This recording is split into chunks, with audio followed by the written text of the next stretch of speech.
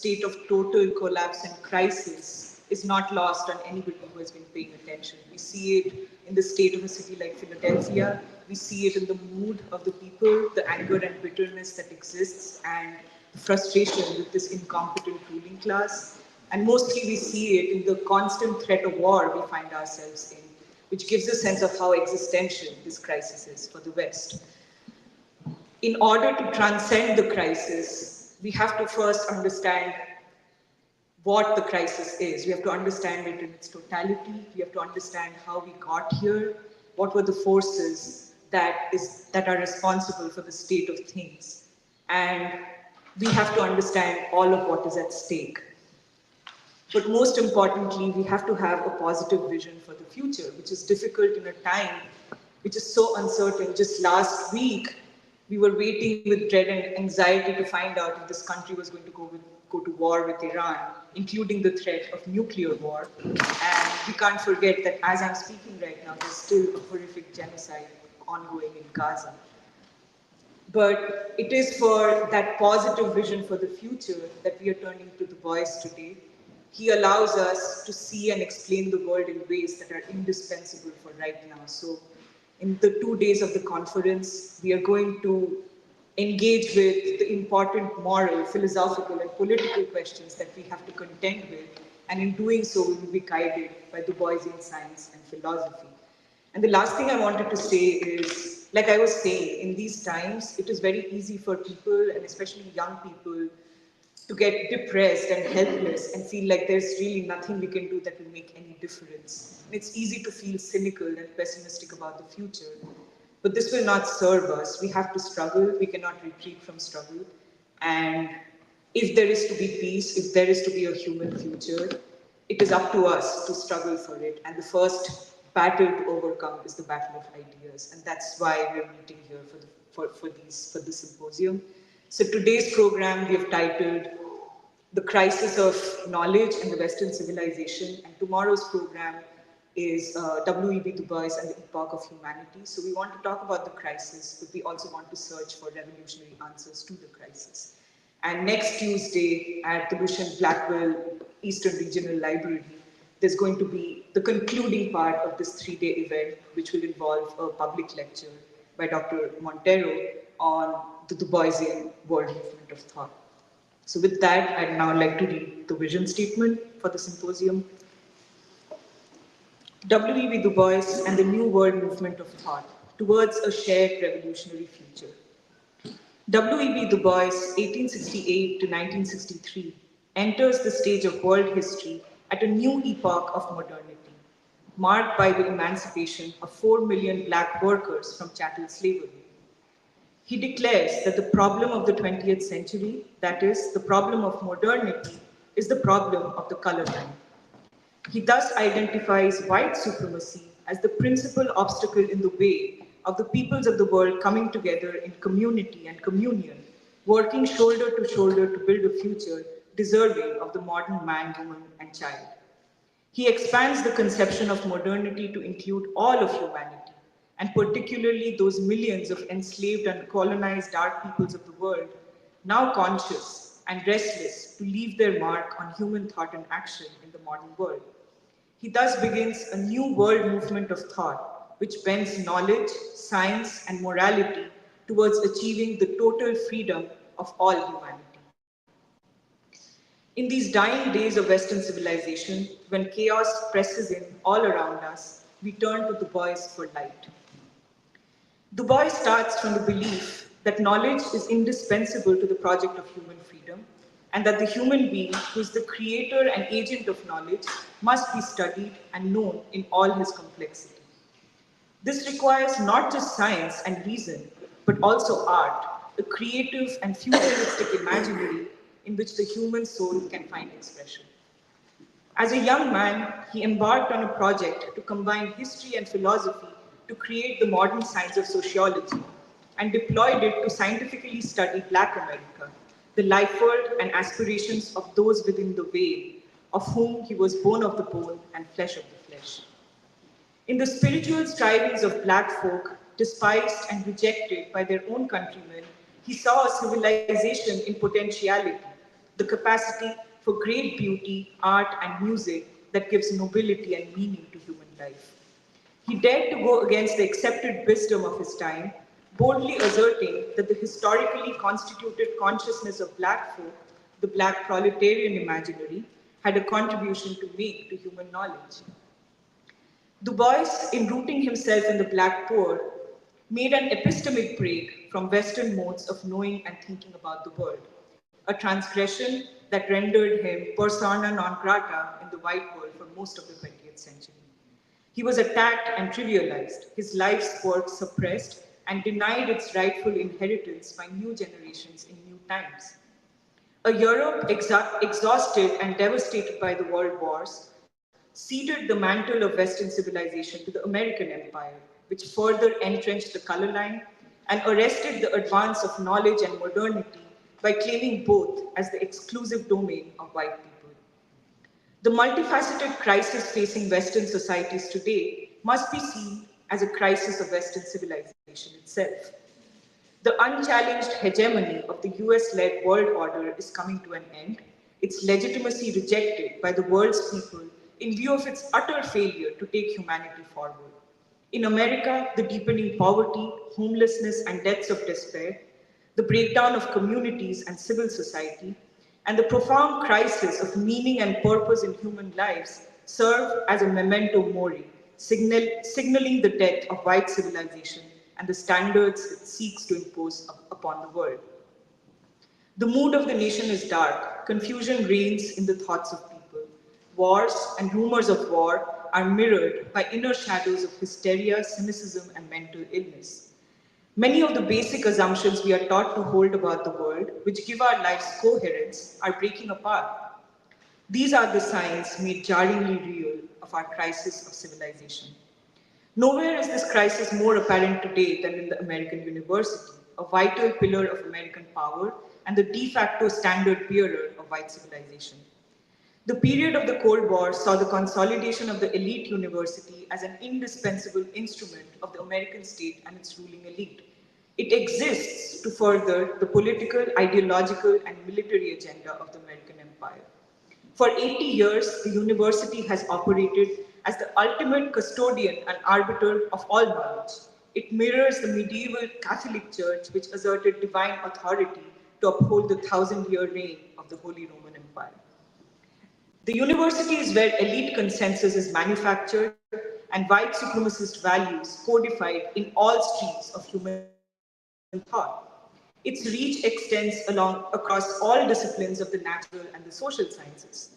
It claims the final authority on all questions of human importance, from the meaning of progress, freedom, and democracy, to a criteria for art, culture, and civilization, to justification for America's forever wars and genocide.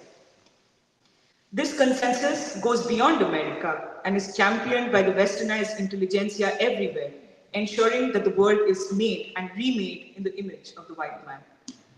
Last year, at our conference titled The Crisis of Knowledge in the University, we claimed that this ideological consensus, which derives its authority not from the people or from history, but from a small minority of elites and experts, was too fragile to hold. This claim is favored by the events that have transpired between then and now. In the 2024 election, we saw the American people move decisively towards peace as they faced US involvement in the Ukraine war and the Israeli genocide in Gaza. In enormous numbers, people rejected the dominant liberal consensus by voting to elect Donald Trump, who promised to end America's forever wars. Since assuming office, Trump has betrayed his own popular mandate and violated the will of the American people by plunging the US to the brink of full-scale war against Iran. Trump will only destroy his own presidency by backing Israel and gambling with the lives of millions. The people of this nation cannot be placated by shallow rhetoric of American greatness. There remains among them a clear, insistent, and ever-growing call for peace. They know that the principal obstacle to their striving is the war-crazed ideology of the elite. The anti-elite sentiment of the American people is seen further manifest in an unprecedented lack of trust in institutions of higher education. The people have no use for the authority of experts who claim to speak for them, but have nothing but contempt for them. This must be remembered when we assess the battle of elite universities like Harvard against the assault of the Trump administration. It must be said, Harvard is not engaged in a battle to defend democracy or freedom of speech, ideals incompatible with its reason for existing. Rather, Harvard and its like stand as principal bastions of Western civilization, and on trial is the West's authority as the last word on human thought and knowledge. The university has actively blocked the advance of knowledge in its effort to keep humanity stranded in the epoch of Europe. Its best and most lauded theories, from string theory in physics to postmodernism and queer theory in the humanities, claim to be theories of everything but explain nothing of the real world. It has nothing to offer to a young person who seeks to know the world and to take responsibility for it. The only future that he or she can be promised is to become part of the ruling elite who represent a dying civilizational ideal. The university is responsible for the cultural, moral, and cognitive manipulation of generations of young people, which is perhaps the most unforgivable of its crimes. This should make us ask, is there any redemption for the American university? Why should it be defended? And since it is now clear that the university cannot take us forward, where should we turn for knowledge and science that can explain the world and its people unmediated by the West? In a time when humanity is more conscious of itself than ever before, it is the struggle of ideas which alone can take human knowledge and civilization forward. This research symposium is our optimistic contribution to that ideological struggle. We see ourselves as inheritors of Du Bois's world movement of thought and call on all American revolutionaries to join us in giving it new life in our times. Witnessing the collapse of Europe after World War II and the Great Depression, Du Bois sought an explanation in the history and philosophical assumptions of modern European civilization. Today, when the last flag bearer of Western civilization, that is the American state, is in collapse, we must choose to walk in Du Bois's footsteps or condemn ourselves to the wrecking heap of history. Du Bois did not reject modernity. Rather, he exposed how the need to justify slavery and colonialism corrupted Western knowledge and science. He demonstrated that the modern industrial world was built on the back of the black worker, not a slave of antiquity, but an enslaved proletariat who possessed untold agency to alter the course of history. He saw the world in its movement and possibilities, laying the foundation for a new social science which sought not just laws of human development, but probed the realm of chance, the capacities of human action to defy laws. Thus, he saw that the great moral and philosophical questions facing the modern world could only be answered by dark humanity, overcoming the assumptions of white supremacy.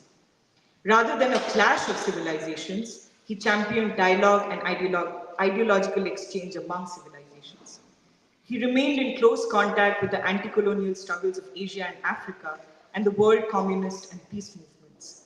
Ignored and trivialized in the West, Du Bois was embraced by the world's people for his contributions to human knowledge and freedom and the struggle for a colored modernity. The Du Boisian epistemology, rooted in the consciousness of the black proletariat, explains the Chinese Revolution, the Indian freedom struggle, and the national liberation struggles of Africa with a completeness that Marxism-Leninism, arguably the most advanced of European revolutionary thought, cannot.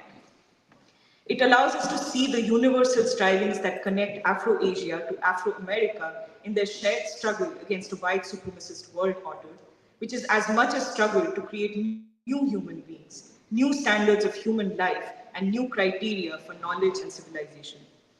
It explains dark humanity's great mobilization for peace in the 20th and 21st century, recognizing peace as the concrete democratic demand of a new stage of modernity, peace as inseparable from freedom, peace as the prerequisite for the full flowering of human genius and potential everywhere. All this in turn casts light on the heaving thoughts and hearts of the discontented, war-weary American masses today. Du Bois was indicted as an agent of the Soviet Union and barred from traveling abroad for daring to take a stand for peace in the McCarthy era. This would make him say, "Blessed are the peacemakers, for they shall be called communists." Today, without the Soviet Union, the white left has conveniently reclaimed the flag of communism while becoming essentially indistinguishable in their ideology from the American ruling elite. Therefore, it has become acceptable and in fact fashionable to invoke the Bois in our times, but for an entirely counter-revolutionary purpose. There is a redoubled effort by academics and leftists to reduce Du Bois to a harmless academic and use him to reinscribe the color line by pushing fraudulent narratives of Black history in the name of postmodernism and Afrocentrism. This attempt to strip his life's work of its revolutionary edge and from peace is in service of producing counter-revolutionaries who perform radicalism but are well adjusted to war, who do not know Du Bois or the people, and for whom peace is merely an abstract talking point. We reject these attempts to distort Du Bois. We claim him as a hero for humanity, one whose ideas have given birth to a vast and growing all-humanity struggle for peace, freedom, and democracy. Ideas are the most powerful weapon for a revolutionary, and the struggle for knowledge and philosophy in our time is a revolutionary political task. We must carve out of the chaos of Western civilization a new revolutionary epistemology that reveals in all its glory the breaking light of a new dawn, the epoch of humanity. This great experiment will not be conducted by academics and experts in the elite university. It will involve the creative participation of the world's billions who are coming into their own and are ready to take up the revolutionary, democratic, and emancipatory struggle for a shared human future. We call upon all people of conscience, artists, students, youth, and children to join us in treading new regions of thought, to seek, as Du Bois did, a new heaven and a new earth. Let us come awake to the spirit of the age.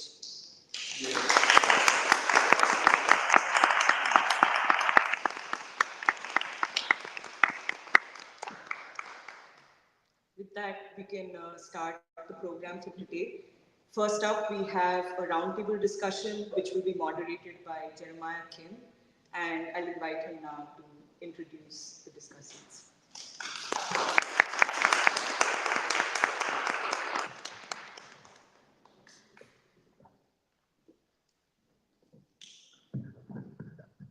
Okay, I'd like to invite Tony Montero, Raju, Nuri, and Porba back up to the stage.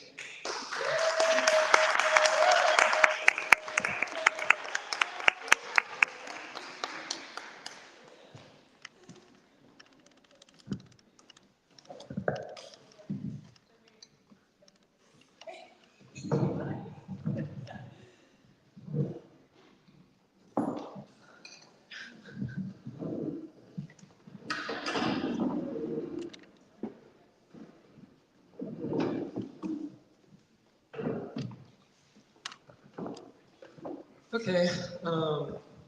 Well, yeah, thanks so much for reading the vision statement, Porba, for starting the event.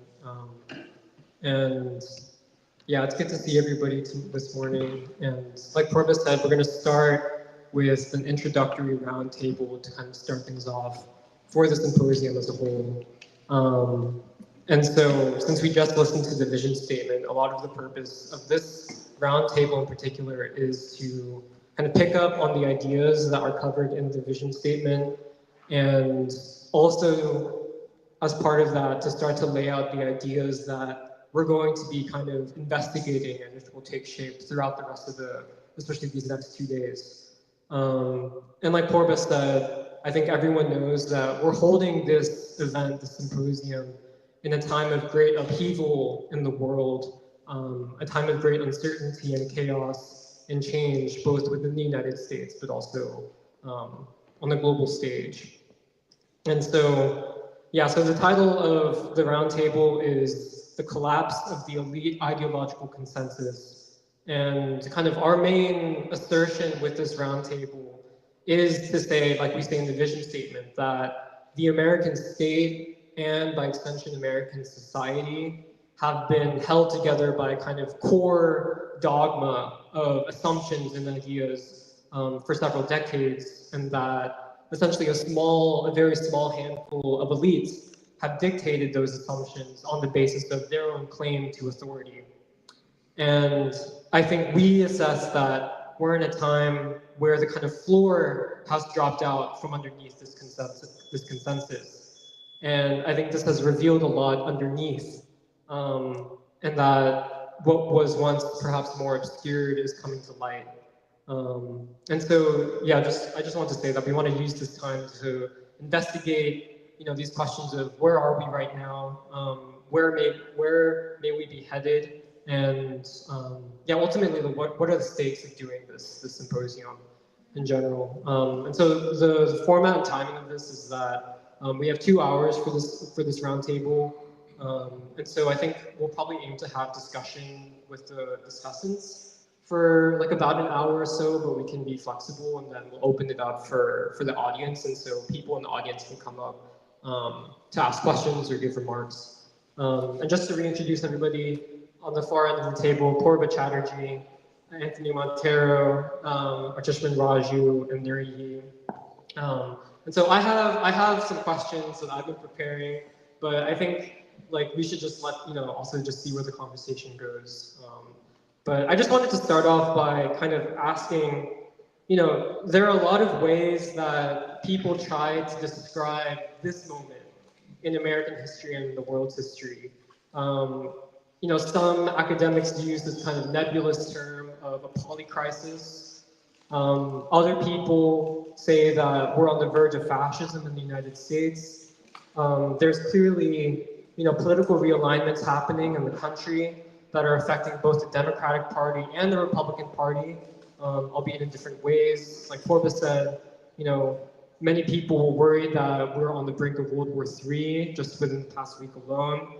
There's increasing political violence in the United States. And so, for us, we're framing this moment, especially through Du Bois and through these ideas of a collapse of the elite consensus and the crisis of Western civilization. So my question is, for you all, like, why is this important? Like, what does that framing of this moment tell us or explain about this moment that other frameworks don't?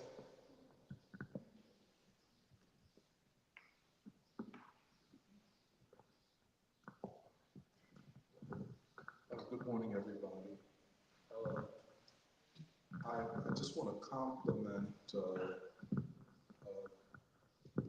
people who were responsible for composing the vision statement.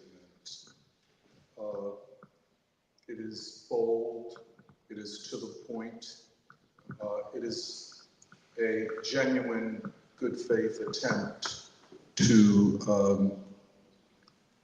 define the problem of the 21st century and to assert unapologetically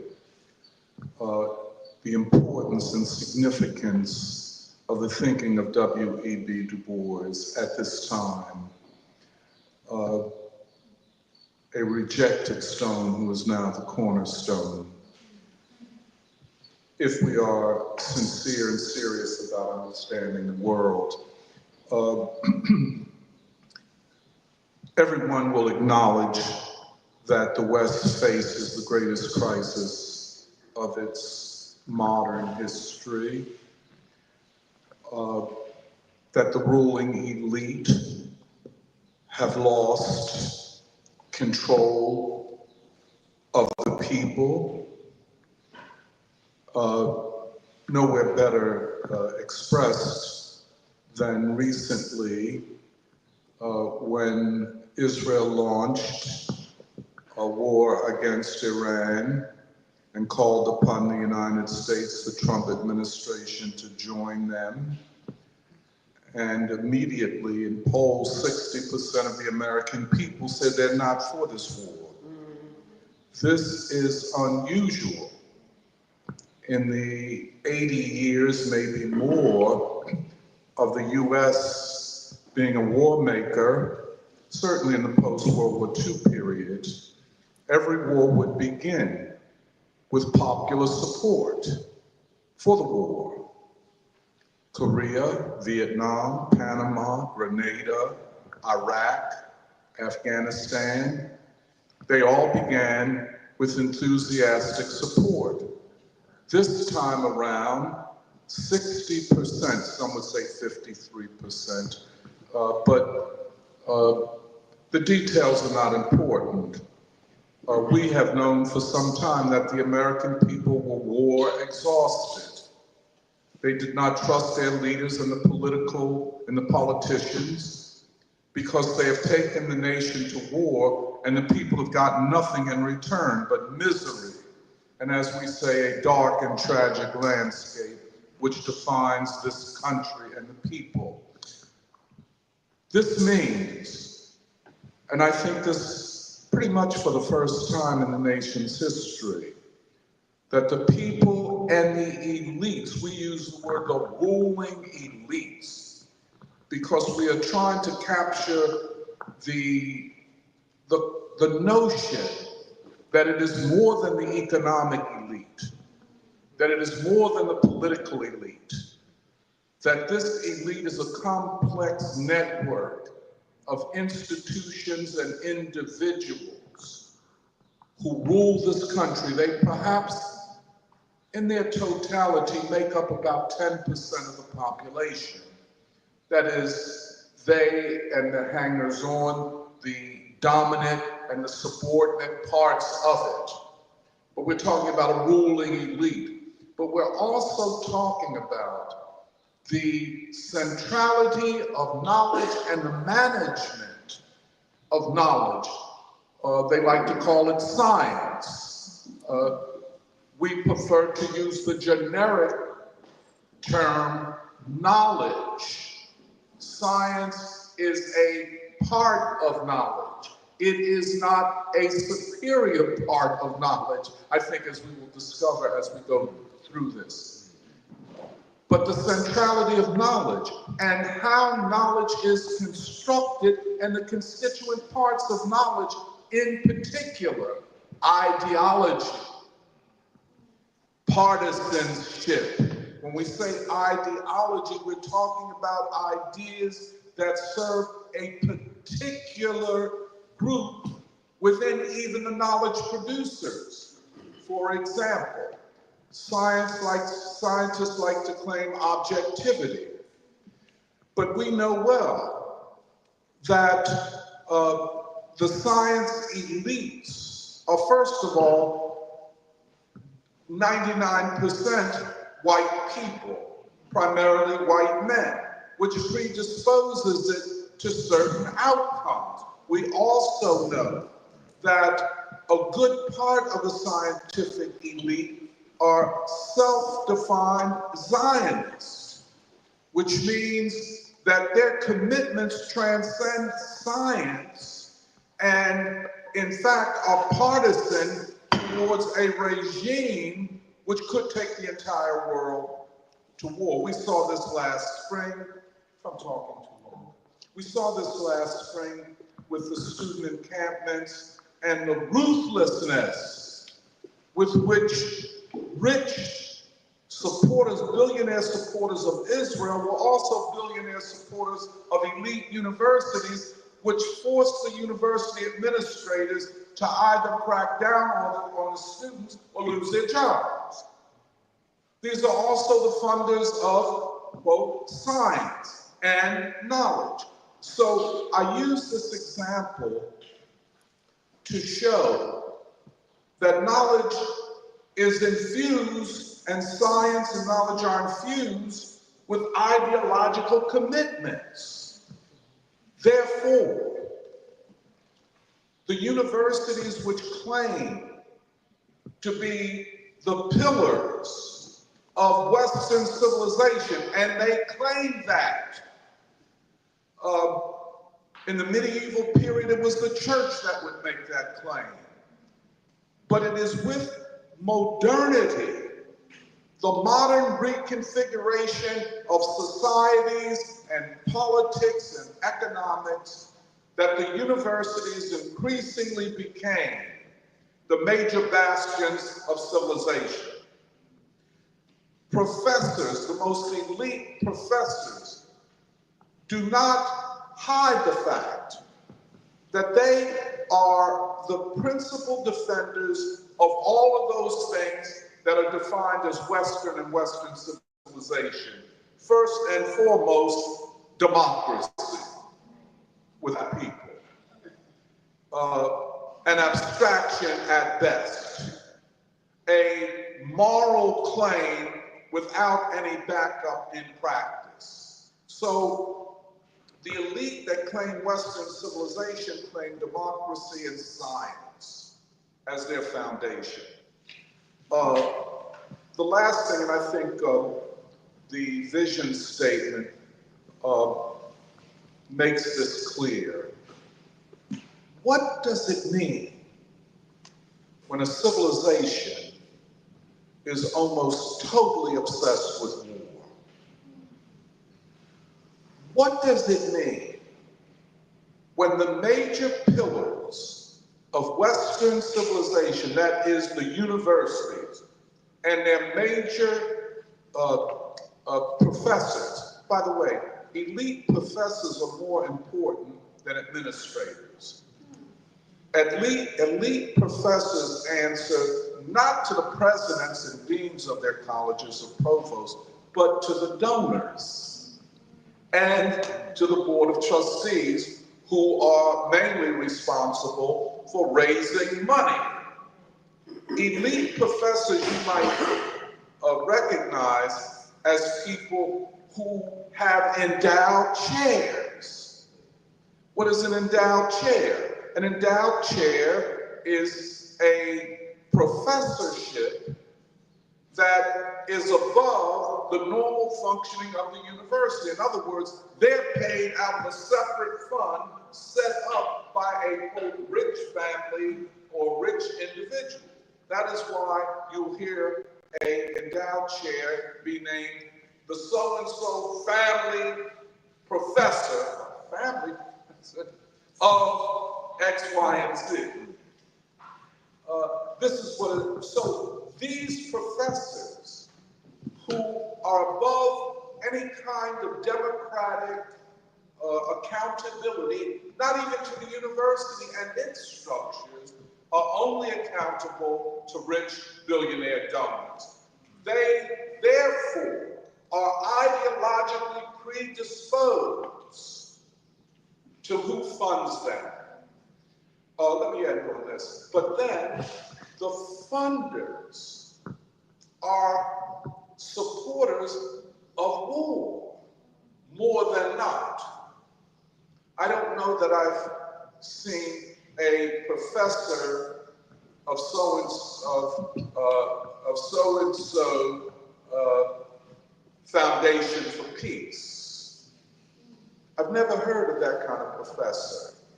I don't know of a professor whose chair is funded by those forces that fought for civil rights. You don't hear that, which begins, once you deconstruct it, to show you what the type of situation we're dealing with. But this is civilizational. I agree completely. And I'm going to stop here.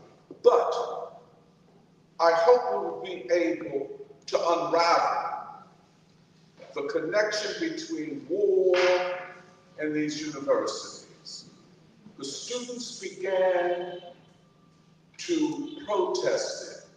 Matter of fact, last year's 100th university encampments was greater than anything that took place in the late 60s. And they were great anti-war efforts on the college campuses. I think this went far beyond that. But the point I want to make, previous revolutionary theories have claimed that the struggle was to seize the mode of production, the means of production, that civilization represented by modernity was on an ascendancy.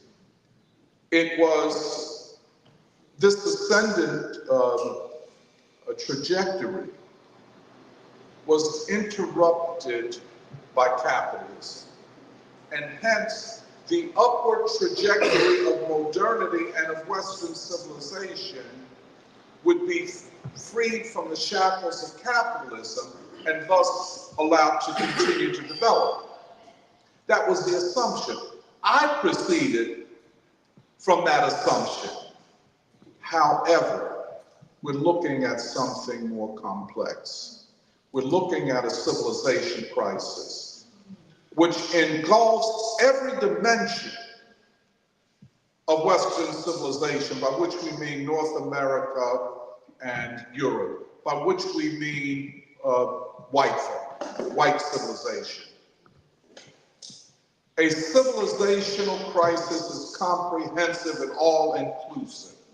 One of the things I hope we will be able to look at is how this affects the state, the ultimate arbiter of force and power within a society. What if the state collapses? What if in the collapse and crisis of civilization, there's a crisis of rule and governance of the people? What if, as Baldwin suggested, in the United States of America, a good part of previously identified and self-identified white people don't want to be identified as white any longer?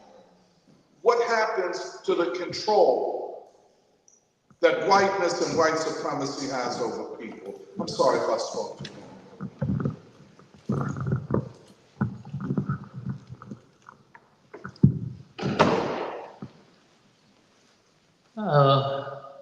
I think that I would agree with what you put on the table about us needing to really understand and I think scientifically analyze the reasons for why war is so central to almost the identity of Western civilization as it is constituted today. I think in the past, for example, in the body of knowledge, which of Marxism, I think there has still been, people have tried to identify the reasons for war. Lenin's book on imperialism is often cited as identifying the causes of war in, what he would call intra-imperialist rivalry for, colonies, and which was shaped by finance capital in different nations of Europe. But I think that kind of formulation really does not fit what we're seeing today, and it will be important for us to understand why the Western world is so committed to war. And I think what we saw recently was a dangerous reminder of how far they're willing to go,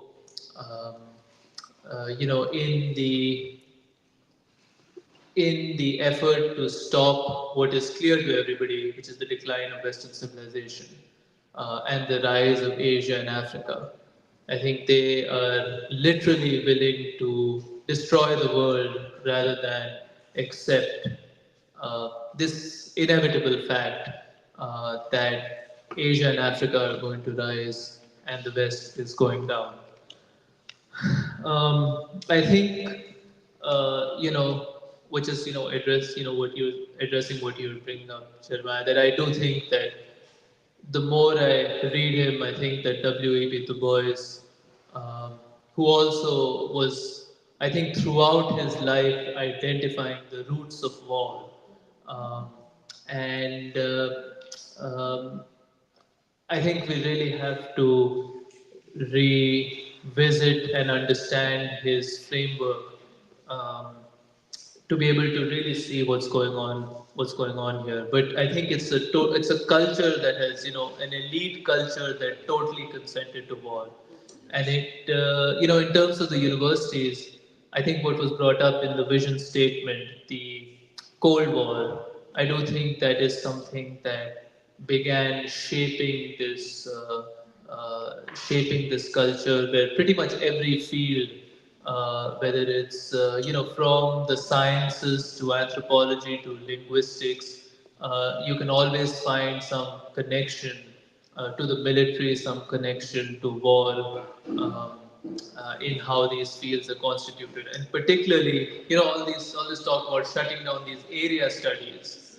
I mean, these area studies were all really projects that the CIA was interested in, because they were projects to try and understand different areas of the world in a way that could help the defense and military um, in the US. But I think that in terms of the crisis today, I agree that the crisis is really a crisis of the West. And I was looking at a recent survey, which I mean, I think in the free school we've often discussed the crisis of legitimacy, and if you look at, for example, just the trust in the government, in the media, in the NGOs, all of these various institutions in society that are used to rule and manage society, really. I mean, it is at its lowest, not just in the US, but really in the Western nations, in UK, in Germany, and interestingly, in those Asian nations which have chosen to ally themselves with the West, in particular South Korea and Japan. The societies where trust in the government is the highest are in fact, is China. Um, I mean, even places like Indonesia, India, where close to 70 to 80% of people say that they trust the government. Whereas the figures are in the low 20s, really, in Western societies. And majority of people um, really think that, and I think this is really stark in Western nations. Majority of people think that children will have a worse life than they did, which is the opposite in places like India and China, where the majority of people think that children will have a better life than they did. Um, and I guess I think maybe as we go on in the discussion, I want to bring up some things on um, the university and how the university has been shaped in these years.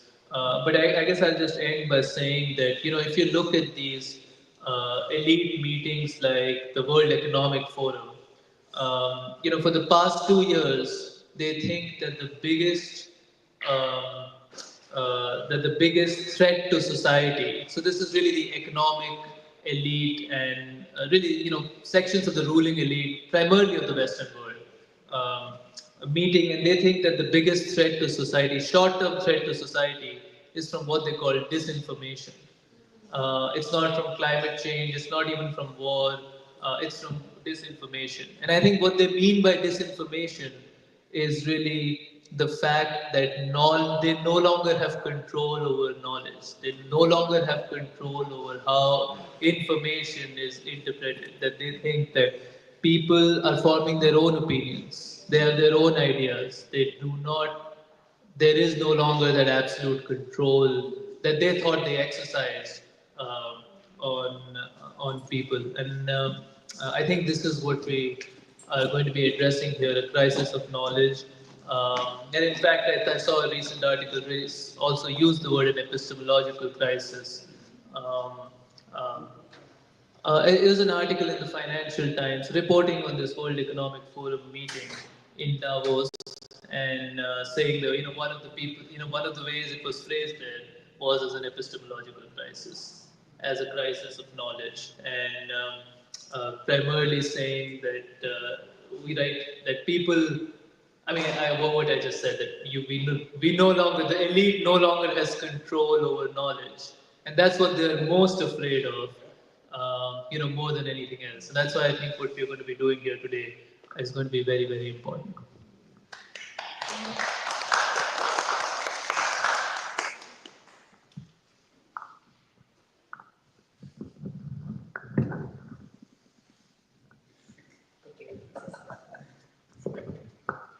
I mean, also going back to what Gemma, you were asking about why framing this crisis into Boisian terms and civilizational terms becomes so important. I just wanted to add to what Doc and Raju have already said, where I also think that this way of thinking about it by making it, basically centering it on the question of civilization, also allows us to not, well, it prevents anybody from trying to take easy ways out of this question, because it's not a simple matter of next election to elect somebody else and that solves the problem. We're saying basically that there is something that goes way deeper. It's in the way, it's in the logic of how the elite thinks, and then how that logic is reproduced over and over, not just here, but also in the elites in India, so to speak. And I think that, I mean, it gives people a path to basically deal with the substance of the crisis instead of just its symptoms. And the other thing that I would add is that the Boisian frame also puts on the table that there has existed a solution or a way out of this crisis for a very long time, which was, Black folks' struggle against the white supremacy system in this country, the Black freedom struggle, which basically was a civilizational struggle. It was to give a new basis to civilization in a yet unfound country, which did not have a basis of civilization. And so then it allows American people to also look at their own history and see that the revolutionary struggle has already existed and is waiting even now to be taken up and converted into a people's movement for peace and democracy. Well, yeah, I agree with what you said, that civilization doesn't offer like an easy way out. And I think it also forces you to, dig deeper, where in some ways I think it's also a question of like the modern era, because I think civilization, like sometimes you think like, oh, this is just like an old thing, like we're past that age now. But I think when we say Western civilization, like Western civilization is the civilization that basically claimed to like have universal, I think, ownership of like modernity itself, where to become modern, other civilizations basically had to become more like the West. And I think in that way, like Western civilization in its modern form, like basically has existentially built itself up, like identifying with war. Whereas if other civilizations don't respect us as being the civilization, of having the values, of like representing the like most important things of democracy, then we reserve the right to like bomb you. We reserve the right to exploit and commit war. And I think in some ways, those are the assumptions that are now like crumbling or are now untenable. Where I think in some ways, like other civilizations are asking, how can we be modern or how can we live in this world without being like the West? And I think for the West, like if our civilization or to have any like shared assumptions, it's how can the civilization be modern and like be not so intrinsically tied to like war. Because at this point, I feel like it is also like existential, where what kind of future can there be just based on war and war and war? Great. Bill? Yeah, it's a great question. I guess this is the question that gets to the heart of what we're talking about. The joining of war to what is supposed to be civilized.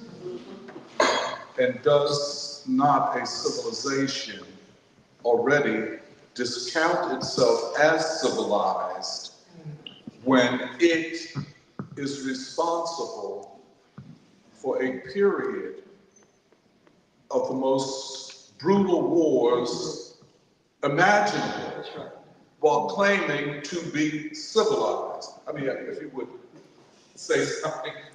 I mean, I guess. Well, I feel like it is like in itself kind of paradoxical. Like it is a contradiction to say that. And I think in some ways that's kind of where I feel like the elite ideological consensus comes back in, where in some ways like how can a civilization or how can civilization exist when it's constituted on basically like conflict? And I feel like you see it in like also the violence like in this society, where I think a lot of forces basically like this country is being torn apart.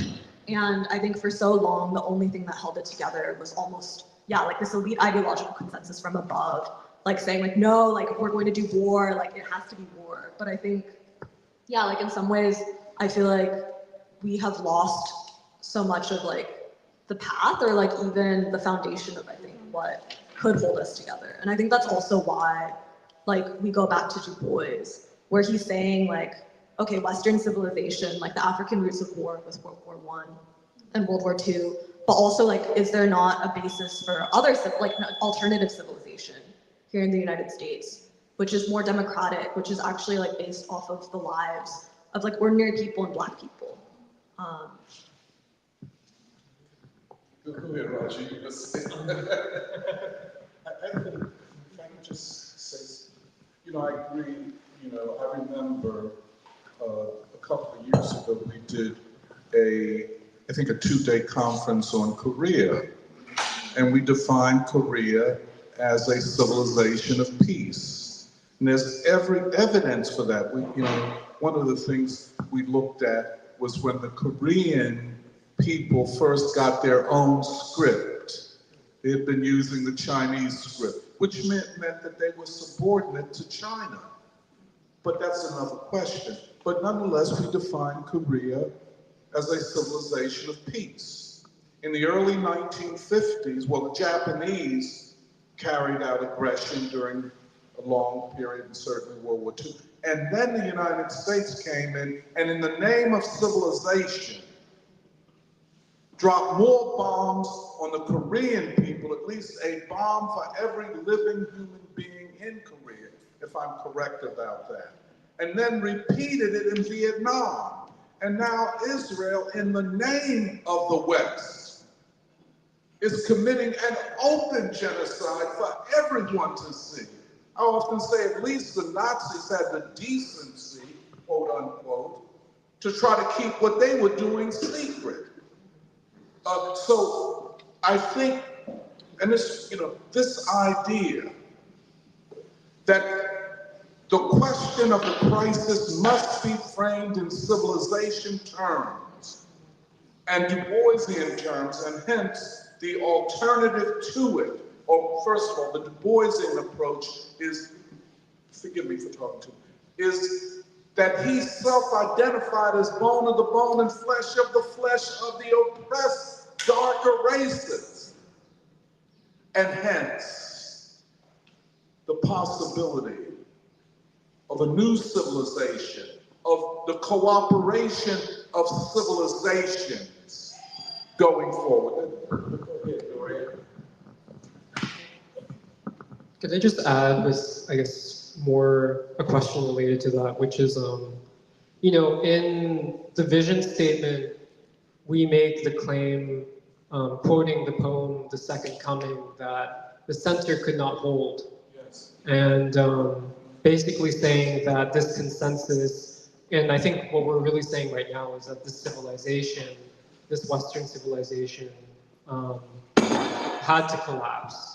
And I wanted to ask, I guess, why, from y'all's point of view, like, why could it not hold if, for example, the American state rules what is the most powerful and wealthy empire in human history?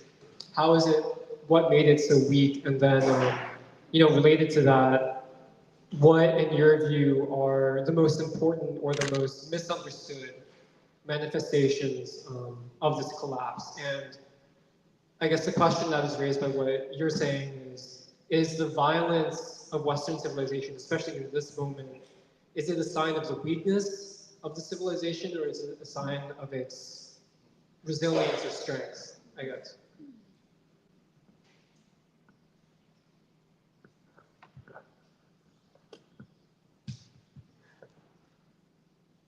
Well, just returning to this question, I think that, Nouri brought up on, I think that's an important point, because in a way, the West has always claimed really civilization for itself. And what you were saying, that to know what civilization is, I mean, even to identify civilization, you have to see the closeness to the West. That is sort of, they've always claimed that is the mark of a civilization. And really, it is, what we're saying, what we're discussing over here is really that it's the antithesis, that, to identify civilization, you really have to, or what has become of Western civilization is really the negation of civilization. The negation of civilization. Yeah. And negation. yeah. And I mean, I think that's.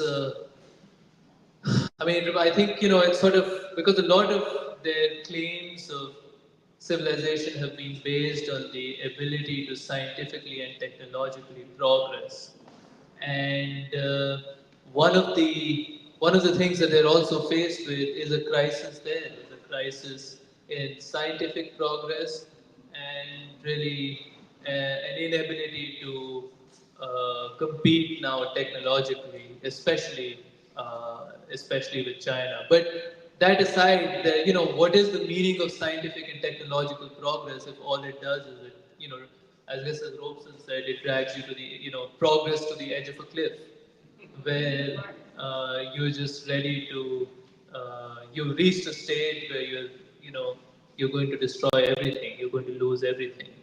And yeah, so it's. They're not concerned. Right. Yeah, I guess so. Yeah, I also wanted to, I mean, yeah, I think this question of what is basically, like, what is the goal of civilization, and does it even mean to say that a civilization is not for peace? I think really, like, takes the wind out of you to realize that there has been this mythology about Western civilization for so long, and it has been based on such flimsy grounds, its authority is on such flimsy grounds. It's basically a question of, it is a civilization because we said it is a civilization. And because we are the most warlike state and we can bomb you, you basically have to get in line. It takes the wind out of you to realize that how such a flimsy consensus is even held. And I'm trying to relate it to the question that you were asking, Jeremiah, that, okay, if we say that there is a collapse right now, how is that collapse possible if the state is that strong? And I think I'm reminded of what Baldwin says about time, how time changes, how time basically takes empires down and basically crushes edicts and doctrines and makes everything new. Because I think there is something about human beings and how history moves forward, where I think there is an arc which always moves towards, like, if there are lies and mythologies, they cannot really progress forever unchecked. And ultimately, the means of civilization have to be aligned with the ends of civilization, which is the human being getting to a high. The means of civilization, science, like Talraj was saying, science, technologies, great institutions of education. Yes, you can see them as means, but you completely disregard the end, which is the human being. And how long could this have gone on such flimsy grounds? And I think the comparison with the church keeps coming back to my mind because, yeah, it's basically bordering on superstition at this point. Yeah. Well, I think yeah, we did say that Korea was a civilization of peace, like in 2023. But I think increasingly, like, actually it's not that Korea is like especially like the civilization of peace. Like, I know you say that India is a civilization of peace. Well, I think like actually it's, like, I don't think it's about like it's not about having a title of like, oh, it's only this civilization that's for peace. But I think it's actually that it's uniquely anomalous for America or the West to be a civilization so built on war. Like, I think what has happened to like all these civilizations based on war is that basically they stretch themselves too far, they crumble eventually. And I think in some ways, like, some of the assumption of like this civilization, Western civilization, has the right to wage war and it will win war, I think at this point is just an assumption. And I feel like it leads to basically like, in some ways, like almost suicidal impulses, where the US is now saying like, oh, we'll fight China, we'll fight Iran, we'll fight all these countries. And it's like, why do you think that you can actually win? And I think in some ways, like, that also gets to like the question of knowledge versus, I think, dogma or assumptions, which is, what is the world that we actually live in? Like, what would give, I guess, Western civilization an edge? And if there is any edge, like, it was, yeah, technological or scientific, or maybe like ideological at some point. But I feel like that was the 20th century, and now, yeah, it's the 21st century. It's a different time. And I think especially like this elite ideological consensus has not been interested in knowing the people or what the people think. And like Purbo, what you're saying, like, is civilization built on like the masses of men, like the majority of people, or is civilization just sustained by a small handful of people? And ultimately, like, what is more powerful? Yeah, a small handful of people, or the actual like masses or majority of man? And so I think in some ways, I feel like the elite ideological consensus or the ruling elite have gotten, I think, complacent or have spun so far out into their own assumptions of what knowledge is and what reality is that it has like basically ignored, I think, the people. And I think that separation is also like why we are where we are today. Apropos of Nuri and Purba, I think, because it was you, Nuri, that is responsible for the title of this panel, the collapse of the consensus. I think you, at least, okay. I think you did. Well, anyway, I don't want to get in a fight up here on the panel, but I think another way to express that same idea that we are in a battle over the purpose of society and civilization itself. People are questioning, they might use it as questioning the purpose of government, the purpose, but everything seems, in my mind, to come up as a question of purpose. What is this for? Does society exist to wage war? And I think that might be the basic level at which ordinary human beings are expressing their questions about Western civilization. And okay, yeah, it was something else about, and this I get from Nanditha's essay on Tagore and Du Bois, the look to the east. Now, the look to the east is symbolic of the look to the non-white world. Right. The origins of communism, which is stated as the ultimate goal for revolutionaries and Marxists and pre-Marxists, that communism, a shared society where people give as much as they can and they receive what they need. Well, the origins of that are not in Europe, the origins are in Africa. And any study of the African communal village, which even Du Bois talks about in the Philadelphia Negro, where he talks about this church, by the way. He said, if you take Mother Bethel AME Church, for us, if we could say the Garden of Prayer, Mother Dabney, or the United House of Prayer for All People. First of all, that all people thing is highly significant. You can see perhaps better among Black folk than any other people in this society, this aspiration for the communal, for in fact, societies where wealth and property do not mediate the human purpose of life. And so it is Du Bois, the souls of Black folk and other things that asserts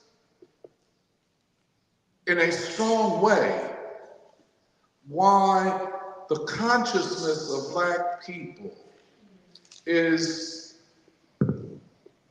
primary, and where I think it's fair to say where Baldwin says that the nation must become Black, by which he meant the nation must embrace the values of Black people to resolve the civilizational crisis created by whiteness.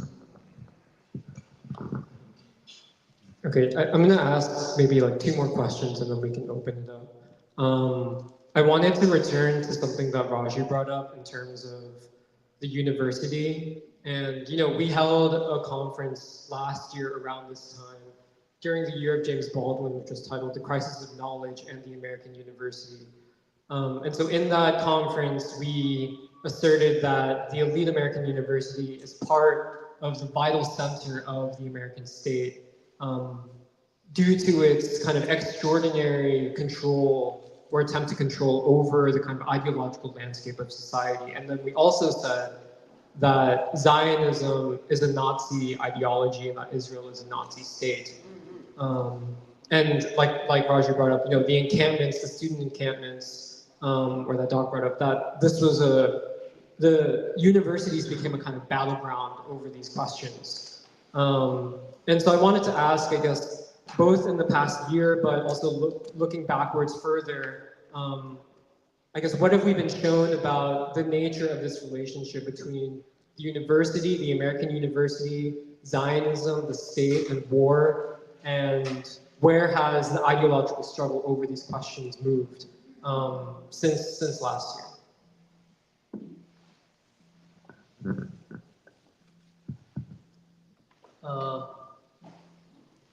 Well, maybe I'll just answer that in a slightly different way than since last year. But I do think that, that is something that I want to talk about, the nature of the universities, the relationship with Zionism.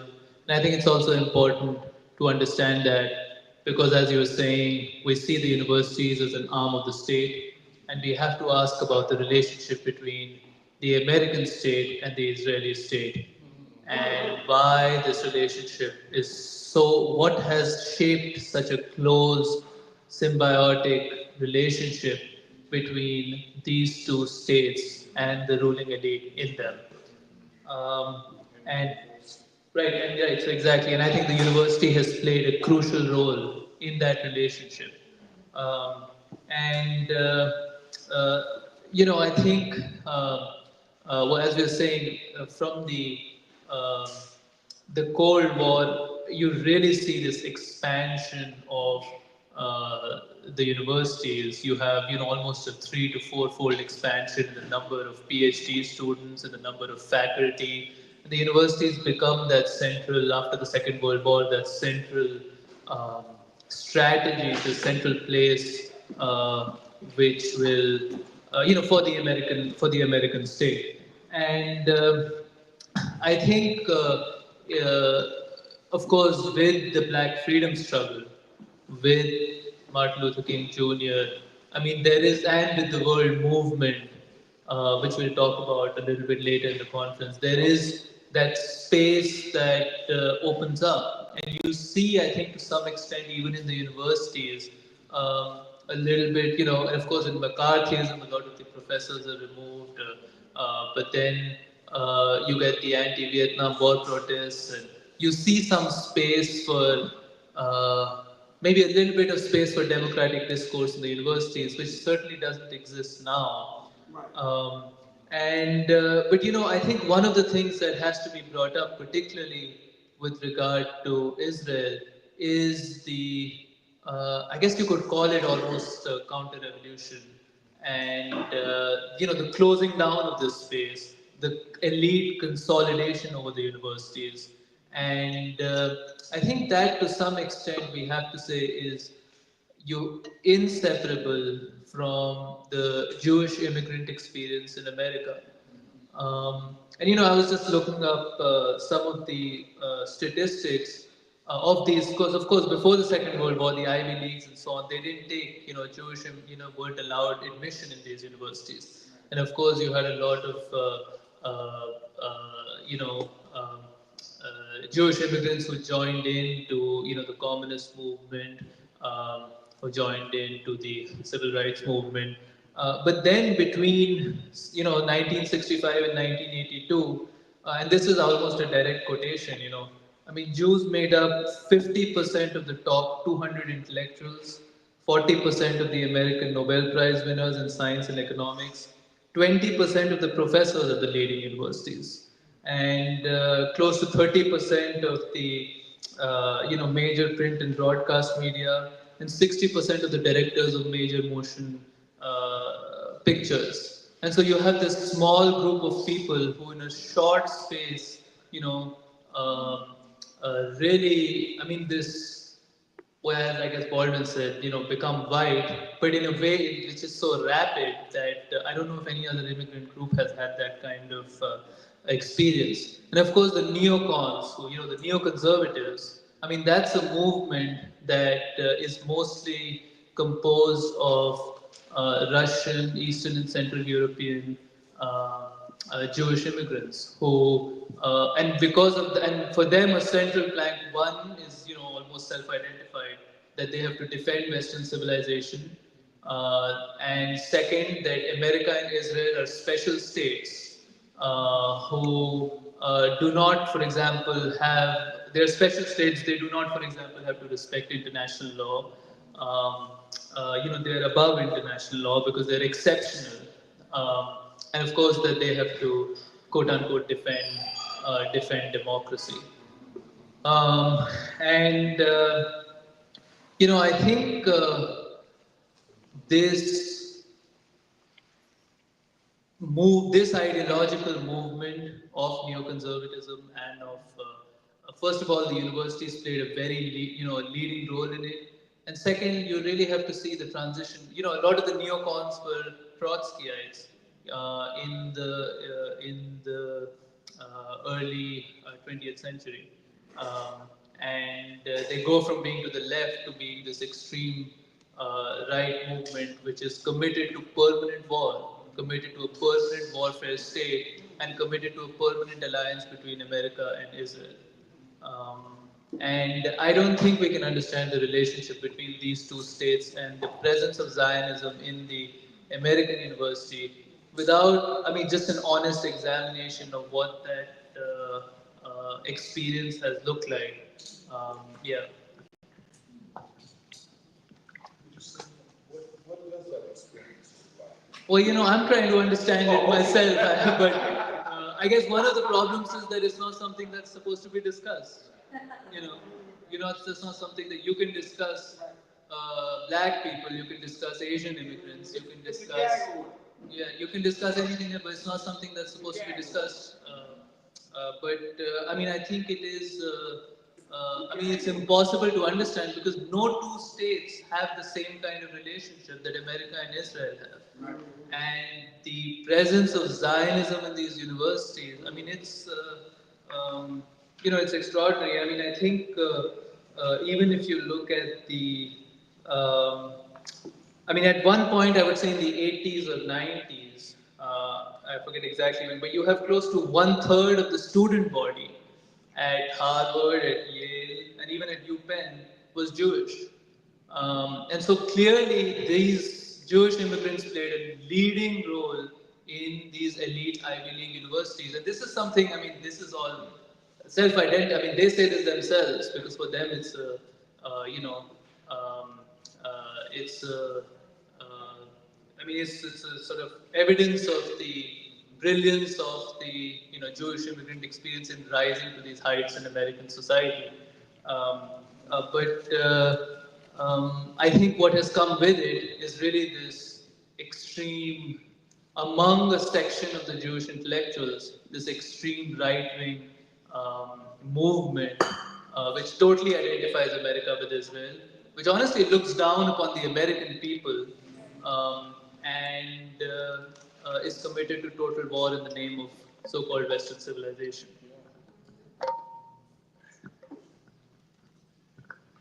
I think you helped us to understand what that experience looks like. A whole ideology goes with it. The Jewish people are special, therefore Israel is a special nation, an exceptional nation, American exceptionalism, or better, white exceptionalism. We were talking about this last evening. There's this special theory within theoretical physics that attempts to unify relativity theory, Einstein, and quantum mechanics. And the string theory, it was mentioned in the vision statement. Now, I don't know what all of the individuals involved in it, how they look, what their ethnicity or their ideological orientation. However, given the hegemonic position of the sons and daughters of Eastern European Jewish immigrants and the connections to the neocon, to the Trotskyists, even to the left, I think we would have to assume that a good number of the string theorists are Jewish and Zionists. Well, I mean, to get ahead of ourselves, you know, one of the leading figures, Susskind, was it David Susskind? Leonard Susskind, declared after 40 years that string theory, this unifying theory, this theory which would be the equivalent of relativity theory in Einstein, explained nothing. And it collapsed. Now, last night I was saying, given Zionist worldview, that the Jews are special, the Jews can do no wrong, that the Jews are at the vanguard of Western civilization, that the Jews should be protected, and that they don't have to abide by international law. We see this in Gaza. All of this, if they had been successful with string theory, they could have declared themselves gods of the universe. And the fact that it failed, I think, and you're a physicist, and so is Bois, I think it was an ideological setback for them and their claims of being special, of being chosen, of being the smartest people in the world, and they deserve to be above everything. I don't know how you look at it, but I was very happy to see string theory collapse in the way that it did.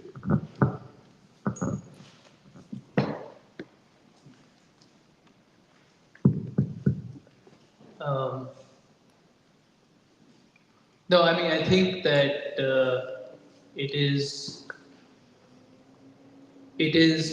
true, and I think it also goes down, goes back to this question of Western civilization and what is and I think the sciences have always been, the basis on which really the West has boasted of its success, and I think it is.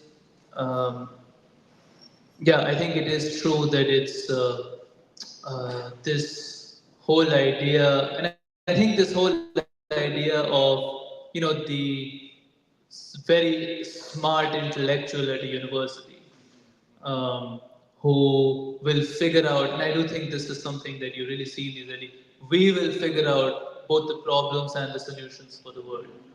And if we can figure out the ultimate theory of everything, I think that will really prove, that we can figure out, that we are the geniuses who deserve to rule the world, and everybody else is, you just have to, well, you're certainly not supposed to think. And no, I think it's, the level of narcissism and the level of, and I think that's why this worry about, this worry about knowledge and this worry about a crisis, as you're saying, a crisis in the theoretical sciences. That if it's almost as if it's existential, it's almost existential that if we are not we are not going to be able to solve this, then almost the world doesn't deserve to exist. It's like it's us or nothing. There really is that level of narcissism. The fallback position, we don't have string theory, Yeah. but we have AI. Yeah, right. Yeah. They got AI. Just a little bit to that because Doc brought up Suskind. I mean, in part of what Doc was talking about, this admission that string theory, this theory which is basically in the state of the art, does not explain the real world. The reason why the part of that conversation that was really shocking to me was basically it was also Suskind admitting that all it was standing upon was a consensus of a small minority of elites at places like Harvard and Stanford and so on. And just to even hear the impunity with which people admit to such undemocratic ideas and then basically pretend like, oh, what's the problem with this? Of course, there's a consensus. Things are the way we said it. Also goes to the heart of the conversation we are trying to have here is really this is how flimsy it was. And as far as what happens to string theory as a field, we'll see, I guess, going forward. But yeah, I think I agree with what you were saying, Doc, that there is a God complex among. But then the funny thing is, and anyway, I just wanted to mention because when you're in these departments, you get to also meet the kind of the human being the scientist is, and the kind of human being they're trying to make new scientists into. And honestly, they couldn't hold a conversation with an ordinary person out in the world. They shine when they can talk about their technical theories and all these things that make you sound smart, and some of it is smart maybe, but you have no skills in the real world and you have no ways of understanding and engaging. And I think that's also a very important dimension which becomes clear when we talk about a civilizational crisis. What happens to the human being? Yeah, I think one of the developments that I think is important to say is that the university is becoming increasingly, I think, isolated. Like there are very few, I think, pure, sincere defenders of these universities. Like even if you honestly ask the students, the grad students, the undergraduates who attend these universities, even the professors, in their more honest moments, I feel like it's a question of what is holding all this together. And I feel like ultimately the students, it's hard to say I condemn this university out in public, or to know that basically if you say such things, you're going to be punished. If you dare to actually break with that consensus. But on the whole, I feel like there's a lot of pessimism and a lot of confusion of what is this, what you were saying, what is this even for? Am I basically setting my life up to become somebody who pursues this kind of knowledge? Can this knowledge do anything for anybody? And yeah, what kind of human being am I actually going to become? And I feel like that's significant too, because I think just what you're saying, which is you actually see these professors, you see the very small handful of individuals who actually think hold power and dominion over these ideas, where it's a very small number of people who ultimately decide is this paper going to get published in a very prestigious journal? Are you going to get tenure? Are you going to even get the interview to get this job?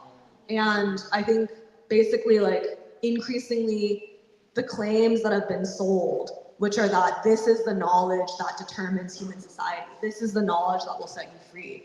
I feel like when you're actually at the bottom of the pecking order, you don't get to decide what those questions are. You don't get to actually participate in it. You basically have to show that you're good enough, show that you can play the game the way that they want it to be played. And I feel like in some ways, for me, I think the harbinger of the future is that even for the people who are in these universities, I feel like there are basically civilizational and existential questions that are coming up. Where, for instance, recently, with the Trump's attack on the universities, this thing of slashing grants, of cutting indirect costs, which are additional funds that are added onto grants to pay for the electricity in buildings, to make sure that like science is proceeding like ethically, but also yeah, to like pay for the construction of these massive, expensive, multi-million-dollar buildings. In some ways, like there was a move like from all of the academics to try to like stand up for science, like push back against like these monstrous cuts. And it was interesting because yeah, the people who were most enthusiastic about it, I feel like were basically the faculty. And even like the graduate students who in some ways like, you're supposed to envision your future as like becoming one of these professors. But it's like, okay, like what are these jobs? Like, is the university actually like standing for knowledge? If it like strips, if it like basically expels all the students and all the protesters who are standing up against genocide. And I feel like this lack of enthusiasm, like almost I think does show that like, I think very few people in the university have any sort of like vision for what can be done. And like even for instance, I think Harvard, which initially came out saying that it was going to be like the face of the resistance against the Trump admin, now wants to strike a deal because I don't think it can actually handle the fight.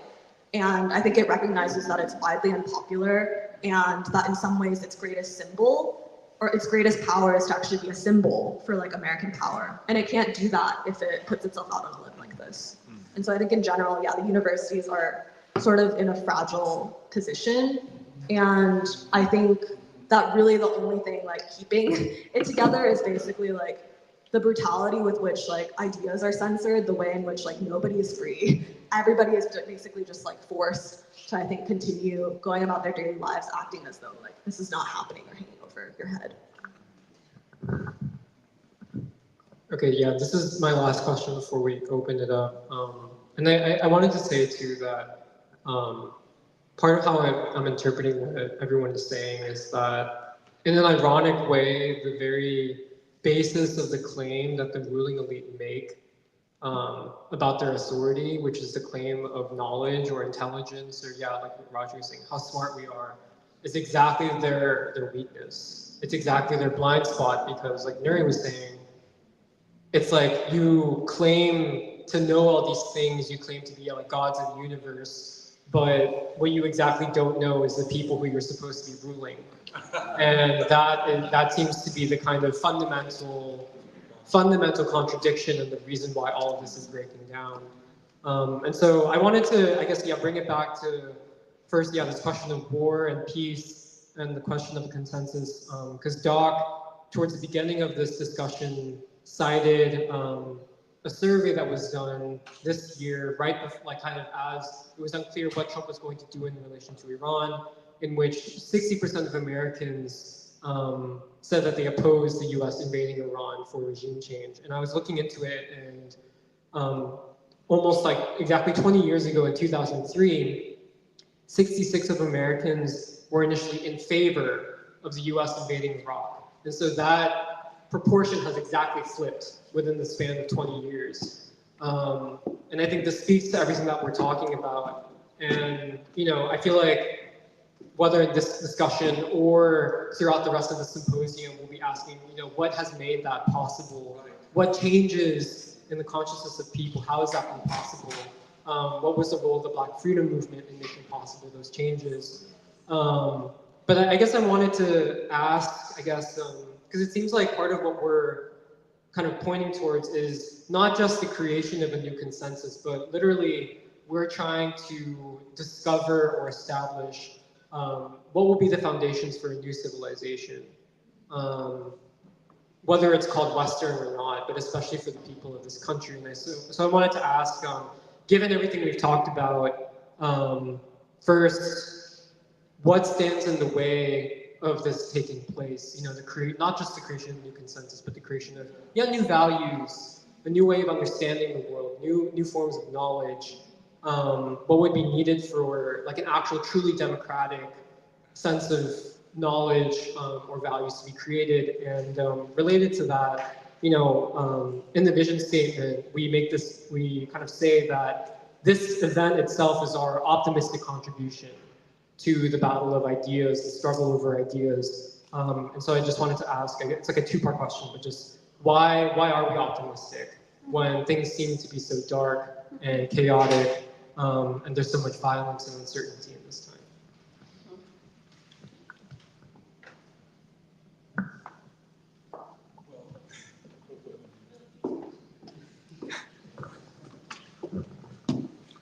I get back? What is the purpose of civilization? And then what is the purpose of society? What is the purpose of government? What is my purpose in my life related to all of this? So I think to frame the problem in civilizational terms is also to frame it in terms of the purpose of all of this. Why am I here at all? And this is a question that from a child, almost an infant, up to a person, no matter how old, readily understands the problem of purpose of life, of humanity. And from that, the question of humanity or all humanity, and hence the question of a all humanity struggle for peace. That life does not have purpose unless we can live without the threat of war. You see what I'm saying? There is a simple logic that is present in the thinking of every single person we encounter. I know what I'm saying here is not alien to the thinking of my grandchildren. The first thing a child wishes is to live, and for his or her parents to live. You know what I'm saying? So how can a government, a civilization, which can only talk about war, and let's keep it real, that is all that Western civilization talks about, is war. And that is why the religions of the West, like we like to say, the white gods of Europe, have failed because the purpose of whiteness is war and oppression, the opposite of what they have claimed. So I would say in very basic terms, if, a vision for the people, and that's what people are seeking more than anything else. I know there are demonstrations, we all go to them. But at the end of the day, most people leave unfulfilled because there is no purpose outside of what we're protesting against. I would say that kind of in the name of Martin Luther King and all humanity's struggle against war and poverty and militarism. And if we can begin it here, I think we've already begun it in the free school. All humanity, the cooperation of civilizations. I feel, and I'll end on this, I feel the most beautiful thing that I've ever experienced is the free school, where I can learn from people from China and Africa, from people from India, where I can read essays in Vishwa Bandhu, and I can read Raju Anandatha's writings. And when they talk about Du Bois, when they talk about King, it's like, wow, I didn't know that. And when they say, not academically, but existentially, India needs Du Bois. I mean, that is just so elevating in a society that shut Du Bois down, a civilization that shut him down in the name of knowledge. And to have a person from India, from Korea, China, say that I could only understand the Indian freedom struggle, I could only understand really the Chinese Revolution after I read Du Bois. So that's where I think the vision, a sense of purpose, a sense of that there is a future and what is preventing a future for the people being realized.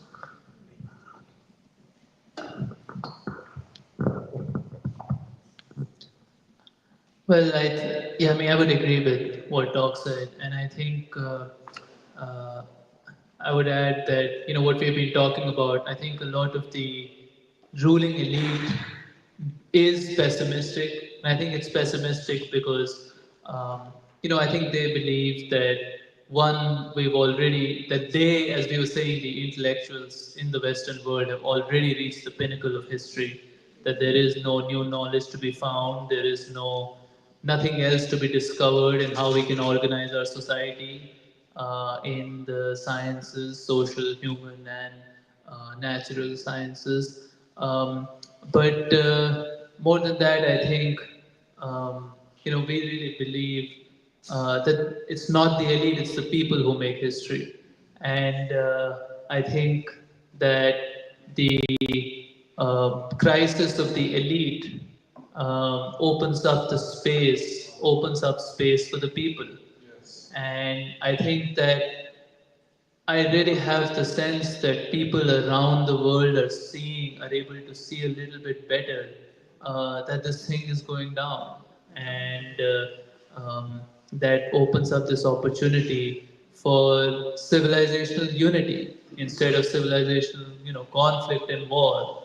Um, it opens up the space for um, really the people of the world to come together and build new knowledge, build new forms of organization of society that can take us towards a peaceful world.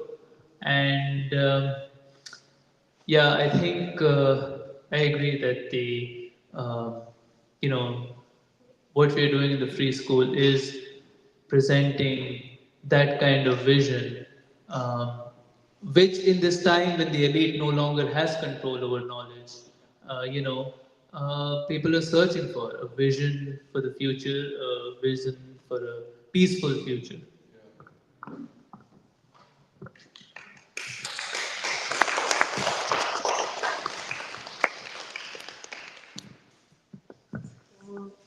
I think you had asked like what's actually in the way of, I guess, a new consensus or new people emerging. And I feel like I feel like we're also going to explore it in like the afternoon roundtable on like literally the counter-revolution. But I think in some ways, like there's still, I don't think we should underestimate the amount of, I think, cognitive manipulation of people and honestly just like abuse at this point, which is that you see a ruling elite that is suicidal, that is pessimistic, that has no respect for humanity and no vision for the future. And yet I think people are browbeaten into basically like almost throwing in your lot with this elite because you're so scared or you're made to feel scared of the chaos or of the changes that are to come. And I feel like in some ways, like it comes from like all different angles, but in some ways it's basically telling you like you should be so afraid of the future that actually you should want to keep things the way that they are, no matter how untenable, no matter how horrible. And I think in some ways like the optimism that we have, I think, is to like actually believe in the people and to say that actually, yes, like there are very unknown and I think difficult days ahead, but I think do we actually have the faith in the people to say like, no, nothing can be worse than this, like actually nothing can be worse. And I think in that pessimism, that distrust of people that the ruling elite have, I think they try to basically like, I think influence other people into also believing that about themselves, to say like, oh no, like we should actually just trust each other. Like we should not believe in the democratic capacity of the people. And I think in some ways, like this is why the question of war and peace is so important. Because today, yeah, if 60% of the American people are against war and are for peace, then like I want to know those people. And I want to actually believe that we can build something together. Like there may be other disagreements, there are other things that need to be worked out, but like in general, like if any person actually believes that peace is necessary, like I choose them over the ruling elite. And I feel like in some ways like that, like I feel like getting our priorities straight And also just like acknowledging that there is like cognitive manipulation and that this ruling elite is not a democratic elite, like they're an abusive elite. Okay, now we're going to open it up for. I just want to, Nuri, I would slightly disagree when you said things cannot get worse than this. They can, but the point is that we should not wait for things to get as bad as they can before we fight for an alternative to this. That's all I would say. Okay, yeah, so there's the microphone up there, and people are welcome to come up and ask questions or share thoughts.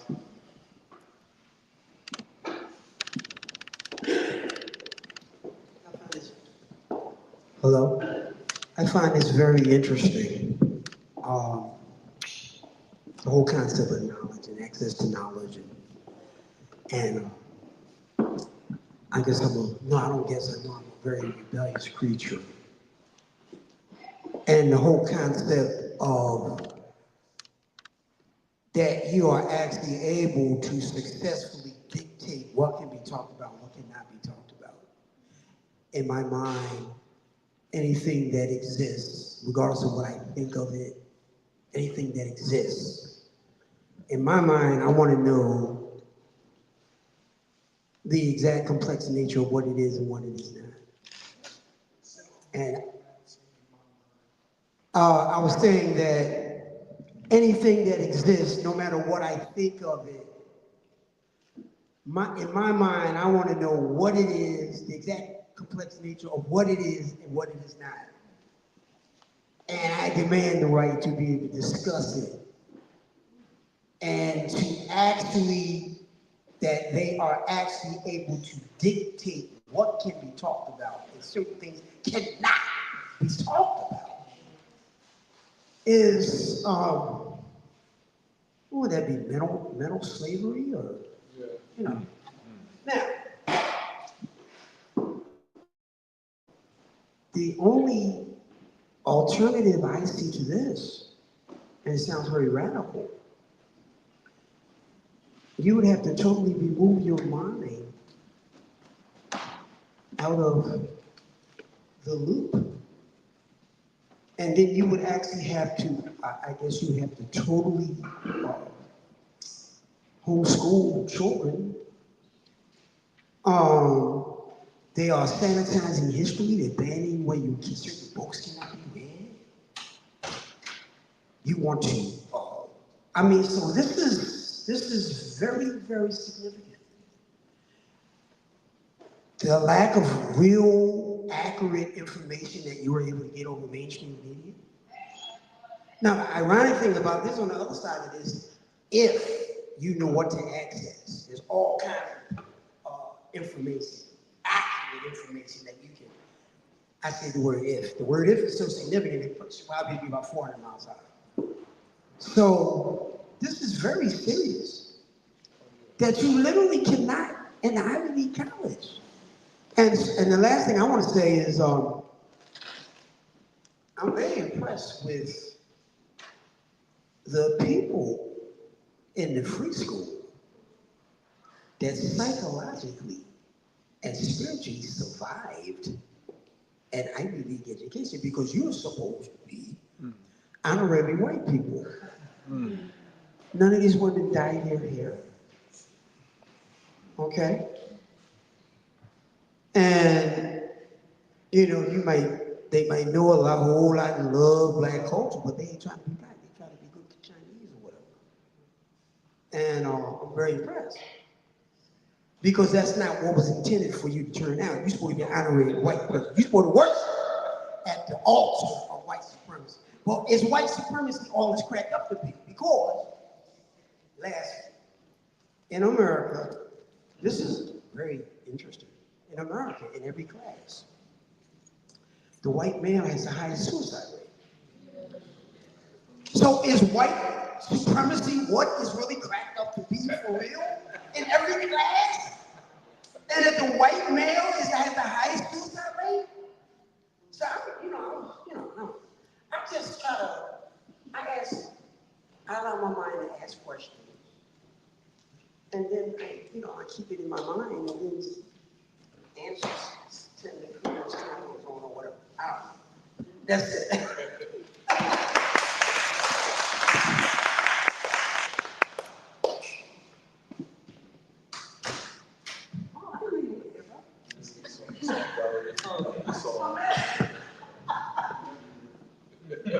I want to address this to Raju. I want to address it to Raju because Leonard Susskind, did he really scrap string theory? Because string theory had different names. It was called membrane one time. It was called this. So, I mean, did he scrap it and they're going to bring it back or what? That's all.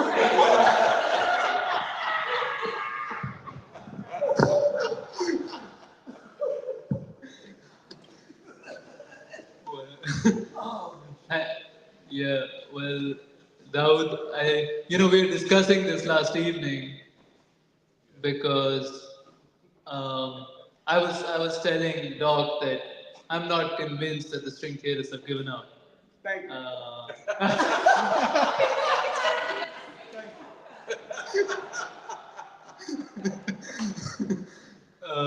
And that Leonard Susskind, but yeah, I guess to say more that Leonard Susskind is one. An important figure. There are other figures, but I don't know how much of it is just because I guess as we were discussing this question of it being existential, I don't know how much of it is that. I don't know if they really believe that string theory has any future, and it has to. I think a lot of string theorists have given up string theory, but there is this always. It's almost like, well, we're going to find something with the next machine. We just need to spend more money to find something that's gonna. Yeah, and we got to keep. So it's almost like the financial speculation or something. You keep promising in the future it will be something will come, but right now there's nothing we have to show. But I do think that I don't see any future for it. I have to say, but I'm not sure. Yeah, I'm not sure they've given up yet. Hi, good morning. I just wanted to say something about the discussion on universities that was had this morning. And I do think that these universities are not only American institutions, but they're really international institutions of an empire. And I think to what Jeremiah was saying in the end, part of what stands in the way of a new kind of knowledge, a new kind of consciousness, is belief in these institutions. And I think people all over the world still, to some extent, believe in them. And you can understand it. There's this, like Nuri was saying, multi-million-dollar buildings. Any kind of research you want, all the equipment, all of the raw materials, everything, it's at your disposal. It's like I don't know if universities like this have ever existed before, in the history of humankind. And Europe doesn't compare to this. No European university can compete with Harvard or with Yale. I think the only challenge in this time may be China. I was wondering if you guys could comment on that, because when Trump started attacking Harvard, there were so many editorials in Indian newspapers with panic, they were panicking. They were saying, how could he attack the university, and the university for a lot of elites around the world, it's above the American state. You can criticize the state, you can criticize the military, do not criticize the university because it's the bastion of liberalism and freedom, and then the other thing is, how do you explain this, because when the Bois writes World in Africa, he starts with collapse of Europe, and he says, the collapse is all the more astonishing to us because of the boundless faith we've had. in these institutions. How do you explain this to people all over the world to say, well, yeah, you saw this, but it has this contradiction, and what explains it? And then the role of, I guess, black knowledge, the body of the work of the Bois. Yeah, so I was hoping you could comment.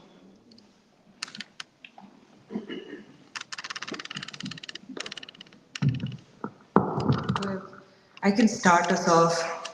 I mean, what Nandita was saying is just, I mean, I can speak, maybe it's good to begin from, a personal place, because honestly, a lot of us came to this country to be part of this great American university because the impression we had was this was the only way for you to have, the career that you want in the natural sciences, even if you're going back to India.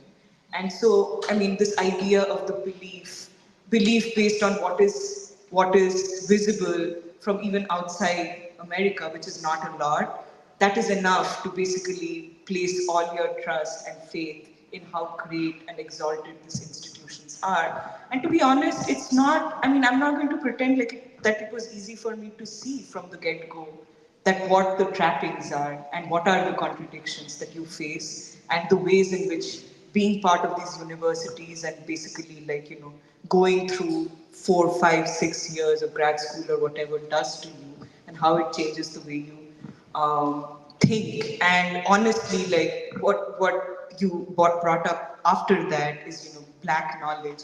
I mean, a lot of these contradictions were apparent or became clear to me, or I could even see them after I had some idea of King or the Bois, read something about what the struggle was for consciousness in this country that I had no idea about. And I guess this question of how do you explain to the world that this thing that you have put your faith in is mythological, it doesn't really exist, is the question that I think is going to run through the entire 2 days of the symposium. And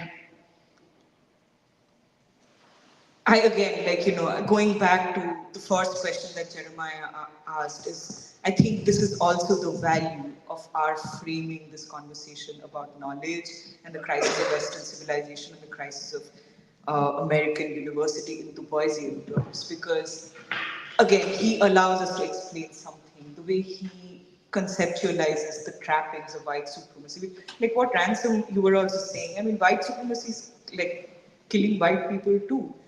And the way the Bois and Baldwin, they describe this as on civilizational terms, on human terms, I think could be a pathway to explaining the lies that have been told for so many years to everybody who's concerned about what the future is going to be.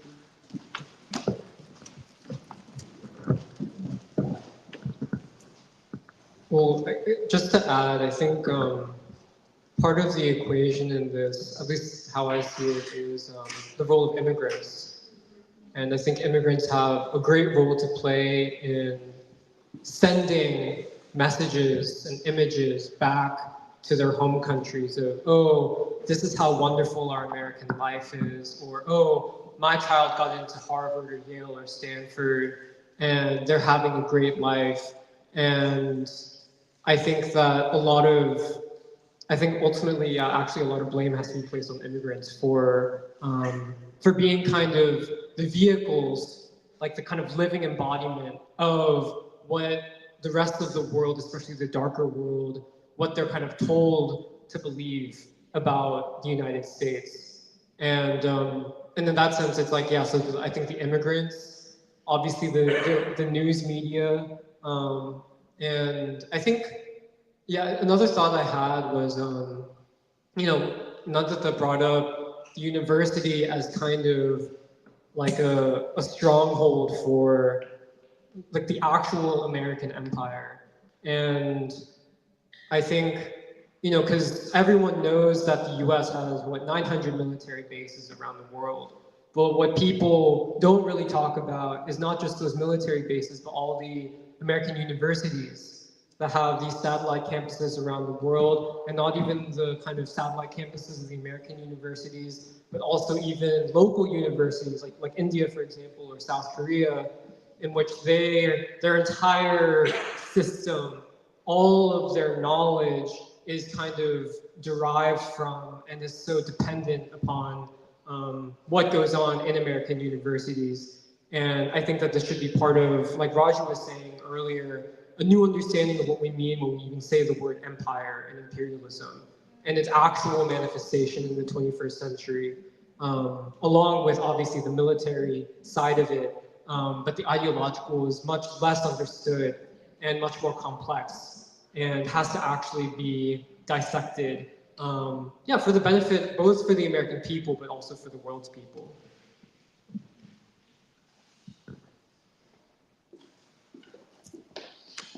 I enjoyed the discussion. I wanted to ask a couple of questions. So the first is, it sometimes seems to me that when we talk about the crisis of Western civilization, like what all of you brought out is this idea of yes, the crisis really of the state, and the state which has sort of taken the reins of civilization. But the thing I wanted to ask is in recent times especially, and in fact, and especially with the Trump election and this broad coalition that formed behind him, there is also this sense of a broad section of American people who also attempt to see themselves, who also see themselves as inheritors of the civilization. I mean, I'm thinking about even a year or so back, like before the election, we had all of these rallies and campaigns for Trump in defense of Western civilization. That's the way they would try to put it. And all of this was in opposition to the neoconservative and neoliberal consensus behind war, and the way the undeclared state sees itself as the arbiter of what Western civilization means. So what I wanted to ask was when we talk about it seems that Western civilization itself, there is a lot of confusion in how you see the meaning of civilization. And I think something that Nuri was saying about this idea of a new people, and this is what I wanted to see what you thought about it, about how this idea of Western civilization not simply as something as not the part of the state, but what people see themselves as inheriting. And for the American people to move forward, which is what we are concerned with, what needs to break, and what American people need to see in terms of their own history. And the other thing I wanted to ask is maybe related to what Nandita was saying, is that how does this crisis, the civilizational collapse, look like from outside America? And yes, part of it is what Nandita was saying and what you're also commenting on, that the university plays a leading role in mediating the relationship, or in mediating how the world sees America. But then there is also a sense of how, for instance, how 20 years back, how ordinary people in India would think about the West. I wanted to ask how that has changed in your opinion.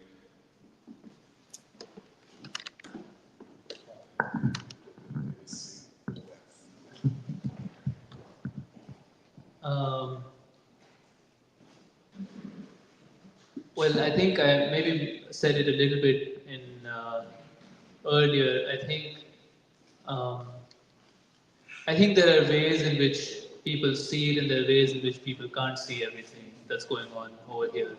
I think the ways in which people see it is that what Purva was saying earlier about generation, let's say my generation who came here maybe to study, 10 to 15 years ago.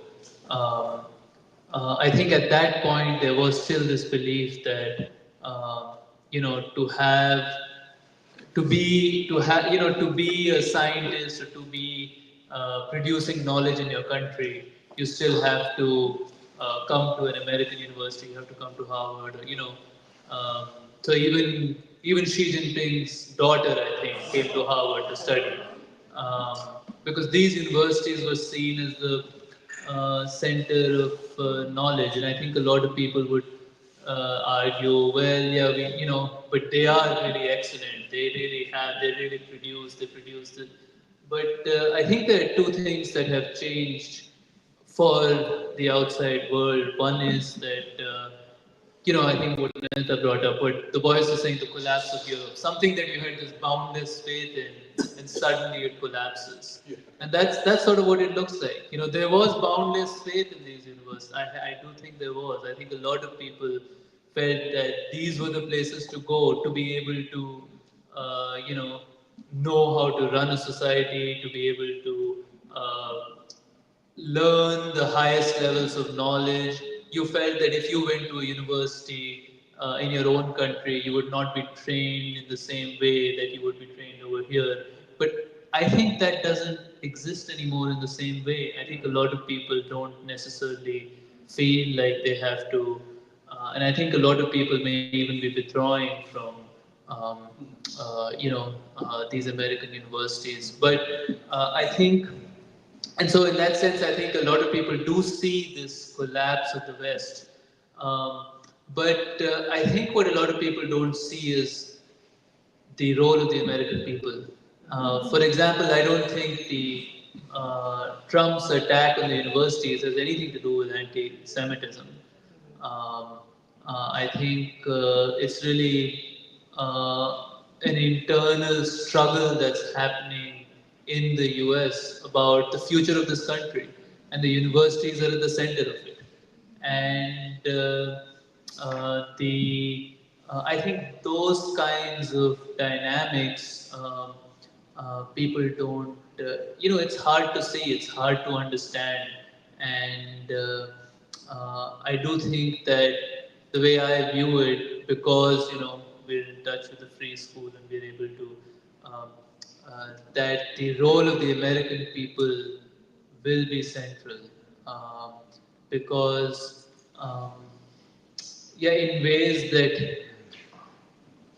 that people outside don't always, because this propaganda machinery and this, what Nouri was saying, this, the level of manipulation and control is not always easy to see through it. It's not always easy to understand. So that, I guess that's what I'll say. Just to add one small thing to the the conflict between the universities and Trump and so on. To Raju's point, I think the way in which the media even reports it, there is the illusion that there is broad support for Harvard and its victory over the state. And I agree that it is basically a question of not of anti-Semitism, but a question of redefining what this relationship between the state and the university is going to be. I mean, is it going to remain what it was since from what it was consolidated as after the Cold War, or what is it going to be? And it's unclear what the result of that is. But the way the media, it's almost like this assumption that of course everybody would be on Harvard's side and everybody would come to its defense. But for somebody who's not really here, if I were in India, it would be impossible for me to recognize that that's not actually true. I mean, really, the only support the universities have are from that same cohort, which basically has advantages from the university's standing in the state and in the country. And ordinary people don't really feel that defensive about Harvard. So one more thing I just want to add to what Shambhoto's and I guess what Nayata raised. I think another thing that has significantly affected the consciousness of people around the world, I know there's definitely a lot of people in India, is the rise of China. And I don't think most people in the world see China the way the American ruling elite sees China. And they don't look at China as a threat. A lot of people want to learn from China. Like the Bois said, learn from China. For example, the top scientific journal is often considered to be this journal Nature. and that indexes the, what are the top research universities which are producing the most scientific research. And at this point, out of the top 10 research universities, 8 are Chinese. Apart from Harvard and MIT, every university there is a Chinese university. And the first Indian university to come up is somewhere around 150 or something. So you can imagine that there are people in India who want to know, how did China do it? How did they manage to build a different kind of social system without going to war with any nation in the world that was able to eliminate extreme poverty and able to create knowledge the way that they're creating knowledge. So I think that is something that has definitely affected people's consciousness.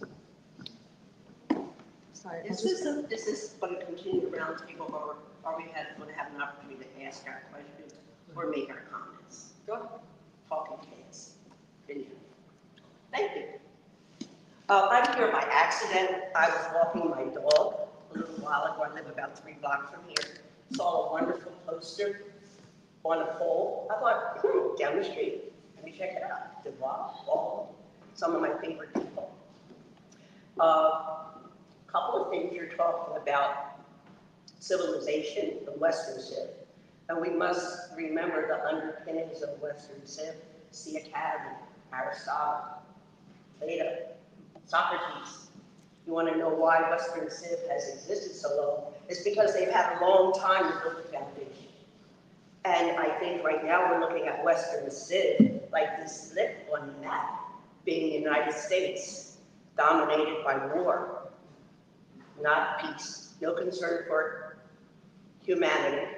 And when I say humanity, it's common humanity, which we're talking about. And I'm making more comments than questions because I'm probably older than most people here. I'll be 77 very soon. And I think there is a tremendous possibility for an extraordinary future defined by who you call yourself to be as a possibility. Who are you? Who are you as a possibility? Your vision is not going to be defined by someone outside us. Who you define yourself to be and how you choose to be treated. That's what I see. I feel like I've been very privileged. And I must say, I am an Ivy League trained scientist. I have wonderful dialogue, tremendous friends. I'm very much grounded in society. So all scientists are not looking to be, or to sound smart. So I took a little taste, just to let you know. Because when I went to Penn, you can imagine how many black women there were in sciences. We were told you can't teach a dog physics as they spoke to us. Okay, just to let you know. So things haven't changed, and yes, there are other things we're looking at now, and with our humanity, we are looking at what's happening to people in Gaza and all over the world. But this is a blip in time, and we're in a crisis, which we all know, danger or possibility. What do we choose? This is the preschool, new school. So we can decide. And you're all so young and from so many different perspectives. That's magnificent. You're down the street from my house. I didn't even know you exist. So where's the outward conversation? How are you going to define your future? I've been to China. I love China. I've been to Japan. I love Japan. I've been to Africa. I love Africa. What is China? They win because they have more people. They focus on the people. They focus on humanity. Okay. We're talking about civilization, but we can't chop it up.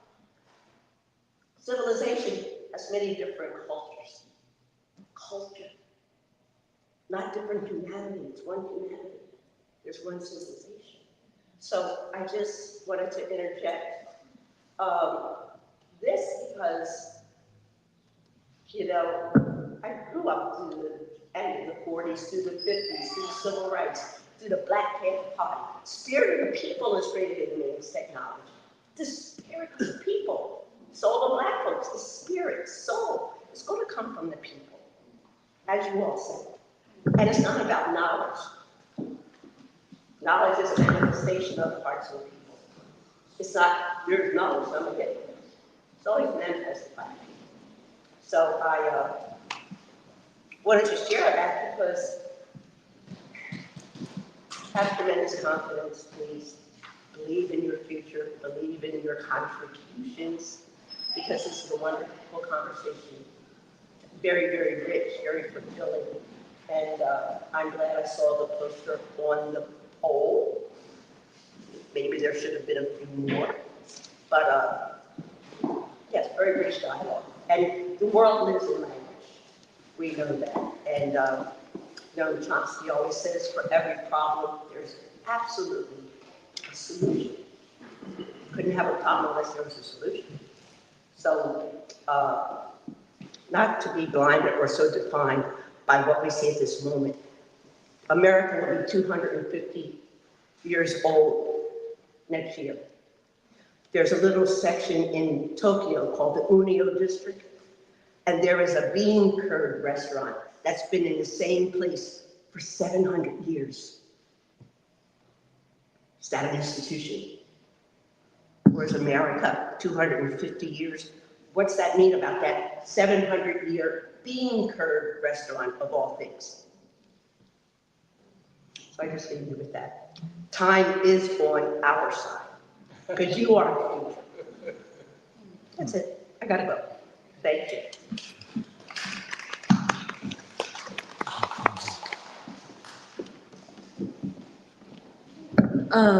I also wanted to build off of Shimbarto's question because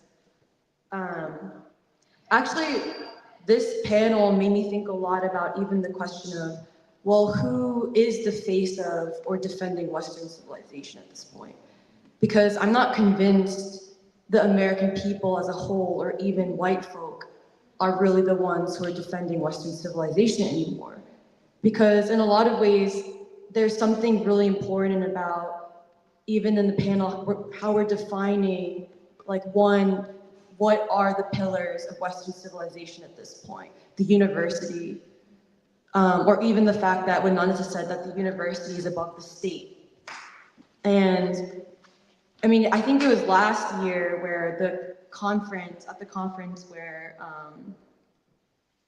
I think it was Raju, you talked about how, like, looking at polls of who was responding about confidence in the government, or one of those polls where there are trends where it's a lot of poor whites, for example, who are excluded from universities. They're also leaving the church.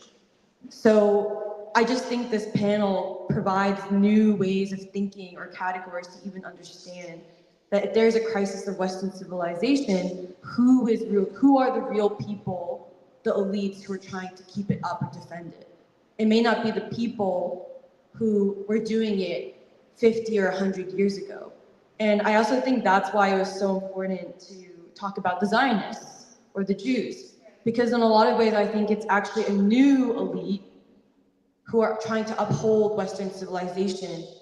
And I think that helps clarify also that there's a moment there, we're living in a time where in America, there's a lot of people who are realizing that this Western civilization doesn't really fit them.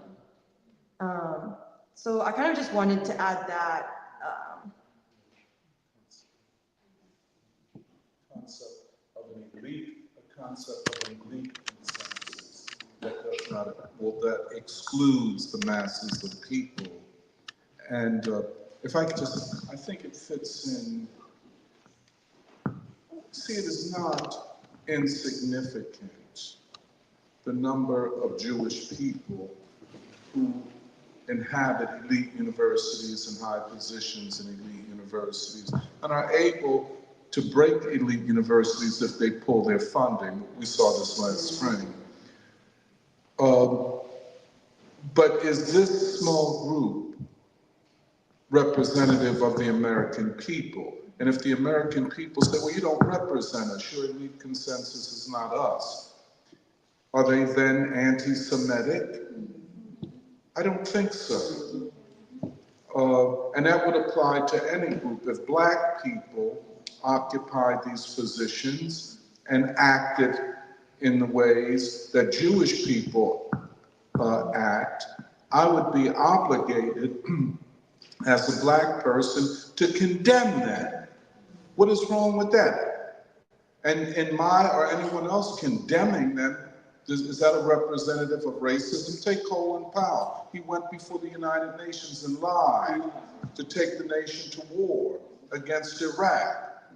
Harry Belafonte went on CNN and referred to him as a house slave, because he didn't want to use the N-word.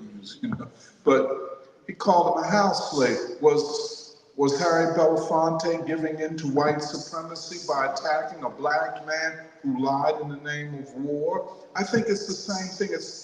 It is a moral question for elites in general and Jewish elites in particular, that they must at this time condemn those elites, be they neocons or physicists or string theorists or queer theorists or whatever, who proudly say that they are upholding Western civilization, which they also interpret to make it a soft sell democracy. Somewhat related to that, I'm always reminded of how you say that the true culture of the Eastern European Jewish people is Yiddish, and the autonomous zone in the Soviet Union of Yiddish. I mean, though I know a lot of those people ended up going to Israel and they've helped bring down the Soviet Union, but no, I mean, but also in Iran, there are Jews in Iran who are standing up against Western aggression and are standing against Zionism, and of course the Orthodox Jews in Brooklyn. But I just think there really is something to this idea of elite ideological culture, which is so overdetermined America for so long, with the masses of people wanting to go to war, versus what the peace movement used to call the struggle for national culture, which is the culture of the people. And the people want peace, and they say it in different languages, in different ways, with different emphases. Like you always mention, Asians really respect the elders, and maybe it's not so much, or there's more of a democratic sense in Afro-America, but there is this humanistic universal value that everybody is reaching to. Everybody is striving towards this universal human culture in all our different ways. And I think that's one of the most devastating things universities have taken away from us, is the universal human striving. And the fact that in knowing the cultures of all people, the true culture that comes from the people, not the ideological culture, we can know one another and we can move forward. And I really love what the Nation of Islam also says, universal government of, the universal government of peace, I think they call it, which is the future. I guess I'm just wondering, I mean, I guess in that whole struggle for national culture, if there's something particularly special about African-American culture and African-American knowledge in the struggle for peace that maybe the rest of the world really needs to move forward. Yeah, because just reading the peace movement, they really did have these formulations, but I'm just wondering if something was missing and we need something more today, also given your conversation, but those.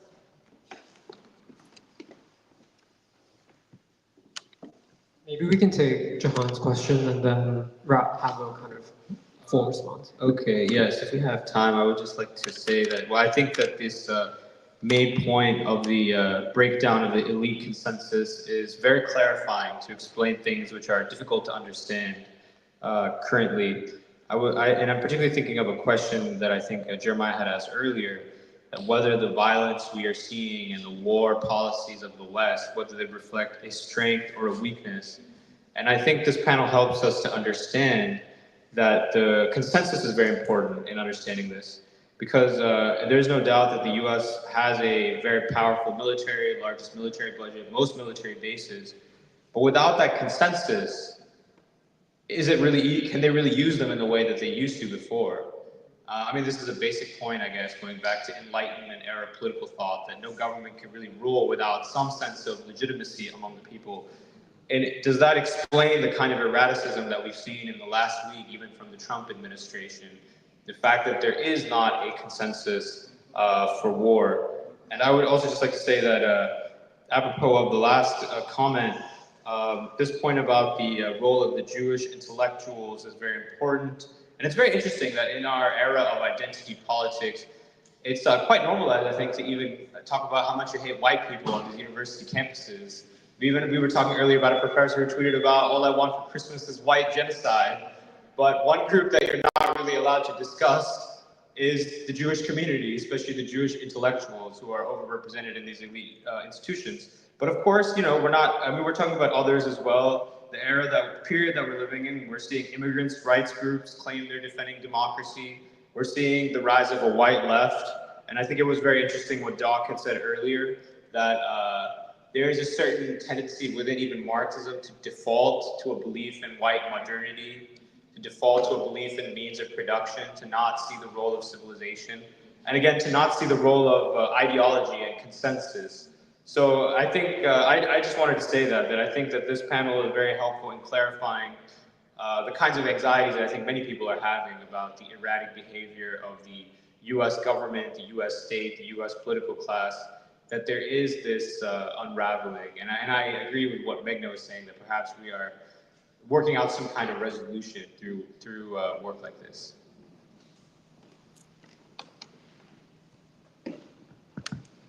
Yeah, I think, Meghna, your question about, is there something about African American culture or the consciousness of Black people which has a unique contribution to make towards the creation of a culture of peace? I think, I actually feel like that will be part of the mix tomorrow in both the panel discussion, which is about Du Bois and world movements for peace and democracy, and then the final roundtable tomorrow afternoon, which is about the Black proletarian imaginary as kind of a futuristic vision in which peace is indispensable for a future, like a natural vision of the future in very concrete terms.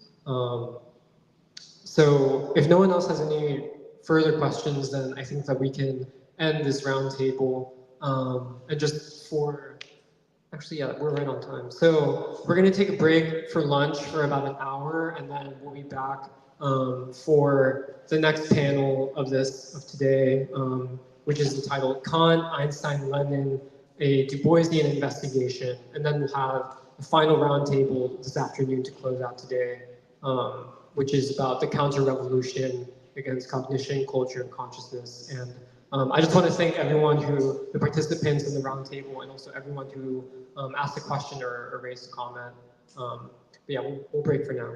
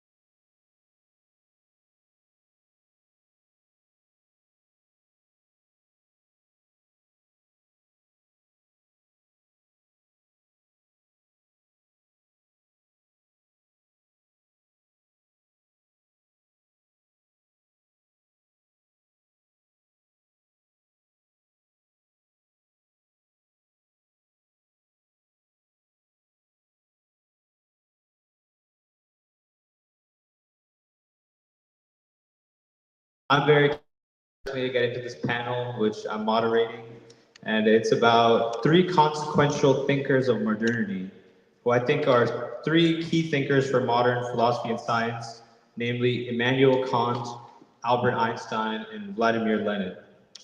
So I don't really want to speak very much or repeat what has been said before, but I think everyone understands that this panel is important because philosophy is important.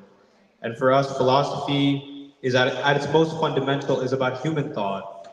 And we in the free school recognize that human thought is the property of every person, that the human being is the agent of knowledge, and this is very much tied to the human action that is needed today.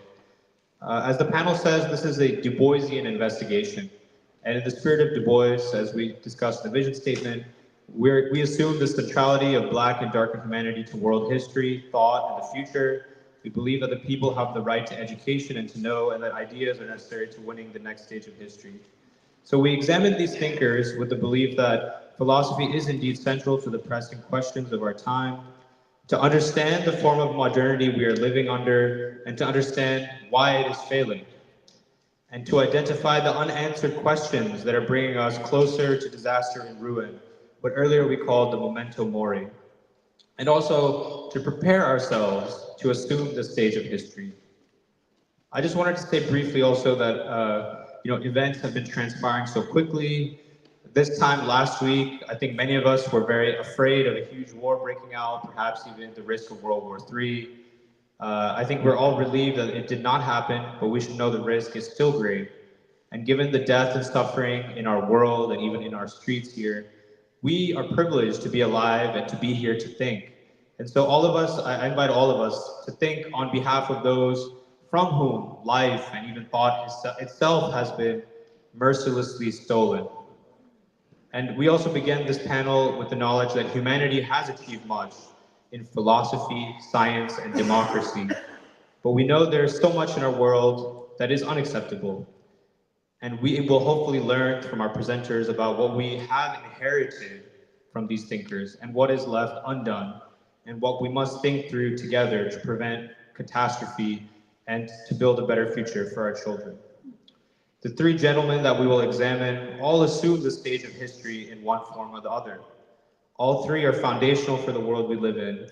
Kant and Einstein were foundational to the science, which we know has made our modern world possible. Lenin brought science together with revolutionary politics, inaugurating a new era of revolutionary struggle in the world. Yet here we are over 100 years after his death, and we see that we need new revolutionary theory to overcome the challenges of our time. All three of these men ultimately believe that philosophy and knowledge were tied to peace and justice in one form or the other. And so we know, but when we look at the world today, we know that this vision is left to be fulfilled. So all of this is to say that we recognize that these are not academic questions, not questions for armchair intellectuals, but questions for all of humanity. And this body of knowledge is very important to understand the world we live in and to grapple with the problems we face. And everyone will get more of a sense of this from our panelists, our presenters, who I will briefly introduce. I'll introduce them in order in which they'll be speaking. Okay, thank you. Okay, I'm decent. I'm getting there. But anyway, let me introduce our panelists. They're the ones who should be doing the talking. Returning from the previous roundtable, Purva Chatterjee, a member of the Saturday Free School, a scientist, will be presenting on Immanuel Kant. Then we'll have Shumbarto, who's also a member of the Free School and a scientist, will be presenting on Albert Einstein. Then we will have a joint presentation on Vladimir Lenin by Jeremiah Kim, member of the Free School. I think he has a background in literature and also a writer based in Philadelphia. And then Ananta, who's a scientist who's come all the way from Bangalore, India, who's also an activist there. They're together will be presenting on Lenin. So without further ado, I'll turn it over to our first presenter on Kant, Purva.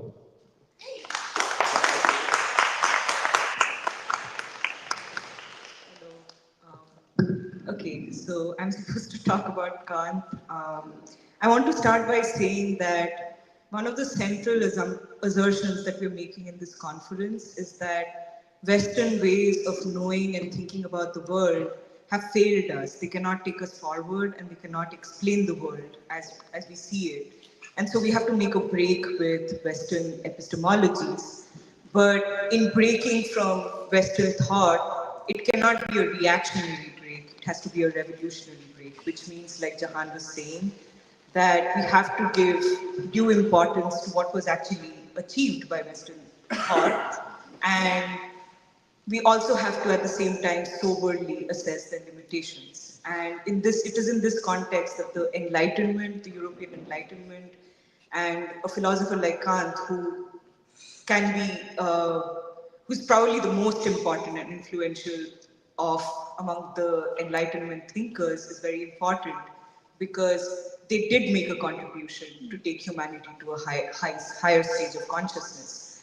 And the Enlightenment is this decisive moment in history that puts the human being, or elevates the human being, as the central agent of history. And Kant is a product of that ideal. He's born in the city of Königsberg in Prussia, which is now in Russia. I think it's called Kaliningrad.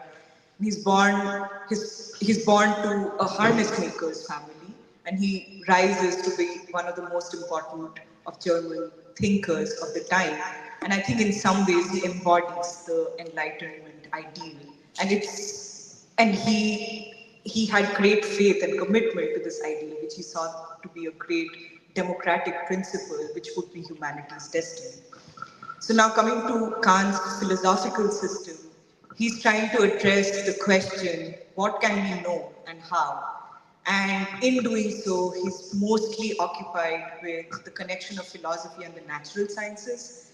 And his greatest contribution is the synthesis of sensory experience with reason in the production of human knowledge. So he's intervening in the debate between the rationalist and empiricist schools of thought, where the rationalists like Wolff, Leibniz, Descartes, they would argue that reason, logic, and innate ideas are the ways in which we know the world, and that we can know certain truths about the world a priori, meaning before and independent of any experience that we have had. On the other hand, you have the empiricists like Berkeley, Locke, Hume, who would argue that we cannot know anything beyond what we experience through our senses. And so the empiricists are all about observation and giving meaning to these observations. And according to Hume, the meaning comes from things like custom, culture, psychological factors, etc. Now, Kant, among all these people, from my understanding, is perhaps the most heavily influenced by Hume, and does appreciate Hume's skepticism about the limits of rational knowledge. However, he does something different. He goes for the synthesis. And so he says that yes, it is true that all knowledge begins with experience, but it is the human mind that mediates and structures these experiences through rational categories. And these are a priori categories of reason, meaning we don't, a priori categories of reason, meaning we do not get them from experience. They exist in our brain, and it's part of how our mind makes sense of experience. And at the end of the day, this is why any experience is possible to begin with. So the sum total of this assertion is that what we can know about the world depends on the categories through which we think about the world.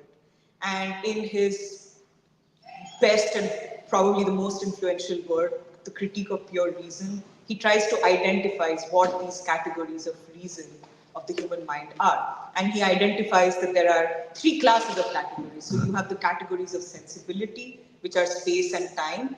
And then you have the categories of understanding, things like quality, quantity, relation, modality, and so on. And then you have categories of reason, which basically form the connecting links between subsets of all of these categories and all possible experience. So this is Kant's rational superstructure. The other important idea that he introduces is that he makes a distinction between sensible experience, things that you can directly experience, which is phenomena, and then things that are beyond our experience, which he calls numinal. What Kant's position is that we only know of things as what they appear to us. We cannot say anything about things in themselves or noumena. And for the same reason, ideas like God, immortality, freedom, the human soul are part of the noumenal world, which we cannot claim to have objective knowledge about because we cannot experience them directly. So reason has limits. Not even the church can claim to have objective knowledge about God because they're just beyond what can be experienced by the human mind. However, he explains that this limit that he puts on knowledge, he found it necessary to deny knowledge in this way in order to make room for faith. So what he's also saying is that, yes, we cannot know God or prove the existence of God or God in himself, but we can, as moral, rational agents, we can think God as the most perfect, ideal being who basically has created an orderly, beautiful universe.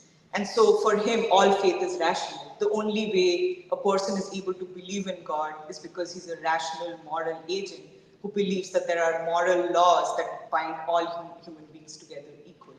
So at the end of the day, all knowledge, all possible knowledge for Kant is rational.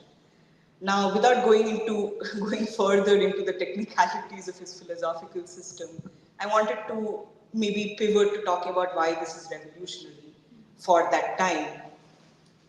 It is revolutionary because he is, for the first time, asserting that it is the human being who is the central agent and creator of knowledge. And this is an attack on the metaphysical teachings and the authority of the church and of all theologians and philosophers who derive their authority from the church. And he insists that even though he limits knowledge, this limit that he imposes does not hurt the interests of humanity. In fact, it gives human beings autonomy over knowledge.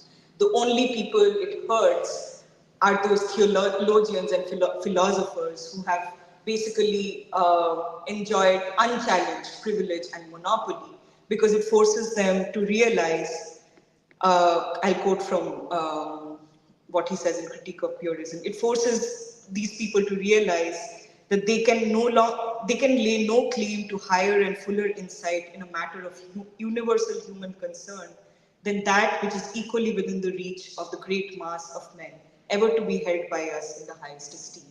So for Kant, there is nothing higher than the human being, and all human beings are equal as moral agents. No God, no king, no priest can dictate morality or knowledge to you. And in the context of 1785 Prussia, this is a revolutionary position to take.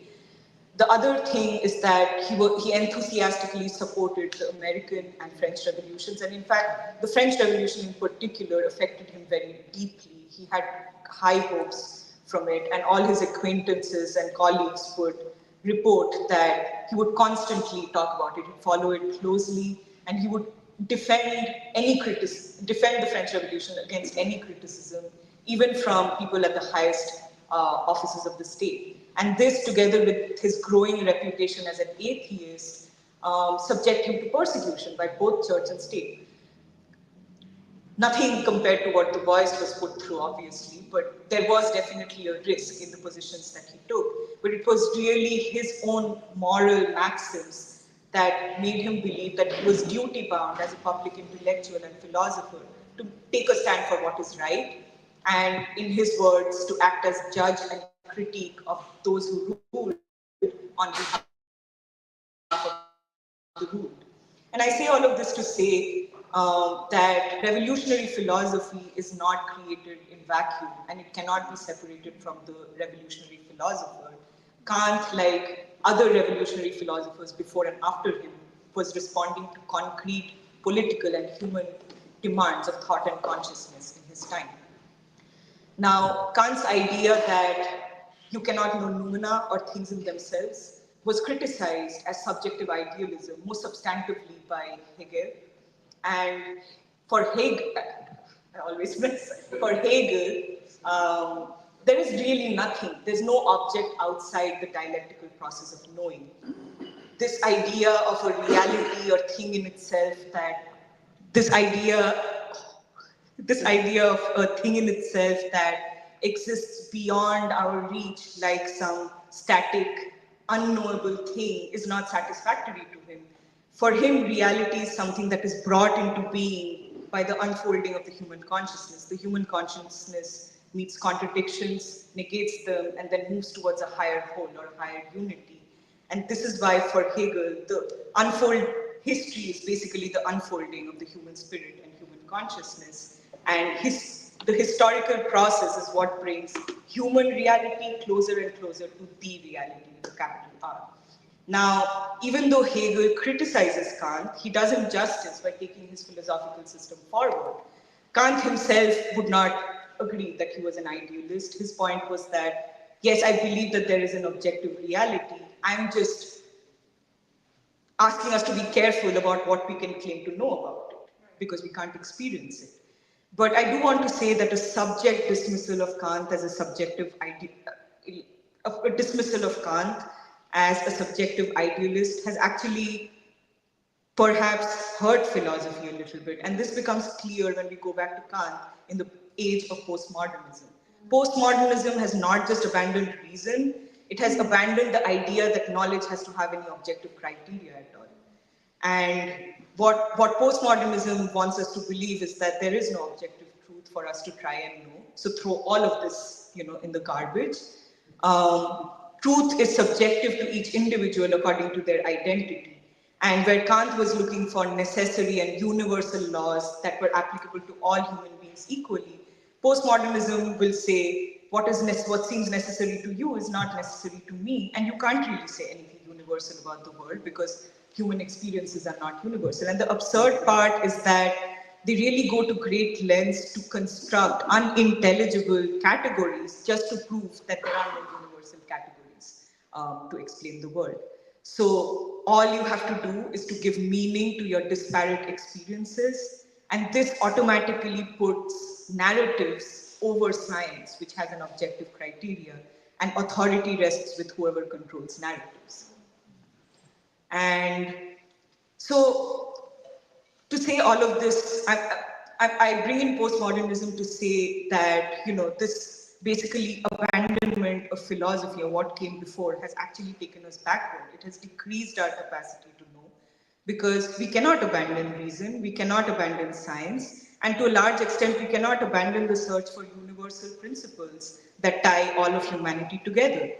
But that said, I think it is a valid question to ask in this time, if reason can be necessary, but is it sufficient? Is reason the only way human beings know and respond to the world? How do we explain the unreason of white supremacy and wars? If education and training could make men rational, then how is it that in America, which is this exalted center of world education, like we were saying in the morning, how does America produce some of the most irrational, unstable, inhuman human beings ever produced? And then another thing that always comes to my mind is the Black freedom struggle. How were people able to adopt non-violence with such commitment in the face of the constant daily genocidal violence of a white supremacist social system? Can these things be explained just through reason, or is something more required? And I think, just to give another concrete example, I wanted to talk a little about Noam Chomsky, who's perhaps the most important public intellectual of our times. And he does not agree to being called a neo-Kantian, but the influence of Kant and his philosophy on his works is undeniable. And Chomsky's accomplishments have to be recognized. He revolutionized linguistics with the idea of this universal grammar, which means language is basically a creation of the human mind. Language is created by the human mind, which means all human beings have an equal capacity for language, thought, and expression. And I mean, this is really a great democratic principle, and one has to respect Chomsky for putting it out in the world. But there is something that Chomsky misses. A few years back, I think it was, in some interview, he made this admission that he finds it difficult to listen to Martin Luther King Jr.'s speeches because they make appeals to emotion rather than to reason.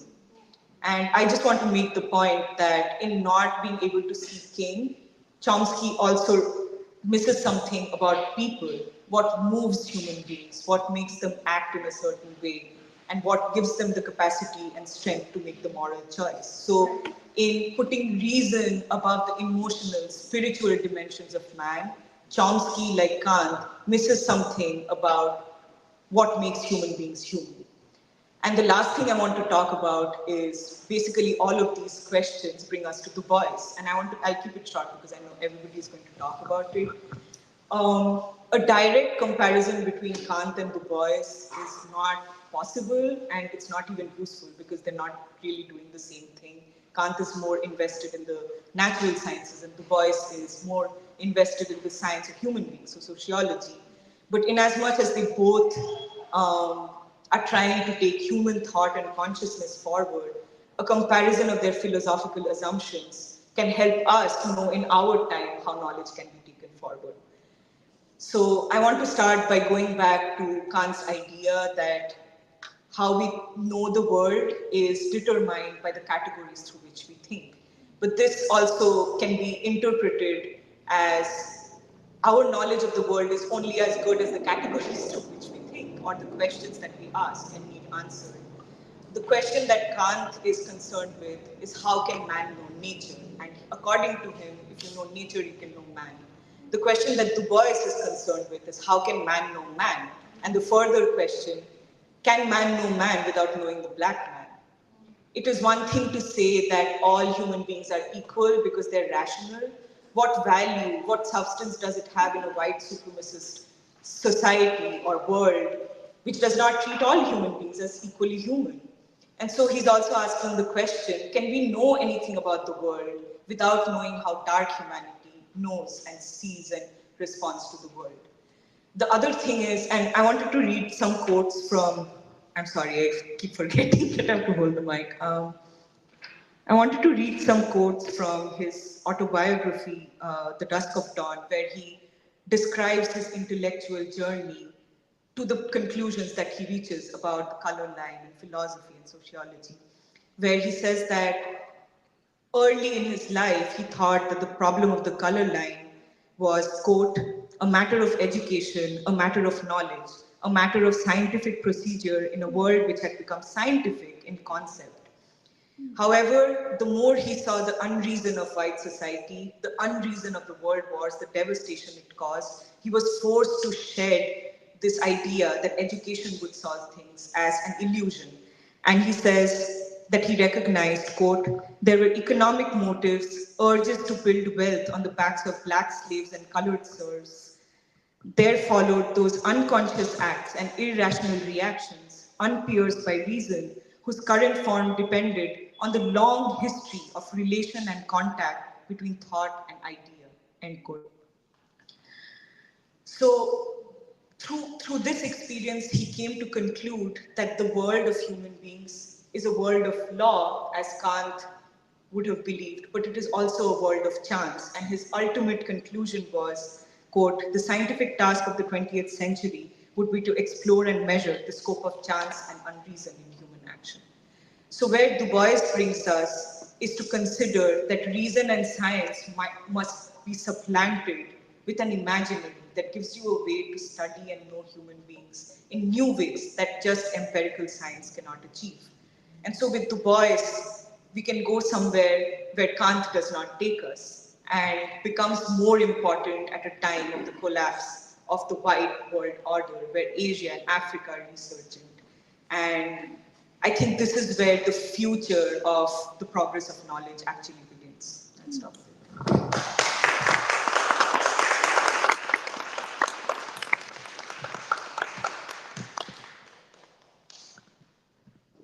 Okay, hello everyone.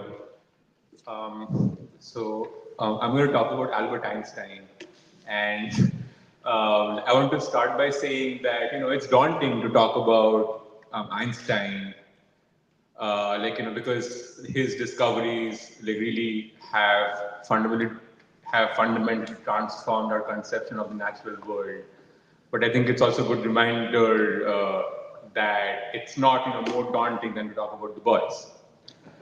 And I think the reason I think we want to talk about Einstein today here, it's also because of the roundtable earlier in the day, where the questions of science and the university were central to our discussions. And the reason we focus on Einstein as a figure representing the natural sciences is because I think he represents the last figure who, like as Bois was saying, the project that Kant begins of establishing the connection between natural science and philosophy. Einstein probably stands as the last figure who reflects that relationship, and he occupies a unique time in history because of how the nature of science has changed in the last century. And I want us to think about that. And we talked a bit about that in the earlier roundtable. So I wanted to begin by saying that before we get into the significance of Einstein's scientific discoveries, it's important to recognize why we are doing this. We're not doing this to get a catalog of his achievements, which were enormous, but I want us to think about how he achieved what he did, what were his philosophical convictions, and what was the nature of the world in which he lived and worked in and dealt with, and what were the strains of thought in his world, and what did he achieve. So Einstein was born 75 years after the death of Kant, and this period had, rapidly changed the world. Like for instance, this was the period where the full extent of the Industrial Revolution was being fed by all people, in the West, in Europe and America, and what led to the Industrial Revolution are discoveries in natural sciences, like the laws of motion coming out from Newton, and the laws of electricity and the conversion of energy, and so on and so forth. And it was not only technological advances, but there were advances in our thinking, especially in biology, where we first had the theory of evolution, which gives the picture that nature, the world that Einstein inherits at the beginning of 20th century is a world where, to the natural scientists, nature began, probably for the first time, to appear as an interconnected whole. And this is why, and to quote Kant, reason had indeed, by this time, been set on a sure footing. So the confidence that universal laws can explain the natural world, it had a reasonable basis. People had a reason to think that laws could explain the world in total. So this is the world which Einstein starts. This is the world which Einstein inherits, and at the same time you have more and more newer discoveries which begin to disturb this well-established picture that the world can be explained completely by universal laws of motion and so on. And this is the time at which Einstein enters world history. So the two revolutionary discoveries that Einstein finds are the theory of relativity and quantum mechanics. So the theory of relativity is what he discovers, he develops himself, but at the same time, it is his discoveries of how light and matter interact, which leads to the development of quantum theory, which comes a little later. So, with the theory of relativity, what Einstein is doing is that, he discovers that the laws of nature, the laws of physics, are indeed unchangeable. They are fixed, or what he called, or I think what scientists also call, they're invariant. But the way to discover the fact that the laws of physics were invariant was the discovery that the categories through which we understand, nature, space and time, these are relative. So he introduces the idea of the observer, or the human agent who knows the world, which is what Kant begins, the project that Kant begins. So Einstein comes in line, Einstein comes at a later stage, who is in this line of thinking where the human agent must feature in every aspect of our thinking. So the theory of relativity is the first scientific articulation of the fact that the human agent or the observer has to be taken into account to understand nature fully.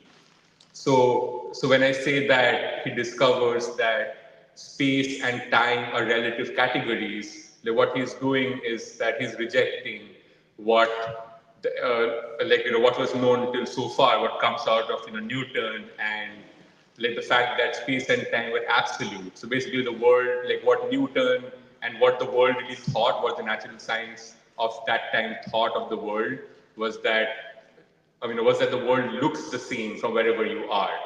But what Einstein finds is that for the world to actually be the same, you have to recognize that it looks different depending on where you are and how you move. This is his idea of relativity of space and time and so on. And examples of this abound. This is very easily understandable in how we think about the world. If we are moving in a bus, a fellow traveler on a bus looks like they're at rest, but we know that they're moving just like we are. And if the bus moves fast enough, time starts slowing down for you if you're on the bus. So even if these are counterintuitive ideas, what Einstein finds is that this is the most true understanding of the natural world. And this is also at a time like what Einstein's discoveries show is that the nature of an objective reality or the natural world, it's complex. It's not simple as was thought about 200 years back. The other the theory which he propounds, which he fathers really, quantum theory, is even more counterintuitive. So in the beginning of the 20th century, what scientists begin to find is that the electron, the thing that makes up all matter, it defies all known laws of classical physics, of what people thought of as a natural world, the laws. It defies all of these laws. It can travel through energy barriers. It can move around an oppositely charged center without collapsing into it. It can maintain its energy. All of these were not, it could not be explained by anything that scientists knew at that point. And what this leads to is that scientists of this time, faced with this utter confusion of what's going on, in the subatomic realm with the electron and so on, what they do is they rush to, faced with confusion, they rush to make some kind of a theory. And this theory, called quantum theory, this works in the sense that it makes predictions. You can use it to calculate things. You can use it to test, the natural world, but it does not make sense in the way that scientists were used to understanding nature and physics. And even though it's Einstein's discoveries that leads to the development of the theory, he could never accept the theory as a complete theory. In fact, he says, and I quote, he says that it was as if the ground had been pulled from under one, so with no firm foundation to be seen anywhere upon which one could have built. He also said that if all this is true, then it means the end of physics. And I want to use this to explore really what Einstein's epistemological convictions were, and also what were the nature, what was the epistemological nature of questions that scientists and really humanity at that time were faced with. And the reason I want to do that is because I think here is where unanswered questions lie. These questions have not been fully answered, and I think humanity and science has paid a heavy price and is paying a heavy price for the full implications of what these unanswered questions were.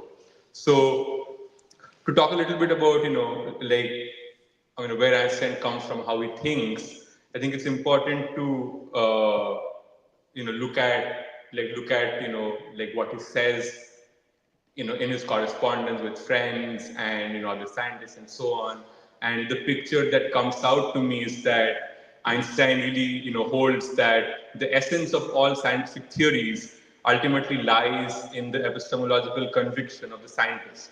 He says that revolutionary science, by which he means new scientific discoveries that change our understanding of nature, it can only move forward it relies on the ability of the scientist to ideologically struggle against the spiritual, tradition of his age. So this is how he sees the development of, science and theory.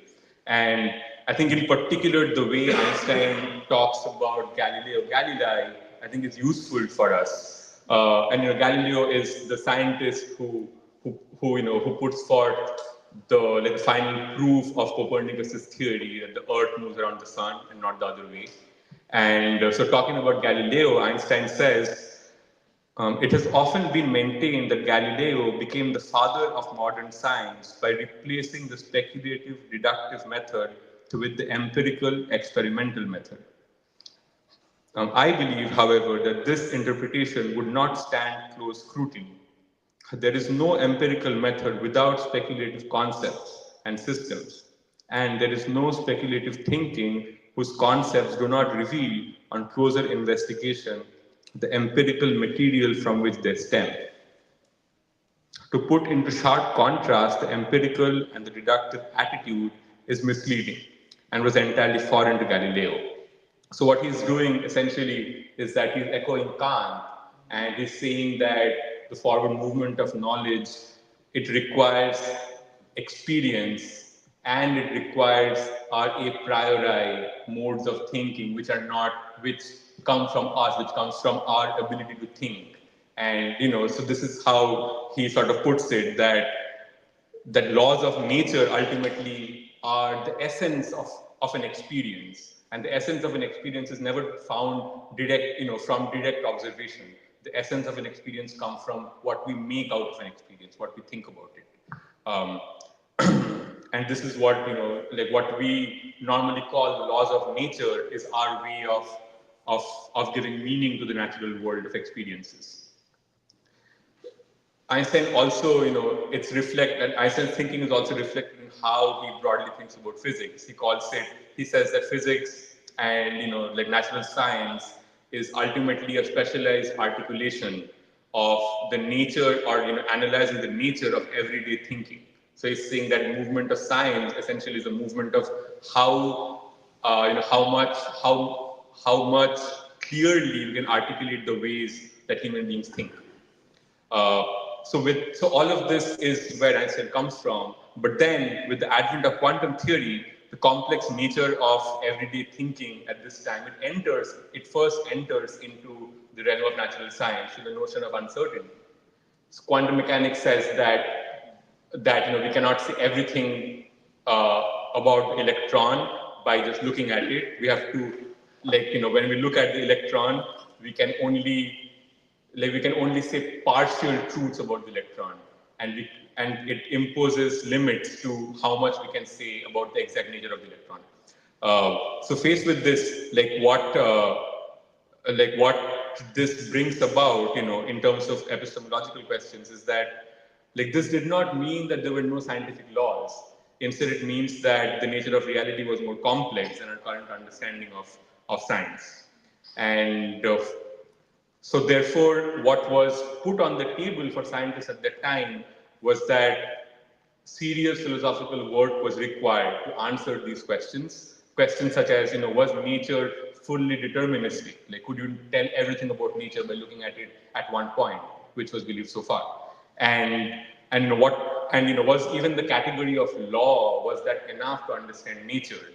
And what were the limits of law? And so faced with all of these questions, what scientists like Niels Bohr and Max Born and Werner Heisenberg, what they did was to come up with a simple theory which says that nothing conclusive can be said about the natural world without the act of direct observation. And Einstein categorically rejects this interpretation. This is what they call the Copenhagen interpretation. And by the end of physics, what Einstein holds is that if we believe that to say anything about the natural world requires direct observation, the clock of the world is basically turned back, because then you're saying that the only ones who can say anything conclusive about nature are the ones who have the right to observe, be it the church that Kant tried to free knowledge from, or the expert academic today. So that's why Einstein rejects this position. And I think this is where the fact that these were questions that were unanswered, these questions were left unanswered because this was a time when the West finds a new and peculiar taste for science, which has nothing to do with the nature of everyday thinking or the striving to know, but for what. And like in the earlier roundtable, it was mentioned how like this time is where like the question of war and science becomes deeply important, like deeply ingrained. Science becomes deeply ingrained in war, and soon after the discovery of quantum theory, scientists find the atomic bomb, and crazed with the success of the atomic bomb, the period since then is where the relationship between science and philosophy is completely severed, and what it leads to is where we are at in science today. It was mentioned that the ideological consensus of the ruling elite is going through an irreversible collapse, and I think this collapse is seen even in the halls of science. And this is where you guys talked about string theory, where string theory comes at a time after 40 years of like promising to be the most advanced physical theory, which reconciles the questions of 20th century physics. Now it is suffering like the most shameful collapse, where even scientists are debating not about the theory being right or wrong, but whether or not it is even a scientific theory. And I think the fact that this has been debated and not discarded for quite a few decades says something sinister about the state of affairs. Um, and on the other hand, you have artificial intelligence, which promises to be the next new thing in science, while essentially it's not just technological advance, but it also has epistemological implications. It says something about how you know the natural world, and I think it's strikingly similar to what scientists did with the Copenhagen interpretation, that all that you can know about nature is like what your observation tells you, except that now algorithms are going to observe for you. So this is, I wanted to paint this picture because this is where science has come in this period where science and philosophy have been completely severed. The relationship has been severed, and I think Einstein stands at this juncture where his life, I think, has to tell us something about the possibilities of science and scientists, like possibilities which seem tired today. And in fact, even talking about Einstein in this panel seems strange to me, because I think it's strange because we are also a product of this time where scientists are not considered to be part of the world of thought and ideas and movements of people. And I know I'm running a little out of time, so maybe we can talk about it more in the discussion. But Einstein's life and the way he lived his life is not the way we think about scientists today. It's not our estimation of a scientist, and he actually comes close with people. And I think it is his philosophical positions, philosophical conviction, which allows him to live a broad life and actually come close to even the Black freedom movement in this country, where he was one of those Jewish immigrants, which Raju talked about back in the 30s. But yeah, I want to end there, and maybe we can talk more.